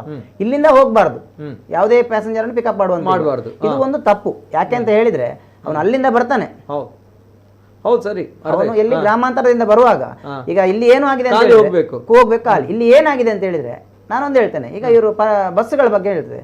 ಸುರತ್ಕಲ್ಲಿಂದ ಅಥವಾ ಉಡುಪಿಯಿಂದಲೇ ಲೆಕ್ಕ ಹಾಕಿ ಪಿಕಪ್ ಮಾಡಿಕೊಂಡು ಬಂದು ಇಲ್ಲಿಂದ ಖಾಲಿ ಹೋದ್ರೆ ಬಸ್ಸಿನವರು ಏನು ಮಾಡ್ಬೇಕು? ಕರೆಕ್ಟ್. ಇದು ನಿಜವಾದ ಒಂದು ಅದು ನಿಮಗೆ ಪ್ರೊವಿಷನ್ಸ್ ಇದೆ, ಅದು ಅಂತದ್ದು ನಿಮಗೆ ಅದು ಇದೆ, ನಮಗೆ ಸಹಾಯ, ಅದು ನಮಗೊಂದು ಸಹಾಯ ಆಗುವಂಥದ್ದು. ಅವರಿಗೆ ಅದು ಇನ್ನೊಂದು ವಿಚಾರ, ಅದರ ಬಗ್ಗೆ ತಮ್ಮ ಅಭಿಪ್ರಾಯ ಏನು ಅಂತ ಕೇಳುವಂಥದ್ದು. ಇನ್ನೊಂದು ವಿಚಾರ, ಇದೇ ನಾವು ಈಗ ನಮಗೆ ಯಾವ ರೀತಿ ಪ್ರೊವಿಷನ್ಸ್ ಇದೆ, ಈಗ ಇವರು ಹೋಗ್ತಾರೆ, ಇವರಿಗೂ ಹಾಗೆ. ಈಗ ಸುರತ್ಕಲ್ಲಿಂದ ಇದು ಮಂಗಳೂರಿಂದ ಈಗ ಮುಲ್ಕಿಗೆ ಹೋದ್ರೆ ಆ ಕಡೆಯಿಂದ ಸುರತ್ಕಲ್ವರೆಗೆ ಯಾವುದೇ ಜನ ಹಾಕ್ಲಿಕ್ಕಿಲ್ಲ ಲೆಕ್ಕ. ಅದನ್ನು ತೆಗಿಬೇಕು. ಯಾಕೆಂತ ಹೇಳಿದ್ರೆ ಎಲ್ಲ ಕಡೆ ಇವರಿಗೆ ನಾನು ಹೇಳಿದೆ, ಇವರನ್ನು ಮಂಗಳೂರಲ್ಲಿ ಮಾತ್ರ ಓಡಿಸಿ ಅಂತ ನಾನು ಹೇಳ್ತಾ ಇಲ್ಲ, ಇವರಿಗೂ ಎಲ್ಲ ಹೋಗುವಂತ ಜಾಗ ಯಾವುದು. ಈಗ ಒಂದು ರಿಕ್ಷಾ ಅಂತ ಹೇಳುವಂಥದ್ದು ಎಲ್ಲಿವರೆಗೆ ಓಡುತ್ತದೆ ಅಂತ ಹೇಳುವಂಥದ್ದು ಆ ರಿಕ್ಷಾ ಚಾಲಕನಿಗೆ ಮಾತ್ರ ಗೊತ್ತು. ಈಗ ನಮ್ಮ ಮಾನ್ಯ ಬಹಳ ಒಬ್ಬ ದಕ್ಷ ಅಧಿಕಾರಿ ಅಂತಲೇ ನಾನು ಹೇಳ್ತೇನೆ ನಮ್ಮ ಜಿಲ್ಲಾಧಿಕಾರಿ ಅವರನ್ನು. ಯಾಕೆ ಅಂತ ಹೇಳಿದ್ರೆ ಅವರು ಕೊಟ್ಟ ನಿರ್ಧಾರ ಜಿಲ್ಲೆಯಾದ್ಯಂತ ಸಂಚಾರ ಅಂತ ಹೇಳಿ, ನಾನು ಒಪ್ತೇನೆ, ಅದನ್ನು ನಾನು ಹೇಳ್ತೇನೆ. ಜಿಲ್ಲೆಯಾದ್ಯಂತ ಸಂಚಾರ ಅಂತ ಹೇಳಿದ್ರೆ ಎಲ್ಲ ಕಡೆ ಹೋಗಿ ಬರುವಂಥದ್ದು ಅಂತ. ಇದು ಈಗ ಒಂದು ಮಂಗಳೂರಿಂದ ಹೋದ ಗಾಡಿ ಈಗ ಎಲ್ಲ ಗಾಡಿಯಲ್ಲಿರುವಂಥದ್ದು ಈಗ ಹೈಯೆಸ್ಟ್ ಇರುವಂಥದ್ದು ಹೇಳಿದ್ರೆ 170ರವರೆಗೆ ಮೈಲೇಜ್ ಇದೆ ಎಲ್ಲ ಬೇರೆ ಬೇರೆ ಕಂಪನಿಯಲ್ಲಿ, ಕೆಲವು 150 ಇದೆ. ಮಂಗಳೂರಿಂದ ಸುಬ್ರಹ್ಮಣ್ಯಕ್ಕೆ ಹೋಗಿ ಸುಬ್ರಹ್ಮಣ್ಯದಿಂದ ಮಂಗಳೂರಿಗೆ ಬರಬೇಕಾದ್ರೆ 200 ಹತ್ರ ಕಿಲೋಮೀಟರ್ 200ರಿಂದ ಮೇಲೆ ಆಗ್ತದೆ. ಹಾಗೆ ಬರ್ಲಿಕ್ಕೆ ಆಗುದಿಲ್ಲ. ಹಾಗೆ ಆ ಬಾಡಿಗೆನ ಯಾರು ಹೋಗುದು ಸಹ ಇಲ್ಲ. ಅರ್ಥ ಆಯ್ತು? ಅವಕಾಶ ಕೊಟ್ಟಿದ್ದಾರೆ ಅಂತ ಹೇಳಿ ಎಲ್ಲವನ್ನು ನಾವು ಪಡ್ಕೊಳ್ಳಿಕ್ಕೆ ಆಗುದಿಲ್ಲ. ಏನು ಅವಕಾಶ ಕೊಟ್ಟಿದ್ದಾರೆ ಹಾಗೆ ಅಂತ ಹೇಳಿ. ಅದೇ ಸುಬ್ರಹ್ಮಣ್ಯದವರು ಈಗ ಇವ್ರು ಹೇಳ್ತಾರೆ ಪುತ್ತೂರಿನಿಂದ ಬರ್ತಾರೆ, ಬೆಂಗಳೂರಿಂದ ಬರ್ತಾರೆ, ಇದು ಇನ್ನೊಂದು ಕಡೆಯಿಂದ ಬರ್ತಾರೆ ಅಂತ. ನೋಡಿ ಸ್ವಾಮಿ, ನಾನು ಕೇಳ್ತೇನೆ, ಒಂದು ಮಂಗಳೂರಲ್ಲಿ ಒಂದು ಸಿಂಗಲ್ ಬೆಡ್ರೂಮ್ ಮನೆಗಿರುವಂಥದ್ದು ರೇಟ್ ಎಷ್ಟು ಸರ್? 6,000. ಅವನಿಗೆ ಇಲ್ಲಿ ಸುಳ್ಯದಿಂದ ಬಂದು ಇಲ್ಲಿ ರೂಮ್ ಮಾಡಿ ಡೆಪಾಸಿಟ್ ಕೊಟ್ಟು ರೂಮ್ ಮಾಡಿ ಇಲ್ಲಿ ದುಡಿಯೋದು ಉತ್ತಮವ ಅಥವಾ ಅವನ ಊರಿನಲ್ಲೇ ದುಡಿಯೋದು ಉತ್ತಮವ? ಸರಿ, ಅರ್ಥ ಆಯ್ತಲ್ವಾ? ಅವನ ಊರಿನಲ್ಲೇ ದುಡಿಯೋದು ಉತ್ತಮ ಅಲ್ವಾ? ಯಾಕೆಂತ ಹೇಳಿದ್ರೆ 6,000 ಅವನಿಗೆ ಪ್ಲಸ್, ಅಲ್ಲಿ ಕೊಡುವಂತಹ ಡೆಪಾಸಿಟ್ ಪ್ಲಸ್. ಸರಿ, ಅಲ್ಲಿ ಈಗ ಇಲ್ಲಿ ಮಂಗಳೂರು ನಗರ ಬಿಟ್ರೆ ಮೀಟರ್ ಆ ಕಡೆ ಎಲ್ಲೂ ಇಲ್ಲ ಮೀಟರ್. ಪುತ್ತೂರಲ್ಲೂ ಇಲ್ಲ, ಎಲ್ಲೂ ಇಲ್ಲ ಮೀಟರ್ ಇಲ್ಲ. ಅಂದ್ರೆ ಕಿಲೋಮೀಟರ್ ಲೆಕ್ಕದಲ್ಲಿ ಬಾಡಿಗೆ ಮಾಡಿ ಹೋಗ್ತಾರೆ. ಅದೇ ಅವರಿಗೆ ಒಳ್ಳೇದು. ಯಾರು ಬರೋದಿಲ್ಲ. ಇದೆಲ್ಲ ಏನು ಹೋದ್ನಾ ಪೊಳ್ಳು ಆರೋಪಗಳು. ಪುತ್ತೂರಿನಿಂದ ಬರ್ತಾರೆ, ಈ ಕಡೆ ಪಡುಬಿದ್ರೆಯಿಂದ ಬರ್ತಾರೆ, ಕಾರ್ಕಳದಿಂದ ಬರ್ತಾರೆ. ಹಾಗಾದ್ರೆ ಅಲ್ಲಿಯ ಜನಗಳು ಎಲ್ಲಿ ಹೋಗ್ಬೇಕು? ಯಾವ್ದ್ರಲ್ಲಿ ಹೋಗ್ಬೇಕು? ಕರೆಕ್ಟ್ ಕಷ್ಟ ಅಂತ ಹೇಳ್ತೀರಿ. ಅದೆಲ್ಲ ಆಗುವಂತ ವಿಚಾರಗಳಲ್ಲ. ಎಸ್ ಸರ್, ಬಹಳಷ್ಟು ಕರೆಗಳಿದೆ, ಅದೇ ಕ್ಷಮಿಸಿ ದಯಮಾಡಿ ಇನ್ನು ಮುಂದಕ್ಕೆ ಕರೆಗಳನ್ನು ತೆಗೆದುಕೊಳ್ತಾ ಇಲ್ಲ, ಯಾಕಂದ್ರೆ ಸಮಯದ ಭಾವ ತುಂಬಾ ಇದೆ. ಹಾಗಿದ್ದಾಗ ಬಹಳಷ್ಟು ವಿಚಾರಗಳನ್ನ ಚರ್ಚೆ ಮಾಡಿದ್ದೇವೆ. ಅಂಡ್ ಐವನ್ ಡಿಸೋಸ್ ಅವರು ಏನು ಹೇಳಿದ್ದಾರೆ, ಯಾರ ಪರವಾಗಿ ನಿಂತಿದ್ದಾರೆ, ಅವರು ಯಾವ ರೀತಿ ಧ್ವನಿ ಎತ್ತಿದ್ದಾರೆ ನೋಡ್ಕೊಂಬನ್ನಿ. ಅವರಿಗೆ ನೀವು ಎಲ್ಲಿ ಬೇಕಾದ್ರೆ ಚಾಲನೆ ಮಾಡಬಹುದು, ಯಾರು ತಗೊಳ್ಬಹುದು, ಎಲ್ಲಿ ಹೋಗ್ಬೋದು, ಅವರಿಗೆ ಪರ್ಮಿಟ್ ಅವಶ್ಯಕತೆ ಇಲ್ಲ ಅಂತ ಹೇಳುವಂತ ಕಾನೂನಿನ ಅಡಿಯಲ್ಲಿ ಈಗ ಮಂಗಳೂರು ನಗರದಲ್ಲಿ ಎಲ್ಲ ರಿಕ್ಷಾ ಚಾಲಕರು ಬೀದಿಗಿಳಿದು ದೊಡ್ಡ ಪ್ರತಿಭಟನೆ ಮಾಡಿದ್ದಾರೆ. ಈಗ 1,000 ರೂಪಾಯಿ ಅವರಿಗೆ ಆಗ್ತಿದ್ದಂತ ದಿನದಲ್ಲಿ ಅವರಿಗೆ ಸಂಪಾದನೆ ಏನಾಗಬೇಕಾಗಿದೆ. ನಾನು ಏನು ಹೇಳ್ತೇನೆ, ಈ ರಿಕ್ಷಾ ಚಾಲಕರುಗಳು ಏನು ಆಟೋ ವಿದ್ಯುತ್ ಚಾಲಿತ ಆಟೋ ರಿಕ್ಷಾಗಳು ಏನಿದ್ದಾರೆ ಅವರಿಗೆ ನಮ್ಮ ಜಿಲ್ಲಾಧಿಕಾರಿಗಳು ಹೈಕೋರ್ಟಿನ ಆದೇಶದಲ್ಲಿ ಒಂದು ತೀರ್ಮಾನ ಕೊಟ್ಟಿದ್ದಾರೆ. ಮೊನ್ನೆ ಅಷ್ಟೇ ಅವರು ತೀರ್ಮಾನ ಪ್ರಕಟ ಮಾಡಿದ್ದಾರೆ. ಅವರು ಎಲ್ಲಿ ಬೇಕಾದ್ರೆ ನಿಲ್ಬಹುದು, ಎಲ್ಲಿ ಬೇಕಾದ್ರೂ ಹೋಗ್ಬಹುದು. ಮಂಗಳೂರು ಮಹಾನಗರದಲ್ಲಿ ಅವರು ಯಾವ ರಿಕ್ಷಾ ಸ್ಟ್ಯಾಂಡ್ ಅಲ್ಲಿ ಅವರು ಪಾರ್ಕ್ ಮಾಡಬಹುದು ಅಂತ ಒಂದು ತೀರ್ಮಾನವನ್ನ ಆದೇಶವನ್ನ ಕೊಟ್ಟಿದ್ದಾರೆ. ಈ ಆದೇಶದ ವಿರುದ್ಧ ರಿಕ್ಷಾ ಚಾಲಕರು ಇವತ್ತು ಬೀದಿಗಿಳಿದು ಹೋರಾಟ ಮಾಡ್ತಾರೆ. ನನ್ನ ಸಲಹೆ ಏನಿದೆ ಅಂದ್ರೆ, ಕೇಂದ್ರ ಸರ್ಕಾರ ವಿದ್ಯುತ್ ಚಾಲಿತ ರಿಕ್ಷಾಗಳಿಗೆ ಯಾವುದು ಬೇಡ ಅಂತ ತೀರ್ಮಾನ ಮಾಡಿರ್ಬೋದು, ಆದ್ರೆ ಎಲೆಕ್ಟ್ರಿಕ್ ಇದು ಸಾರಿಗೆ ಅಂತ ಹೇಳುವಂತ ಏನು ಡಿಪಾರ್ಟ್ಮೆಂಟ್ ಇದೆ, ಇದು ಬರೇ ಕೇಂದ್ರ ಸರ್ಕಾರಕ್ಕೆ ಸೀಮಿತವಾಗಿರುವುದಿಲ್ಲ, ರಾಜ್ಯ ಮತ್ತು ಕೇಂದ್ರ ಸರ್ಕಾರ ಕನ್ಕರೆಂಟ್ ಸಬ್ಜೆಕ್ಟ್ ಇದೆ. ಹಾಗಾಗಿ ರಾಜ್ಯ ಸರ್ಕಾರ ಈ ರಿಕ್ಷಾಗಳಿಗೆ ಇಂಥದ್ದು ತೊಂದರೆ ಆಗುವ ಸಂದರ್ಭದಲ್ಲಿ ರಾಜ್ಯ ಸರ್ಕಾರ ಕೂಡ ಕೆಲವು ಕಂಡೀಷನ್ ಹಾಕಿ ಅವರಿಗೆ ಎಲ್ಲಿ ಚಾಲನೆ ಮಾಡಬೇಕು, ಏನ್ ಮಾಡಿ ಪರ್ಮಿಟೇ ಬೇಡ ಅಂದ್ರೆ ಹಿಂದೆ ಮಾಡಿದಂತ ಪರ್ಮಿಟ್ ಗತಿ ಏನು ಅಂತ ಹೇಳಿ ಒಂದು. ಮತ್ತೆ ನಮ್ಮ ವಾಹನ ಸಂಚಾರ ಮಂಗಳೂರು ನಗರಕ್ಕೆ 4,000 to 5,000 ರಿಕ್ಷಾಗಳು ಸಾಕಾಗ್ತದೆ. ಆದರೆ 8,000 to 9,000 ರಿಕ್ಷಾಗಳಿದ್ದಾವೆ. ಈ ರಿಕ್ಷಾ ಇದ್ದ ರಿಕ್ಷಾ ಚಾಲಕ ಕೊಟ್ಟೆ ಬಾಡಿಗೆ ಇಲ್ಲದಂತ ಪರಿಸ್ಥಿತಿಯಲ್ಲಿ ಮತ್ತೆ ನೀವು ಎಲ್ಲಿ ಬೇಕಾದ್ರೂ ಬರ್ಬೋದು, ಎಲ್ಲಿ ಬೇಕಾದ್ರೂ ಹೋಗ್ಬೋದು. ಅವರಿಗೆ ತೊಂದರೆ ಒಂದು ಈ ಆದೇಶ. ನನ್ನ ಸಲಹೆ ನನ್ನ ಈಗ ರಿಕ್ಷಾ ಚಾಲಕ ಒಬ್ಬ ಸುಳ್ಯದವರು ಇರ್ತಾರೆ. ಸುಳ್ಯದವರು ರಿಕ್ಷಾ ತೆಗೆದುಕೊಂಡ್ರೆ ಆಟೋ ಯಾವುದು ಎಲೆಕ್ಟ್ರಿಕ್ ರಿಕ್ಷಾ, ಅವರು ಸುಳ್ಯದಲ್ಲಿ ಮಾತ್ರ ಚಾಲನೆ ಮಾಡಬೇಕು. ಬಂಡವಾಳ ತಿಂದಿದ್ರೆ ಬಂಡವಾಳದಲ್ಲಿ ಮಾತ್ರ ಮಾಡಬೇಕು, ಉಳ್ಳಾಲದಲ್ಲಿ ಮಾತ್ರ ಮಾಡಬೇಕು ಅಂತ ಒಂದು ಏನಾದರೂ ನಿಯಮ ತಂದ್ರೆ ಬಹುಶಃ ಇಂಥದಕ್ಕೆ ಕಡಿವಾಣ ಹಾಕಲಿಕ್ಕೆ ಸಾಧ್ಯ ಆಗ್ತದೆ. ಅದರ್ವೈಸ್ ಎಲ್ಲ ರಿಕ್ಷಾಗಳು ಎಲ್ಲರೂ ಸುಳ್ಯದವನು ಮಂಗಳೂರು ಬರುದು, ಕೇರಳದವನು ಮಂಗಳೂರು ಬರುದು, ತಮಿಳುನಾಡಿನವರು ಮಂಗಳೂರು ಬರುತ್ತಾರೆ. ಅವ್ರು ಏನ್ ಮಾಡ್ಲಿಕ್ಕೆ ಸಾಧ್ಯ ಇದೆ? ಇದರ ಬಗ್ಗೆ ಒಂದು ಇದು I1 ಡಿಸೋಜರ್ ಧ್ವನಿ ಎತ್ತಿದ್ದಾರೆ ತಮ್ಗಳ ಪರವಾಗಿ. ಏನಂತಂದ್ರೆ ಈಗ ಅಲ್ಲಿ ಸುಳ್ಯದವರು ಕಾರ್ಕಳದವರು ಅಂತ ಹೇಳಿದ್ರು. ಈಗ ನಾನು ಅದ್ರ ಬಗ್ಗೆ ನಮ್ಮ ಆತ್ಮೀಯರು ಹೇಳಿದ್ರು ಅಂತ ಗಾಡಿಗಳು ಬರುವುದಿಲ್ಲ ಅಂತೇಳಿ. ನಾನು ಈಗ ಹೇಳ್ತೇನೆ, BC ರೋಡ್ ಬಂಟ್ವಾಳ ಗಾಡಿ ಚಾರ್ಜ್ಗೆ ಇಲ್ಲೇ ಇಟ್ಟು ಅದೊಂದು ಸ್ಟೇಷನ್ಗಳಿದಾವೆ, ಅಲ್ಲಿ ಇಟ್ಬಿಟ್ಟು ಅವರು ಸಂಜೆ ಬಸ್ಸಲ್ಲಿ ಹೋಗ್ತಾರೆ. ಸಂಜೆ ಬಸ್ಸಲ್ಲಿ ಹೋಗ್ತಾರೆ, ಮತ್ತೆ ಬೆಳಗ್ಗೆ ಅದೇ ಬಸ್ಸಲ್ಲಿ ಬಂದ್ಬಿಟ್ಟು ಅದೇ ಆಟೋ ರಿಕ್ಷಾ ತಗೊಂಡು ದುಡಿತಾ ಇದ್ದಾರೆ. ಇದಕ್ಕೆ ಉದಾಹರಣೆ ನಾನು ಒಂದು ಹೇಳ್ತೇನೆ ಸರ್. CNG ಮತ್ತು LPG ಗಾಡಿಯಲ್ಲಿ CNG ಮತ್ತು LPG ಗಾಡಿಯಲ್ಲಿ ಇರುವಂತವರು ಪುತ್ತೂರಿನವರು ಇದ್ದಾರೆ, ಸುಳ್ಯದವರು ಇದ್ದಾರೆ, ಬೆಳ್ತಂಗಡಿಯವರು ಇದ್ದಾರೆ. ಅರ್ಥ ಆಯ್ತಲ್ವಾ? ಅವರು ಉತ್ತರ ಕನ್ನಡದವರು ಇದ್ದಾರೆ, ನಮ್ಮ ಜಿಲ್ಲೆ ಅಲ್ಲದೆ ನಮ್ಮ ಹೊರಗಿನ ಜಿಲ್ಲೆಯವರು ಇದ್ದಾರೆ. ನಾನು ಇಲ್ಲ ಅಂತ ಹೇಳಿಲ್ಲ ನಿಲ್ಲಿ. ಅದಕ್ಕೆ ಅವ್ರು ಏನ್ ಮಾಡ್ತಾರೆ, ಅವರು ಇದೇ ಮಾಡ್ತಾರೆ, ಇಲ್ಲಿ ಬರ್ತಾರೆ, ದುಡಿತಾರೆ, ಹೋಗ್ತಾರೆ. ಯಾರ ಗಾಡಿಯಲ್ಲಿ ದುಡಿತಾರೆ? ಈಗ ಅವ್ರು ಆಗ ಹೇಳಿದ್ರಲ್ಲ, ಒಬ್ಬನಿಗೆ 25 ರಿಕ್ಷಾ ಇದೆ ಅಂತ. 25 ರಿಕ್ಷಾ. ಹಾಗಾದ್ರೆ CNG ಅವ್ರ ಹತ್ರ ಇಲ್ವಾ? ಅದನ್ನ ಹೇಳಿದ್ನಲ್ಲ ಸರ್. LPG ಅವ್ರ ಹತ್ರ ಇಲ್ವಾ? ಅರ್ಥ ಆಯ್ತಲ್ವಾ? ಆ ರೀತಿ ಮಾಡೋರಿದ್ದಾರೆ. ಹಾಗೆ ಇದ್ದಂತೇಳಿ ಅವನು ಸುಳ್ಯದವನು ಬಂದು ಮಂಗಳೂರಲ್ಲಿ ದುಡಿಬಾರ್ದು ಅಂತ ಹೇಳಿಕ್ ಆಗ್ತದೆ ಸರ್? ನನ್ನ ವಿಚಾರ ಸರ್, ಸಣ್ಣ ವಿಚಾರ ಹೇಳ್ತೇನೆ. ನಮ್ಮ ಮಾನ್ಯ ಇವ್ರು ಹೇಳಿದಾಗೆ, ಅವರು ಹೇಳಿದಾಗೆ, ಅವರು ಈಗ ಇಲ್ಲಿ ಏನ್ ಕೊಟ್ಟಿದ್ದಾರೆ, ದಕ್ಷಿಣ ಕನ್ನಡ ಜಿಲ್ಲೆಯಾದ್ಯಂತ ಸಂಚರಿಸಬಹುದು. ಆದೇಶ ಏನಿದೆ? ದಕ್ಷಿಣ ಕನ್ನಡ ಜಿಲ್ಲೆಯಾದ್ಯಂತ ಸಂಚರಿಸಬಹುದು ಅನ್ನುವಂಥದ್ದು. ಸ್ಟೇಟ್ ಪರ್ಮಿಟ್ ಗಾಡಿಗಳು ಹೇಗೆ ಕರ್ನಾಟಕ ಜಿಲ್ಲೆ ರಾಜ್ಯದಾದ್ಯಂತ ಸಂಚರಿಸಬಹುದು, ಸ್ಟೇಟ್ ಪರ್ಮಿಟ್. ನ್ಯಾಷನಲ್ ಪರ್ಮಿಟ್ ಹೇಗೆ ಆಲ್ ಇಂಡಿಯಾ ಪರ್ಮಿಟ್, ಎಲ್ಲ ಕಡೆ ಸಂಚರಿಸಬಹುದು. ಇದು ಸಂಚರಿಸಬಹುದು ಅನ್ನುವಂಥದ್ದು ಕೊಟ್ಟಿರುವಂಥದ್ದು. ಇನ್ನೊಂದು ವಿಚಾರ ಏನು ಅಂತ ಹೇಳಿದ್ರೆ, ನೀವು ದಕ್ಷಿಣ ಕನ್ನಡದಲ್ಲಿ ಎಲ್ಲಿಯೂ ಬಾಡಿಗೆ ಮಾಡಬಹುದು ಅಂತ ಹೇಳಿ ಕೊಡ್ಲಿಲ್ಲ, ಸಂಚರಿಸಲಿಕ್ಕೆ ಅವಕಾಶ. ಅದರಲ್ಲಿ ಇಲ್ಲಿ ಕೊಟ್ಟಿರುವಂತದ್ದೇನು, ಮಂಗಳೂರು ನಗರದಲ್ಲಿರುವಂತಹ ರಿಕ್ಷಾಗಳಿಗೆ ಮಂಗಳೂರಿನಲ್ಲಿ ಕೊಡುವಂಥದ್ದು. K19 ರಿಜಿಸ್ಟ್ರೇಷನ್ ಮಂಗಳೂರು ನಗರ ವ್ಯಾಪ್ತಿ ಮತ್ತು ಅದರ ಸುತ್ತಮುತ್ತಲಿರುವಂತವರಿಗೆ ಕೊಡುವಂಥದ್ದು. ಒಂದು ನಿಮಿಷ ಪುತ್ತೂರಿನವನಿಗೆ RTO ಇದ್ರೆ ಪುತ್ತೂರಿನವನಿಗೆ K21 ರಿಜಿಸ್ಟ್ರೇಷನ್ ಆಗ್ತದೆ. 19 ರಿಜಿಸ್ಟ್ರೇಷನ್ ಮಾಡ್ಲಿಕ್ಕೆ ಆಗುದಿಲ್ಲ ಅವನಿಗೆ. ಇಲ್ಲಿ ಅಡ್ರೆಸ್ ಇದ್ರೆ ಕ್ರಮ ಪ್ರಕಾರ 19 ರಿಜಿಸ್ಟ್ರೇಷನ್ ಮಾಡುವಂತದ್ದು ಅಂದ್ರೆ ಇಲ್ಲಿ ಅಡ್ರೆಸ್ಗೆ ಮಾತ್ರ. ಪರ್ಚೇಸಿಂಗ್ ಗಾಡಿಗೆ ಮಾತ್ರ ಚೇಂಜ್ ಆಗ್ತದೆ ವಿನಃ ಬೇರೆ ಇದಕ್ಕೆ ಚೇಂಜಸ್ ಮಾಡ್ಲಿಕ್ಕೆ ಆಗುದಿಲ್ಲ. ಕೊನೆದಾಗಿ ಸಮಯದ ಅಭಾವ ತುಂಬಾನೇ ಇದೆ, ಸೊ ಹಾಗಾಗಿ ಇನ್ನು ಮುಂದಕ್ಕೆ ಕರೆಗಳನ್ನು ತೆಗೆದುಕೊಳ್ತಾ ಇಲ್ಲ, ಕ್ಷಮಿಸಿ ಆ ಒಂದು ವಿಚಾರಕ್ಕೆ. ನನ್ನ ಹತ್ರ ಲಾಸ್ಟ್ ಸೆಕ್ಷನ್. Yes sir. 100 ಆಟೋಗಳ ಕಳೆದ ಬಾರಿದು, ಈ ಸರಿದಲ್ಲ, ಕಳೆದ ಬಾರಿದು 100 ಆಟೋಗಳದ್ದು ಲಿಸ್ಟ್ ನನ್ನ ಹತ್ರ ಇದೆ. ಬಂಟ್ವಾಳ, ಉಳ್ಳಾಲ, ಪುತ್ತೂರು ಅವರಿಗೆ ಅಲ್ಲಿ RTO ಇಲ್ವಾ? ಇಲ್ಲಿದ್ದು K19 ರಿಜಿಸ್ಟ್ರೇಷನ್ ಹಾಕಿಬೇಕು. ದುಡಿಯೋನು ಎಲ್ಲಿ ಸಹ ದುಡಿತಾನೆ, ಅದು ಬೇರೆ ವಿಷಯ. ಹೇಗಾದ್ರೂ ಬಂದು ದುಡಿತಾನೆ. ಹಾಗಾದ್ರೆ ನೀವು CNG ಗಾಡಿಯವರಿಗೆ ಕೇಳಿ, ಒಂದು ನಿಮಿಷ ನಿಲ್ಲಿ. CNG ಗಾಡಿಯವರಿಗೆ ಕೇಳಿ, ಬಾಗಲಕೋಟೆಯಿಂದ ಬಂದು ಇಲ್ಲಿ ದುಡಿದಿದ್ದಾರಲ್ಲ, ಅವರೇ ಅಲ್ಲಿ RTO ಇಲ್ವಾ? ಅವರಿಗೆ ಅಲ್ಲಿ RTO ಇಲ್ವಾ? ನಾವೀಗ ಹೇಳುವಂತದ್ದು ಏನು 100 ದಾಖಲೆಗಳಂತ ಹೇಳಿದ್ವಿ, ಅದು ಅನಧಿಕೃತ ದಾಖಲೆಗಳಲ್ಲ. ಇದು ಅಧಿಕೃತವಾಗಿ ಸಂಚಾರಿ ಪೊಲೀಸ್ ನಿಯಮದಲ್ಲಿರುವಂತದ್ದು ದಾಖಲೆಗಳು. ಆ ದಾಖಲೆಗಳಲ್ಲಿ ಬಂಟ್ವಾಳ, BC ರೋಡ್ ಇಲ್ಲಿಯವರು ಆಗ ಇದಿರ್ಲಿಲ್ಲ, ಯಾವುದು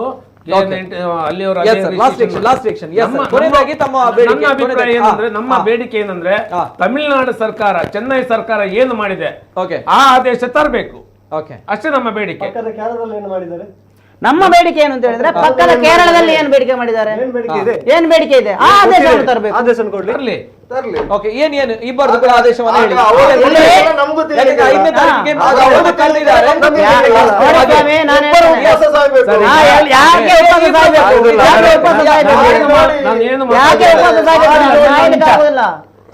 ಚೆನ್ನೈ ಬಗ್ಗೆ ಮಾತಾಡಿ, ಇವರು ನಮ್ಮ ತಮಿಳುನಾಡು ಬಗ್ಗೆ ಮಾತಾಡಿ, ಸಾರಿ ಕೇರಳದ ಬಗ್ಗೆ ಮಾತಾಡ್ಲಿ. ನಾನು ಏನು ಮಾತಾಡುದಿಲ್ಲ. ಈ ರಾಜ್ಯ ಪತ್ರ ಏನಿದೆ, ಚೆನ್ನೈಯಲ್ಲಿ ಏನಾಗಿದೆ, ಚೆನ್ನೈಯಲ್ಲಿ ಏನಾಗಿದೆ ಅಂದ್ರೆ, ಚೆನ್ನೈ ಸರ್ಕಾರ ಕೇಂದ್ರ ಸರ್ಕಾರ ಇದನ್ನು ಕೊಟ್ಟಂತ ಪರ್ಮಿಟ್ ಅನ್ನು ನಾನು ನನ್ನ ರಾಜ್ಯ ಸರ್ಕಾರದ 1988ರ RTO ನಿಯಮದ ಪ್ರಕಾರ ನನಗೆ ಮಾಡಬೇಕು. ಅದು ನೀನ್ ಹೇಳಿದ ರೇಖೆ ಎಲ್ಲಾನು ಮಾಡ್ಲಿಕ್ಕೆ ಆಗಲ್ಲ, ಪರ್ಮಿಟ್ ಇಲ್ದಲೆ ಹೋಗುವಂತದಲ್ಲ. ನಾವು ಪರ್ಮಿಟ್ ಕೊಡ್ತೇವೆ, ಅವರಿಗೆ ಮುಕ್ತವಾಗಿ ಕೊಡ್ತೇವೆ, ಉಚಿತವಾಗಿ ಕೊಡ್ತೇವೆ. ಆ ಪರ್ಮಿಟ್ ತಗೊಂಡು ನಾವು ಅವರನ್ನು ಕಂಟ್ರೋಲ್ ಮಾಡ್ಲಿಕ್ಕೋಸ್ಕರ ನಮ್ಮ ರಿಜಿಸ್ಟ್ರೇಷನ್ ಅಂದರಲ್ಲಿ ನಮ್ಮ ವ್ಯಾಪ್ತಿ ಅಂಡರ್ ತರ್ತೇವೆ. ಓಕೆ ಓಕೆ ನಿಮ್ಮ ನಿಮ್ಮ ನಿಮ್ಮ ನಿಮ್ಮ ಈಗ ಕೋರಿಕೆ ನಮ್ಮ ಕೋರಿಕೆ ಅದೇನೆ. ಅದೇ ರೀತಿ ಅದೇ ರೀತಿ. ಅಂದ್ರೆ ತಮಗೆ ಯಾವ ರೀತಿ ರೆಸ್ಟ್ರಿಕ್ಷನ್ಸ್ ಇದೆ, ರೂಲ್ಸ್ ಅಂಡ್ ರೆಗ್ಯುಲೇಷನ್ಸ್ ಇದೆ, ಸೇಮ್ ವೇ ಓಕೆ ಓಕೆ ಈಗ ಬರೋಣ. ನಮ್ಮ ಹೊಟ್ಟೆಗೆ ಹೊಡಿತಿದ್ದಾರೆ. ಓಕೆ ಓಕೆ ಈಗ ವೆರಿ ಸಿಂಪಲ್, ನಿಮ್ಗೆ ಯಾವ ರೀತಿ ರೂಲ್ಸ್ ಅಂಡ್ ರೆಗ್ಯುಲೇಷನ್ಸ್ ಇದೆ ಅದೇ ರೂಲ್ಸ್ ಅಂಡ್ ರೆಗ್ಯುಲೇಷನ್ಸ್ ಇವ್ರುಗಳು ಕೂಡ ಅಪ್ಲೈ ಆಗ್ಬೇಕು ಅಂತ ತಾವುಗಳು ಹೇಳ್ತಾ ಇರುವಂತದ್ದು. ಈಗ ಏನು ಅಂದ್ರೆ ತಾವುಗಳಿಗೆ ಹೇಗೆ ವಲಯಗಳಿವೆ ಅದೇ ರೀತಿ ವಲಯಗಳು ಇವ್ರಿಗೆ ಇಡ್ಬೇಕಂತ ಹೇಳುವಂತದ್ದು. ಹೌದು, ಯಾಕಂದ್ರೆ ವಲಯ ಪರ್ಮಿಟ್ ವಿಚಾರವಾಗಿಯೂ ಕೂಡ ತಾವುಗಳು ಹೇಳ್ತಾ ಇರುವಂತದ್ದು. ಬೇರೇನಿಲ್ಲ, ಮಾನ್ಯ ಪೊಲೀಸ್ ನಮ್ಮ ಜಿಲ್ಲಾಧಿಕಾರಿ ಹೇಳಿದ್ರು ವಲಯ ಕಾನ್ಸೆಪ್ಟ್ ಎಲ್ಲಿ ಕೂಡ ಇಲ್ಲ ಅಂತೇಳಿ. ಆದ್ರೆ ಇವತ್ತು ಕೂಡ ಹೋಗಿ ನೋಡಿ, ಮೈಸೂರು, ಹಾಸನ, ಶಿವಮೊಗ್ಗದಲ್ಲಿ, ಬೆಂಗಳೂರಲ್ಲೂ ಕೂಡ BNG ಸೀರಿಯಲ್ ನಂಬರ್ ಅಂತ ಇದೆ. SMG ಶಿವಮೊಗ್ಗ ಅಲ್ಲಿ ಕೂಡ ಸೀರಿಯಲ್ ನಂಬರ್ ಇದೆ. HSN ಹಾಸನ ಅಲ್ಲಿ ಕೂಡ ಸೀರಿಯಲ್ ನಂಬರ್ ಇದೆ. MIS ಮೈಸೂರು ಅಲ್ಲಿ ಕೂಡ ಸೀರಿಯಲ್ ನಂಬರ್ ಇದೆ. ಇದೇ ಮಂಗಳೂರಲ್ಲಿ ಸಿಟಿ ಬಸ್ಗಳು ಕೂಡ ವಲಯ 1 ವಲಯ 2 ಅಂತ ಇದೆ, ಅದು ನಾವು ಕೊಟ್ಟದ. ಅದನ್ನೇ ಫಾಲೋ ಮಾಡ್ಬೇಕಂತ ಹೇಳುವಂತದ್ದು.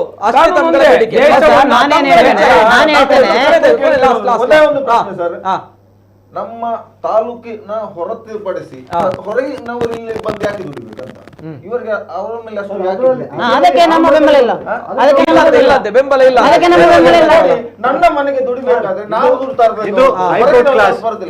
ನನ್ನ ಮನೆಗೆ ಊಟ ಬೇರೆಯವರು ಕೊಂಡೋಗ್ತಿದ್ದಾರೆ, ಇದೆಲ್ಲ ತಮ್ಗೆ ಆಕ್ಷೇಪ.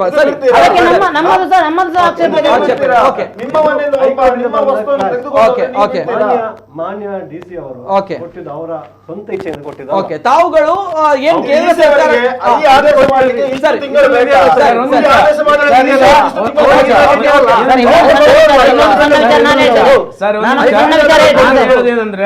ಮಾನ್ಯ ಜಿಲ್ಲಾಧಿಕಾರಿಗಳು ಈ ವಲಯ ಕಾನ್ಸೆಪ್ಟ್ ಅನ್ನು ಯಾರ ಒತ್ತಡಕ್ಕೆ ತಂದಿದ್ದಾರೆ ಅಂತೇಳಿ ನಮಗೆ ನೇರವಾಗಿ ಗೊತ್ತಿದೆ. ನೋಡ್ಲಿ ಸರ್, ಇದು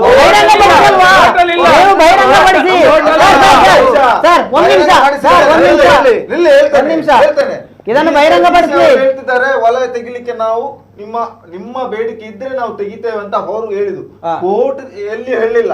ಕೋರ್ಟ್ ಏನ್ ಮಾಡಿದೆ ಅಂದ್ರೆ, ಈಗ DC ಮೊನ್ನೆ ಇವರದ್ದು 22ನೇ ಏನು ಆದೇಶ ಇದೆ ಅದನ್ನು ರದ್ದು ಮಾಡಿದ್ದಾರೆ, ಅದು ಕೋರ್ಟ್ ಅಲ್ಲಿ ಅದನ್ನು ತೆಗೆದಿದ್ದಾರೆ ಹೊರತು ನಮ್ಮದು 98 ಇದು ಮತ್ತೆ 2006ರವರೆಗಿದು ಯಾವ್ದು ಆದೇಶ ಆಗಿದೆ ಅದನ್ನು ತೆಗಿಲಿಲ್ಲ, ಎಲ್ಲಿಯೂ ತೆಗಿಲಿಲ್ಲ. ಅದು ನಮ್ಮ ಕೋರ್ಟ್ ನೋಟಿಸ್ ಅಲ್ಲಿ ಇದೆ. DC ಅವರು ಅದು ತೆಗಿಲಿಕ್ಕೆ ಸಾಧ್ಯ ಇಲ್ಲ, ಯಾಕಂದ್ರೆ ಮೊನ್ನೆ ರಾಜಪತ್ರದಲ್ಲಿ ಕೂಡ ಇದೆ, ಮೊನ್ನೆ ಮಾಡಿದ್ದು ಕೂಡ ಇದೆ. ಆಗಿರುವಾಗ ಕೋರ್ಟ್ ತೆಗೆದಿದೆ ಅಂತ ಯಾವ ಆಧಾರದ ಮೇಲೆ ಇವರು ಹೇಳ್ತಿದ್ದಾರೆ? ರಾಜಪತ್ರದಲ್ಲಿ ಇದಲ್ಲ, ಲಾಸ್ಟ್ ಅಲ್ಲಿ ಮೆನ್ಷನ್ ಮಾಡಿದಾರಲ್ಲ, ಇಲ್ಲಿ ಮಾಡಿದಾರಲ್ಲ.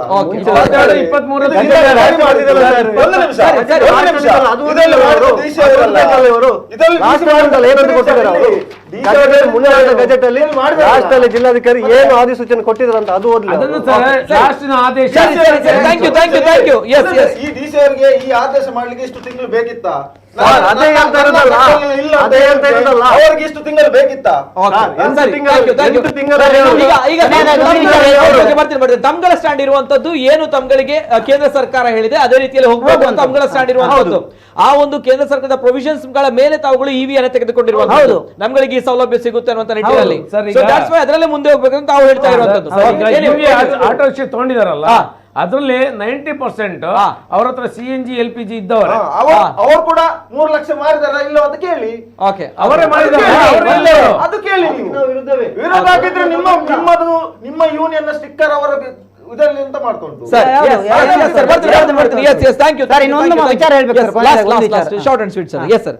ಹೇಳಿ ಸರ್. ನಾನು ಈಗೊಂದು ಇಲ್ಲಿ ಮಾನ್ಯ ಜಿಲ್ಲಾಧಿಕಾರಿಯವರ ಬಗ್ಗೆ ಯಾವುದೇ ಒಂದು ಪ್ರೊಟೆಸ್ಟ್ ಮಾಡುವಾಗಲಿ ಅಥವಾ ಇನ್ನೊಂದು ವಿಚಾರದಲ್ಲಿ ಆಗ್ಲಿ ಮಾನ್ಯ ಜಿಲ್ಲಾಧಿಕಾರಿಯ ಬಗ್ಗೆ ಅವಹೇಳನವಾಗಿ ಮಾತಾಡಿದ್ದಾರೆ ಒಂದು. ಮತ್ತೆ ಪಬ್ಲಿಕ್ ಆಗಿ ಎಲ್ಲಾ ಮಾಧ್ಯಮಗಳ ಮುಂದೆ ನಮ್ಮ ಮಾನ್ಯ ಜಿಲ್ಲಾಧಿಕಾರಿಗಳಿಗೆ ಸೂಟ್ ಕೇಸ್ ಬಂದಿದೆ ಅನ್ನುವಂತ ಒಂದು ವಿಚಾರವನ್ನು ಎತ್ತಿದ್ದಾರೆ. ಈ ವಿಚಾರವನ್ನು ನಾವು ಖಂಡಿತವಾಗಿಯೂ ಖಂಡಿತವಾಗಿ ಖಂಡಿಸ್ತೇವೆ. ಯಾಕೆ ಅಂತ ಹೇಳಿದ್ರೆ ಅವರವರ ಅಭಿಪ್ರಾಯಕ್ಕೆ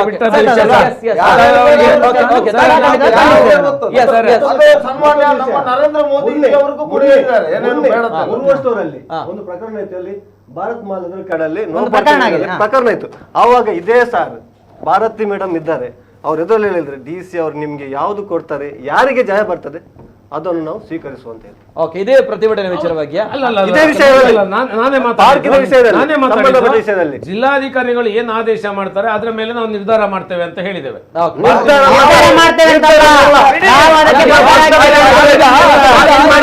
ಓಕೆ ಓಕೆ ಓಕೆ ಇದೇ ಇದೇ ಇದೇ 5ನೇ ತಾರೀಕಿನಂದು ನಮ್ಗೆಲ್ಲ ತಲೆ ಮೇಲೆ ಹಾಕಿದ್ರೆ ನಾವು ಸುಮ್ಮನೆ ಎಸ್ ಇದೇ 5ನೇ ಆಗುದಿಲ್ಲ. ಓಕೆ 5ನೇ ತಾರೀಕಿನಂದು ಅಲ್ಲ, ಜಿಲ್ಲಾಧಿಕಾರಿ ಅವರು ಈ ಆದೇಶ ಮಾಡ್ಬೇಕು ಇಷ್ಟು ತಿಂಗಳು ಬೇಕಿತ್ತು, ಅವತ್ತು ಹೇಳ್ಬೇಕಿತ್ತಲ್ಲ. ಅದೇ ಸರ್ ಹೇಳ್ತಿರೋದು. ಇವತ್ತೊಂದು ವಿಚಾರ ಇವತ್ತೊಂದು ವಿಚಾರ ನಡೆದಿದೆ, ಅದನ್ನು ಹೇಳ್ತೇನೆ ನಾನು. ಡಾನ್ ಬಾಸ್ಕೋ ಹಾಲ್ ನಲ್ಲಿ ಇವ್ರದೊಂದು ಮೀಟಿಂಗ್ ಇತ್ತು. ಇವರ ವಾಯ್ಸ್ ಮೆಸೇಜ್ ಎಲ್ಲಾ ಕಡೆ ವೈರಲ್ ಆಗಿದೆ. EV ರಿಕ್ಷಾದವರು ಯಾರಾದ್ರೂ ನಮ್ಮ ಈ ಮೀಟಿಂಗ್ ನಡೆಯುವಲ್ಲಿ ಬಂದ್ರೆ ಅವನಿಗೆ ಹಾಕುವ ಅಂತ. ಏನ್ ಹಾಕ್ತಾರೆ ಇವರು ಇದು ನಮ್ಮ ಇಲ್ಲಿಂದ ಪೊಲೀಸ್ ಬಂದೋಬಸ್ತ್ ಕೊಟ್ಟಿದ್ದಾರೆ. ನೋಡಿ, ನಮ್ಮ ಸ್ಟೇಷನ್ ಅಲ್ಲಿ ಇವರೇ ಹೋಗಿ ತಿಳ್ಕೊಳ್ಳಿ ಯಾಕೆ ನಾವು ಅಲ್ಲಿ ನಮ್ಮ ಕಾರ್ಯಕ್ರಮಕ್ಕೆ ಸರ್, ನಮ್ಮ ಕೋರ್ ಕಮಿಟಿಯ ಸಭೆಗೆ ಮಾನ್ಯ ಪೊಲೀಸರು ಬಂದೋಬಸ್ತ್ ಕೊಟ್ಟಿದ್ದಾರೆ. ಯಾವ ಕಾರಣಕ್ಕೆ ಕೊಟ್ಟಿದ್ದಾರೆ ಅಂತ ಅವರು ತಿಳ್ಕೊಳ್ಳಿ. ಸರಿ,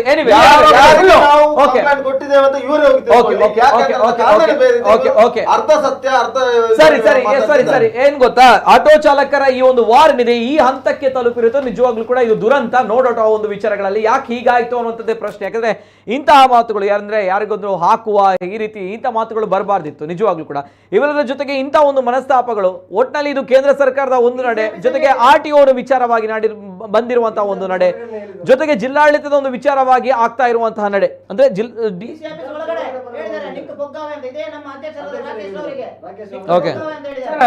ಒಗ್ಗಾವಿ ಅಂತ ಹೇಳುವಾಗ ಜಿಲ್ಲಾಧಿಕಾರಿಗಳಿದ್ದಾರೆ, ಇರ್ಲಿಲ್ವಾ ಜಿಲ್ಲಾಧಿಕಾರಿ? ಸರ್ ಒಪ್ಕೊಳ್ತೀನಿ, ಅದು ಆರೋಪ ಯಾರೇ ಮಾಡಿದ್ರು ಕೂಡ ಅದು ತಪ್ಪು, ಅಕ್ಷಮ್ಯ ಅಪರಾಧ. ಅಲ್ಲಿ ಇವರು ಅವಾಗ್ಲೇ ಆ ವ್ಯಕ್ತಿಯ ಮೇಲೆ ಅವನ ವ್ಯಕ್ತಿಯನ್ನು ಕರ್ಕೊಂಡೋಗಿ ಕೊಡ್ಬೋದಿತ್ತಲ್ಲ. ಇಲ್ಲ ಇಲ್ಲ ಇದನ್ನ ಇದನ್ನ ಡಿಪಾರ್ಟ್ಮೆಂಟ್ ಗಮನಿಸುತ್ತೆ, ಜಿಲ್ಲಾಡಳಿತ ಗಮನಿಸುತ್ತೆ, ಜೊತೆಗೆ ಜನರು ಗಮನಿಸ್ತಾ ಇದ್ದಾರೆ, ಜಿಲ್ಲಾಧಿಕಾರಿ ಗಮನಿಸ್ತಾ ಇದ್ದಾರೆ. ಇದೆಲ್ಲ ಘಟನೆಗಳನ್ನ ಮತ್ತಿನ್ನೊಂದು ಸಮಸ್ಯೆಗಳ ನಡುವೆ ತಮ್ಮಗಳ ವೈಫಲ್ಯವನ್ನು ಕೂಡ ಗಮನಿಸ್ತಾ ಇದ್ದಾರೆ. ಇಂತಹ ಮಾತುಗಳು ಕೇಳಿ ಬರುತ್ತೆ ಅಥವಾ ಇಂತಹ ಒಂದು ಆರೋಪಗಳು ಕೇಳಿ ಬರುತ್ತೆ, ಇನ್ನೊಂದು ನೇರವಾಗಿರುವಂತಹ ಒಂದು ಧಮಕಿಗಳು ಕೇಳಿ ಬರುತ್ತೆ ಅಂತ ಬಂದಾಗ ತಾವುಗಳು ಈ ಒಂದು ವಿಚಾರದ ಬಗ್ಗೆ ಜಿಲ್ಲಾಧಿಕಾರಿಗೆ ಅವಾಚ್ಯ ಶಬ್ದದಿಂದ ನಿಂದಿಸಿದ್ದಾರೆ ಅಂತ ಹೇಳಿದ್ದಾರೆ. ಆ ಅವಾಚ್ಯ ಶಬ್ದಗಳು ನಿಂದಿಸಿದ್ರೆ ಮಾನ್ಯ ಜಿಲ್ಲಾಧಿಕಾರಿಗಳು ಇಲ್ಲಿವರೆಗೆ ಬಿಡ್ತಿದ್ರಾ? ಸರಿ ಸರಿ ಓಕೆ ಓಕೆ ಓಕೆ ಎಸ್, ಇದು ಮತ್ತೊಂದು ಹಂತಕ್ಕೆ ಹೋಗುವಂತದ್ದು ಬೇಡ. ಆದಷ್ಟು ಬೇಗ ಮಾನ್ಯ ಜಿಲ್ಲಾಧಿಕಾರಿ ಅವರು 5ನೇ ತಾರೀಕಿನಂದು ಸಭೆಯನ್ನ ಕರೆದಿದ್ದಾರೆ, ಮೀಟಿಂಗ್ ಅನ್ನ ಕರೆದಿದ್ದಾನೆ. ಇವರೆಲ್ಲ ಜೊತೆ ಮಾತಾಡಬೇಕು, ಏನ್ ಕತೆ ಏನ್ ಸಮಸ್ಯೆಗಳು ಅನ್ನುವಂಥದ್ದು. ಆ ನಿಟ್ಟಿನಲ್ಲಿ ಅವರು ಕಾನೂನಾತ್ಮಕವಾಗಿ ನಮ್ಮ ವಿಷಯದಲ್ಲಿ ಮಾತುಕತೆ ಸರ್, ನಮ್ಮ ವಿಷಯದಲ್ಲಿ ಒತ್ತಡಕ್ಕೆ ಬಂದು ನಾವು ನಿಮ್ಮನ್ನು ಕರೆದು ಮಾತಾಡ್ತೇವೆ ಅಂತ ಹೇಳಿ ಕರೆಕ್ಟ್ EV ಅವರನ್ನು ಕರಿತೀವಿ ಅಂತ ಹೇಳಿಲ್ಲ, ನಮ್ಮನ್ನು ವಿಚಾರವನ್ನು ಪ್ರಸ್ತಾಪ ಮಾಡಿ ರೀತಿಯಲ್ಲಿ ಮಾತಾಡ್ತಾರೆ. ನಮ್ಮ ಸ್ವಂತ ಬಗ್ಗೆ ಮಾಡುತ್ತಿದೆ 1000-3000 ಜನ ಬಂದು ಇಲ್ಲ ಇಲ್ಲ ಕರೆಕ್ಟ್ ಕರೆಕ್ಟ್ ಇಲ್ಲ ನಾವು ಒಂದೇ ಹೇಳ್ಬೇಕು ಅಲ್ಲಿ 1000 ಜನ ಸೇರ್ತಾರೆ ಅಂತ ಬಂದಾಗ ಪ್ರತಿಭಟನೆ, 1000 ಜನ ಸೇರ್ತಾರೆ ಅನ್ನೋದು ಪ್ರತಿಭಟನೆ. 1000 ಜನ ಅಲ್ಲಿ ಸೇರ್ತಾರೆ ಅಂತ ಬಂದ ಪ್ರತಿಭಟನೆ, ಅದನ್ನ ಜಿಲ್ಲಾಡಳಿತ ಕೂಡ ಗಮನಿಸಿದೆ. ಸಾವಿರಾರು ಜನರಿಗೆ ಸಮಸ್ಯೆ ಆಗುತ್ತೆ, ಯಾಕೆ ಸೇರಿದ್ದಾರೆ ಅಂತ ಬಂದಾಗ ವ್ಯಾಲಿಡ್ ರೀಸನ್ ಇರಬಹುದು. ಸೊ ದಟ್ಸ್ ವೈ ಜಿಲ್ಲಾಧಿಕಾರಿ ಅವರು ಈ ಒಂದು ವಿಚಾರವನ್ನ ಗಮನಿಸ್ತಾರೆ, ಇದಕ್ಕೆ ಸರಿಯಾಗಿರುವಂತಹ ಒಂದು ಸೊಲ್ಯೂಷನ್ ಅನ್ನ ಕೊಡ್ತಾರೆ ಅನ್ನುವಂತ ನಂಬಿಕೆ ಇದೆ. ಅಟ್ ದ ಸೇಮ್ ಟೈಮ್ ಕೇಂದ್ರ ಸರ್ಕಾರ ಕೊಟ್ಟಿರುವಂತಹ ಒಂದು ಪ್ರೊವಿಷನ್ಸ್ ಇವ್ರುಗಳಿಗೂ ಕೂಡ ಏನ್ ಮಾಡ್ಲಿಕ್ಕಾಗಲ್ಲ. ಇವೆಲ್ಲದರ ಜೊತೆಗೆ ಅವ್ರಗಳಿಗೆ ಮಾತ್ರ ವಿನಾಯಿತಿ ಯಾಕೆ, ನಮ್ಗಳಿಗೆ ಯಾಕಿಲ್ಲ ಅನ್ನೋ ಅವ್ರಗಳ ಒಂದು ವಿಚಾರ. ಸೊ ಹಾಗಾಗಿ ಇಬ್ಬರನ್ನು ಕೂಡ ಯಾರನ್ನು ಕೂಡ ದೂರುವಂತಿಲ್ಲ. ಏನಾಗುತ್ತೆ, ಏನ್ ನಿರ್ಧಾರವನ್ನ ಜಿಲ್ಲಾಡಳಿತ ತೆಗೆದುಕೊಳ್ಳುತ್ತೆ, ಜಿಲ್ಲಾಧಿಕಾರಿ ತೆಗೆದುಕೊಳ್ತಾರೆ ಅನ್ನೋದೇ ಪ್ರಶ್ನೆ.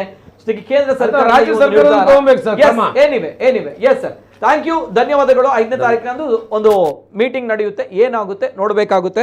ಜೊತೆಗೆ ಇವತ್ತಿನ ಕಾರ್ಯಕ್ರಮದಲ್ಲಿ ನಮ್ಮ ಜೊತೆ ಪ್ರಜೇಶ್ ಅವರು ಥ್ಯಾಂಕ್ ಯು ಸರ್, ಅದೇ ರೀತಿ ಮೊಹಮ್ಮದ್ ರಿಯಾಜ್ ಅವರು ಥ್ಯಾಂಕ್ ಯು ಸರ್, ಅದೇ ರೀತಿ ಭರತ್ ಕುಮಾರ್ ಅವರು ಸರ್ ಥ್ಯಾಂಕ್ ಯು ಸರ್, ಅದೇ ರೀತಿ ಅರುಣ್ ಕುಮಾರ್ ಅವರು thank you sir, 4 of you thank you sir, thank you. ಇದು ಇವತ್ತಿನ ವಿಶೇಷ. ನಿರಂತರ ಸುದ್ದಿ ಹಾಗೂ ಮನೋರಂಜನೆಗಾಗಿ ನೋಡ್ತಾ ಇರಿ ನಮ್ಮ ಕುಡ್ಲ ನ್ಯೂಸ್ 24/7. ಎಲ್ಲೇ ಮೀರಿದಂತಹ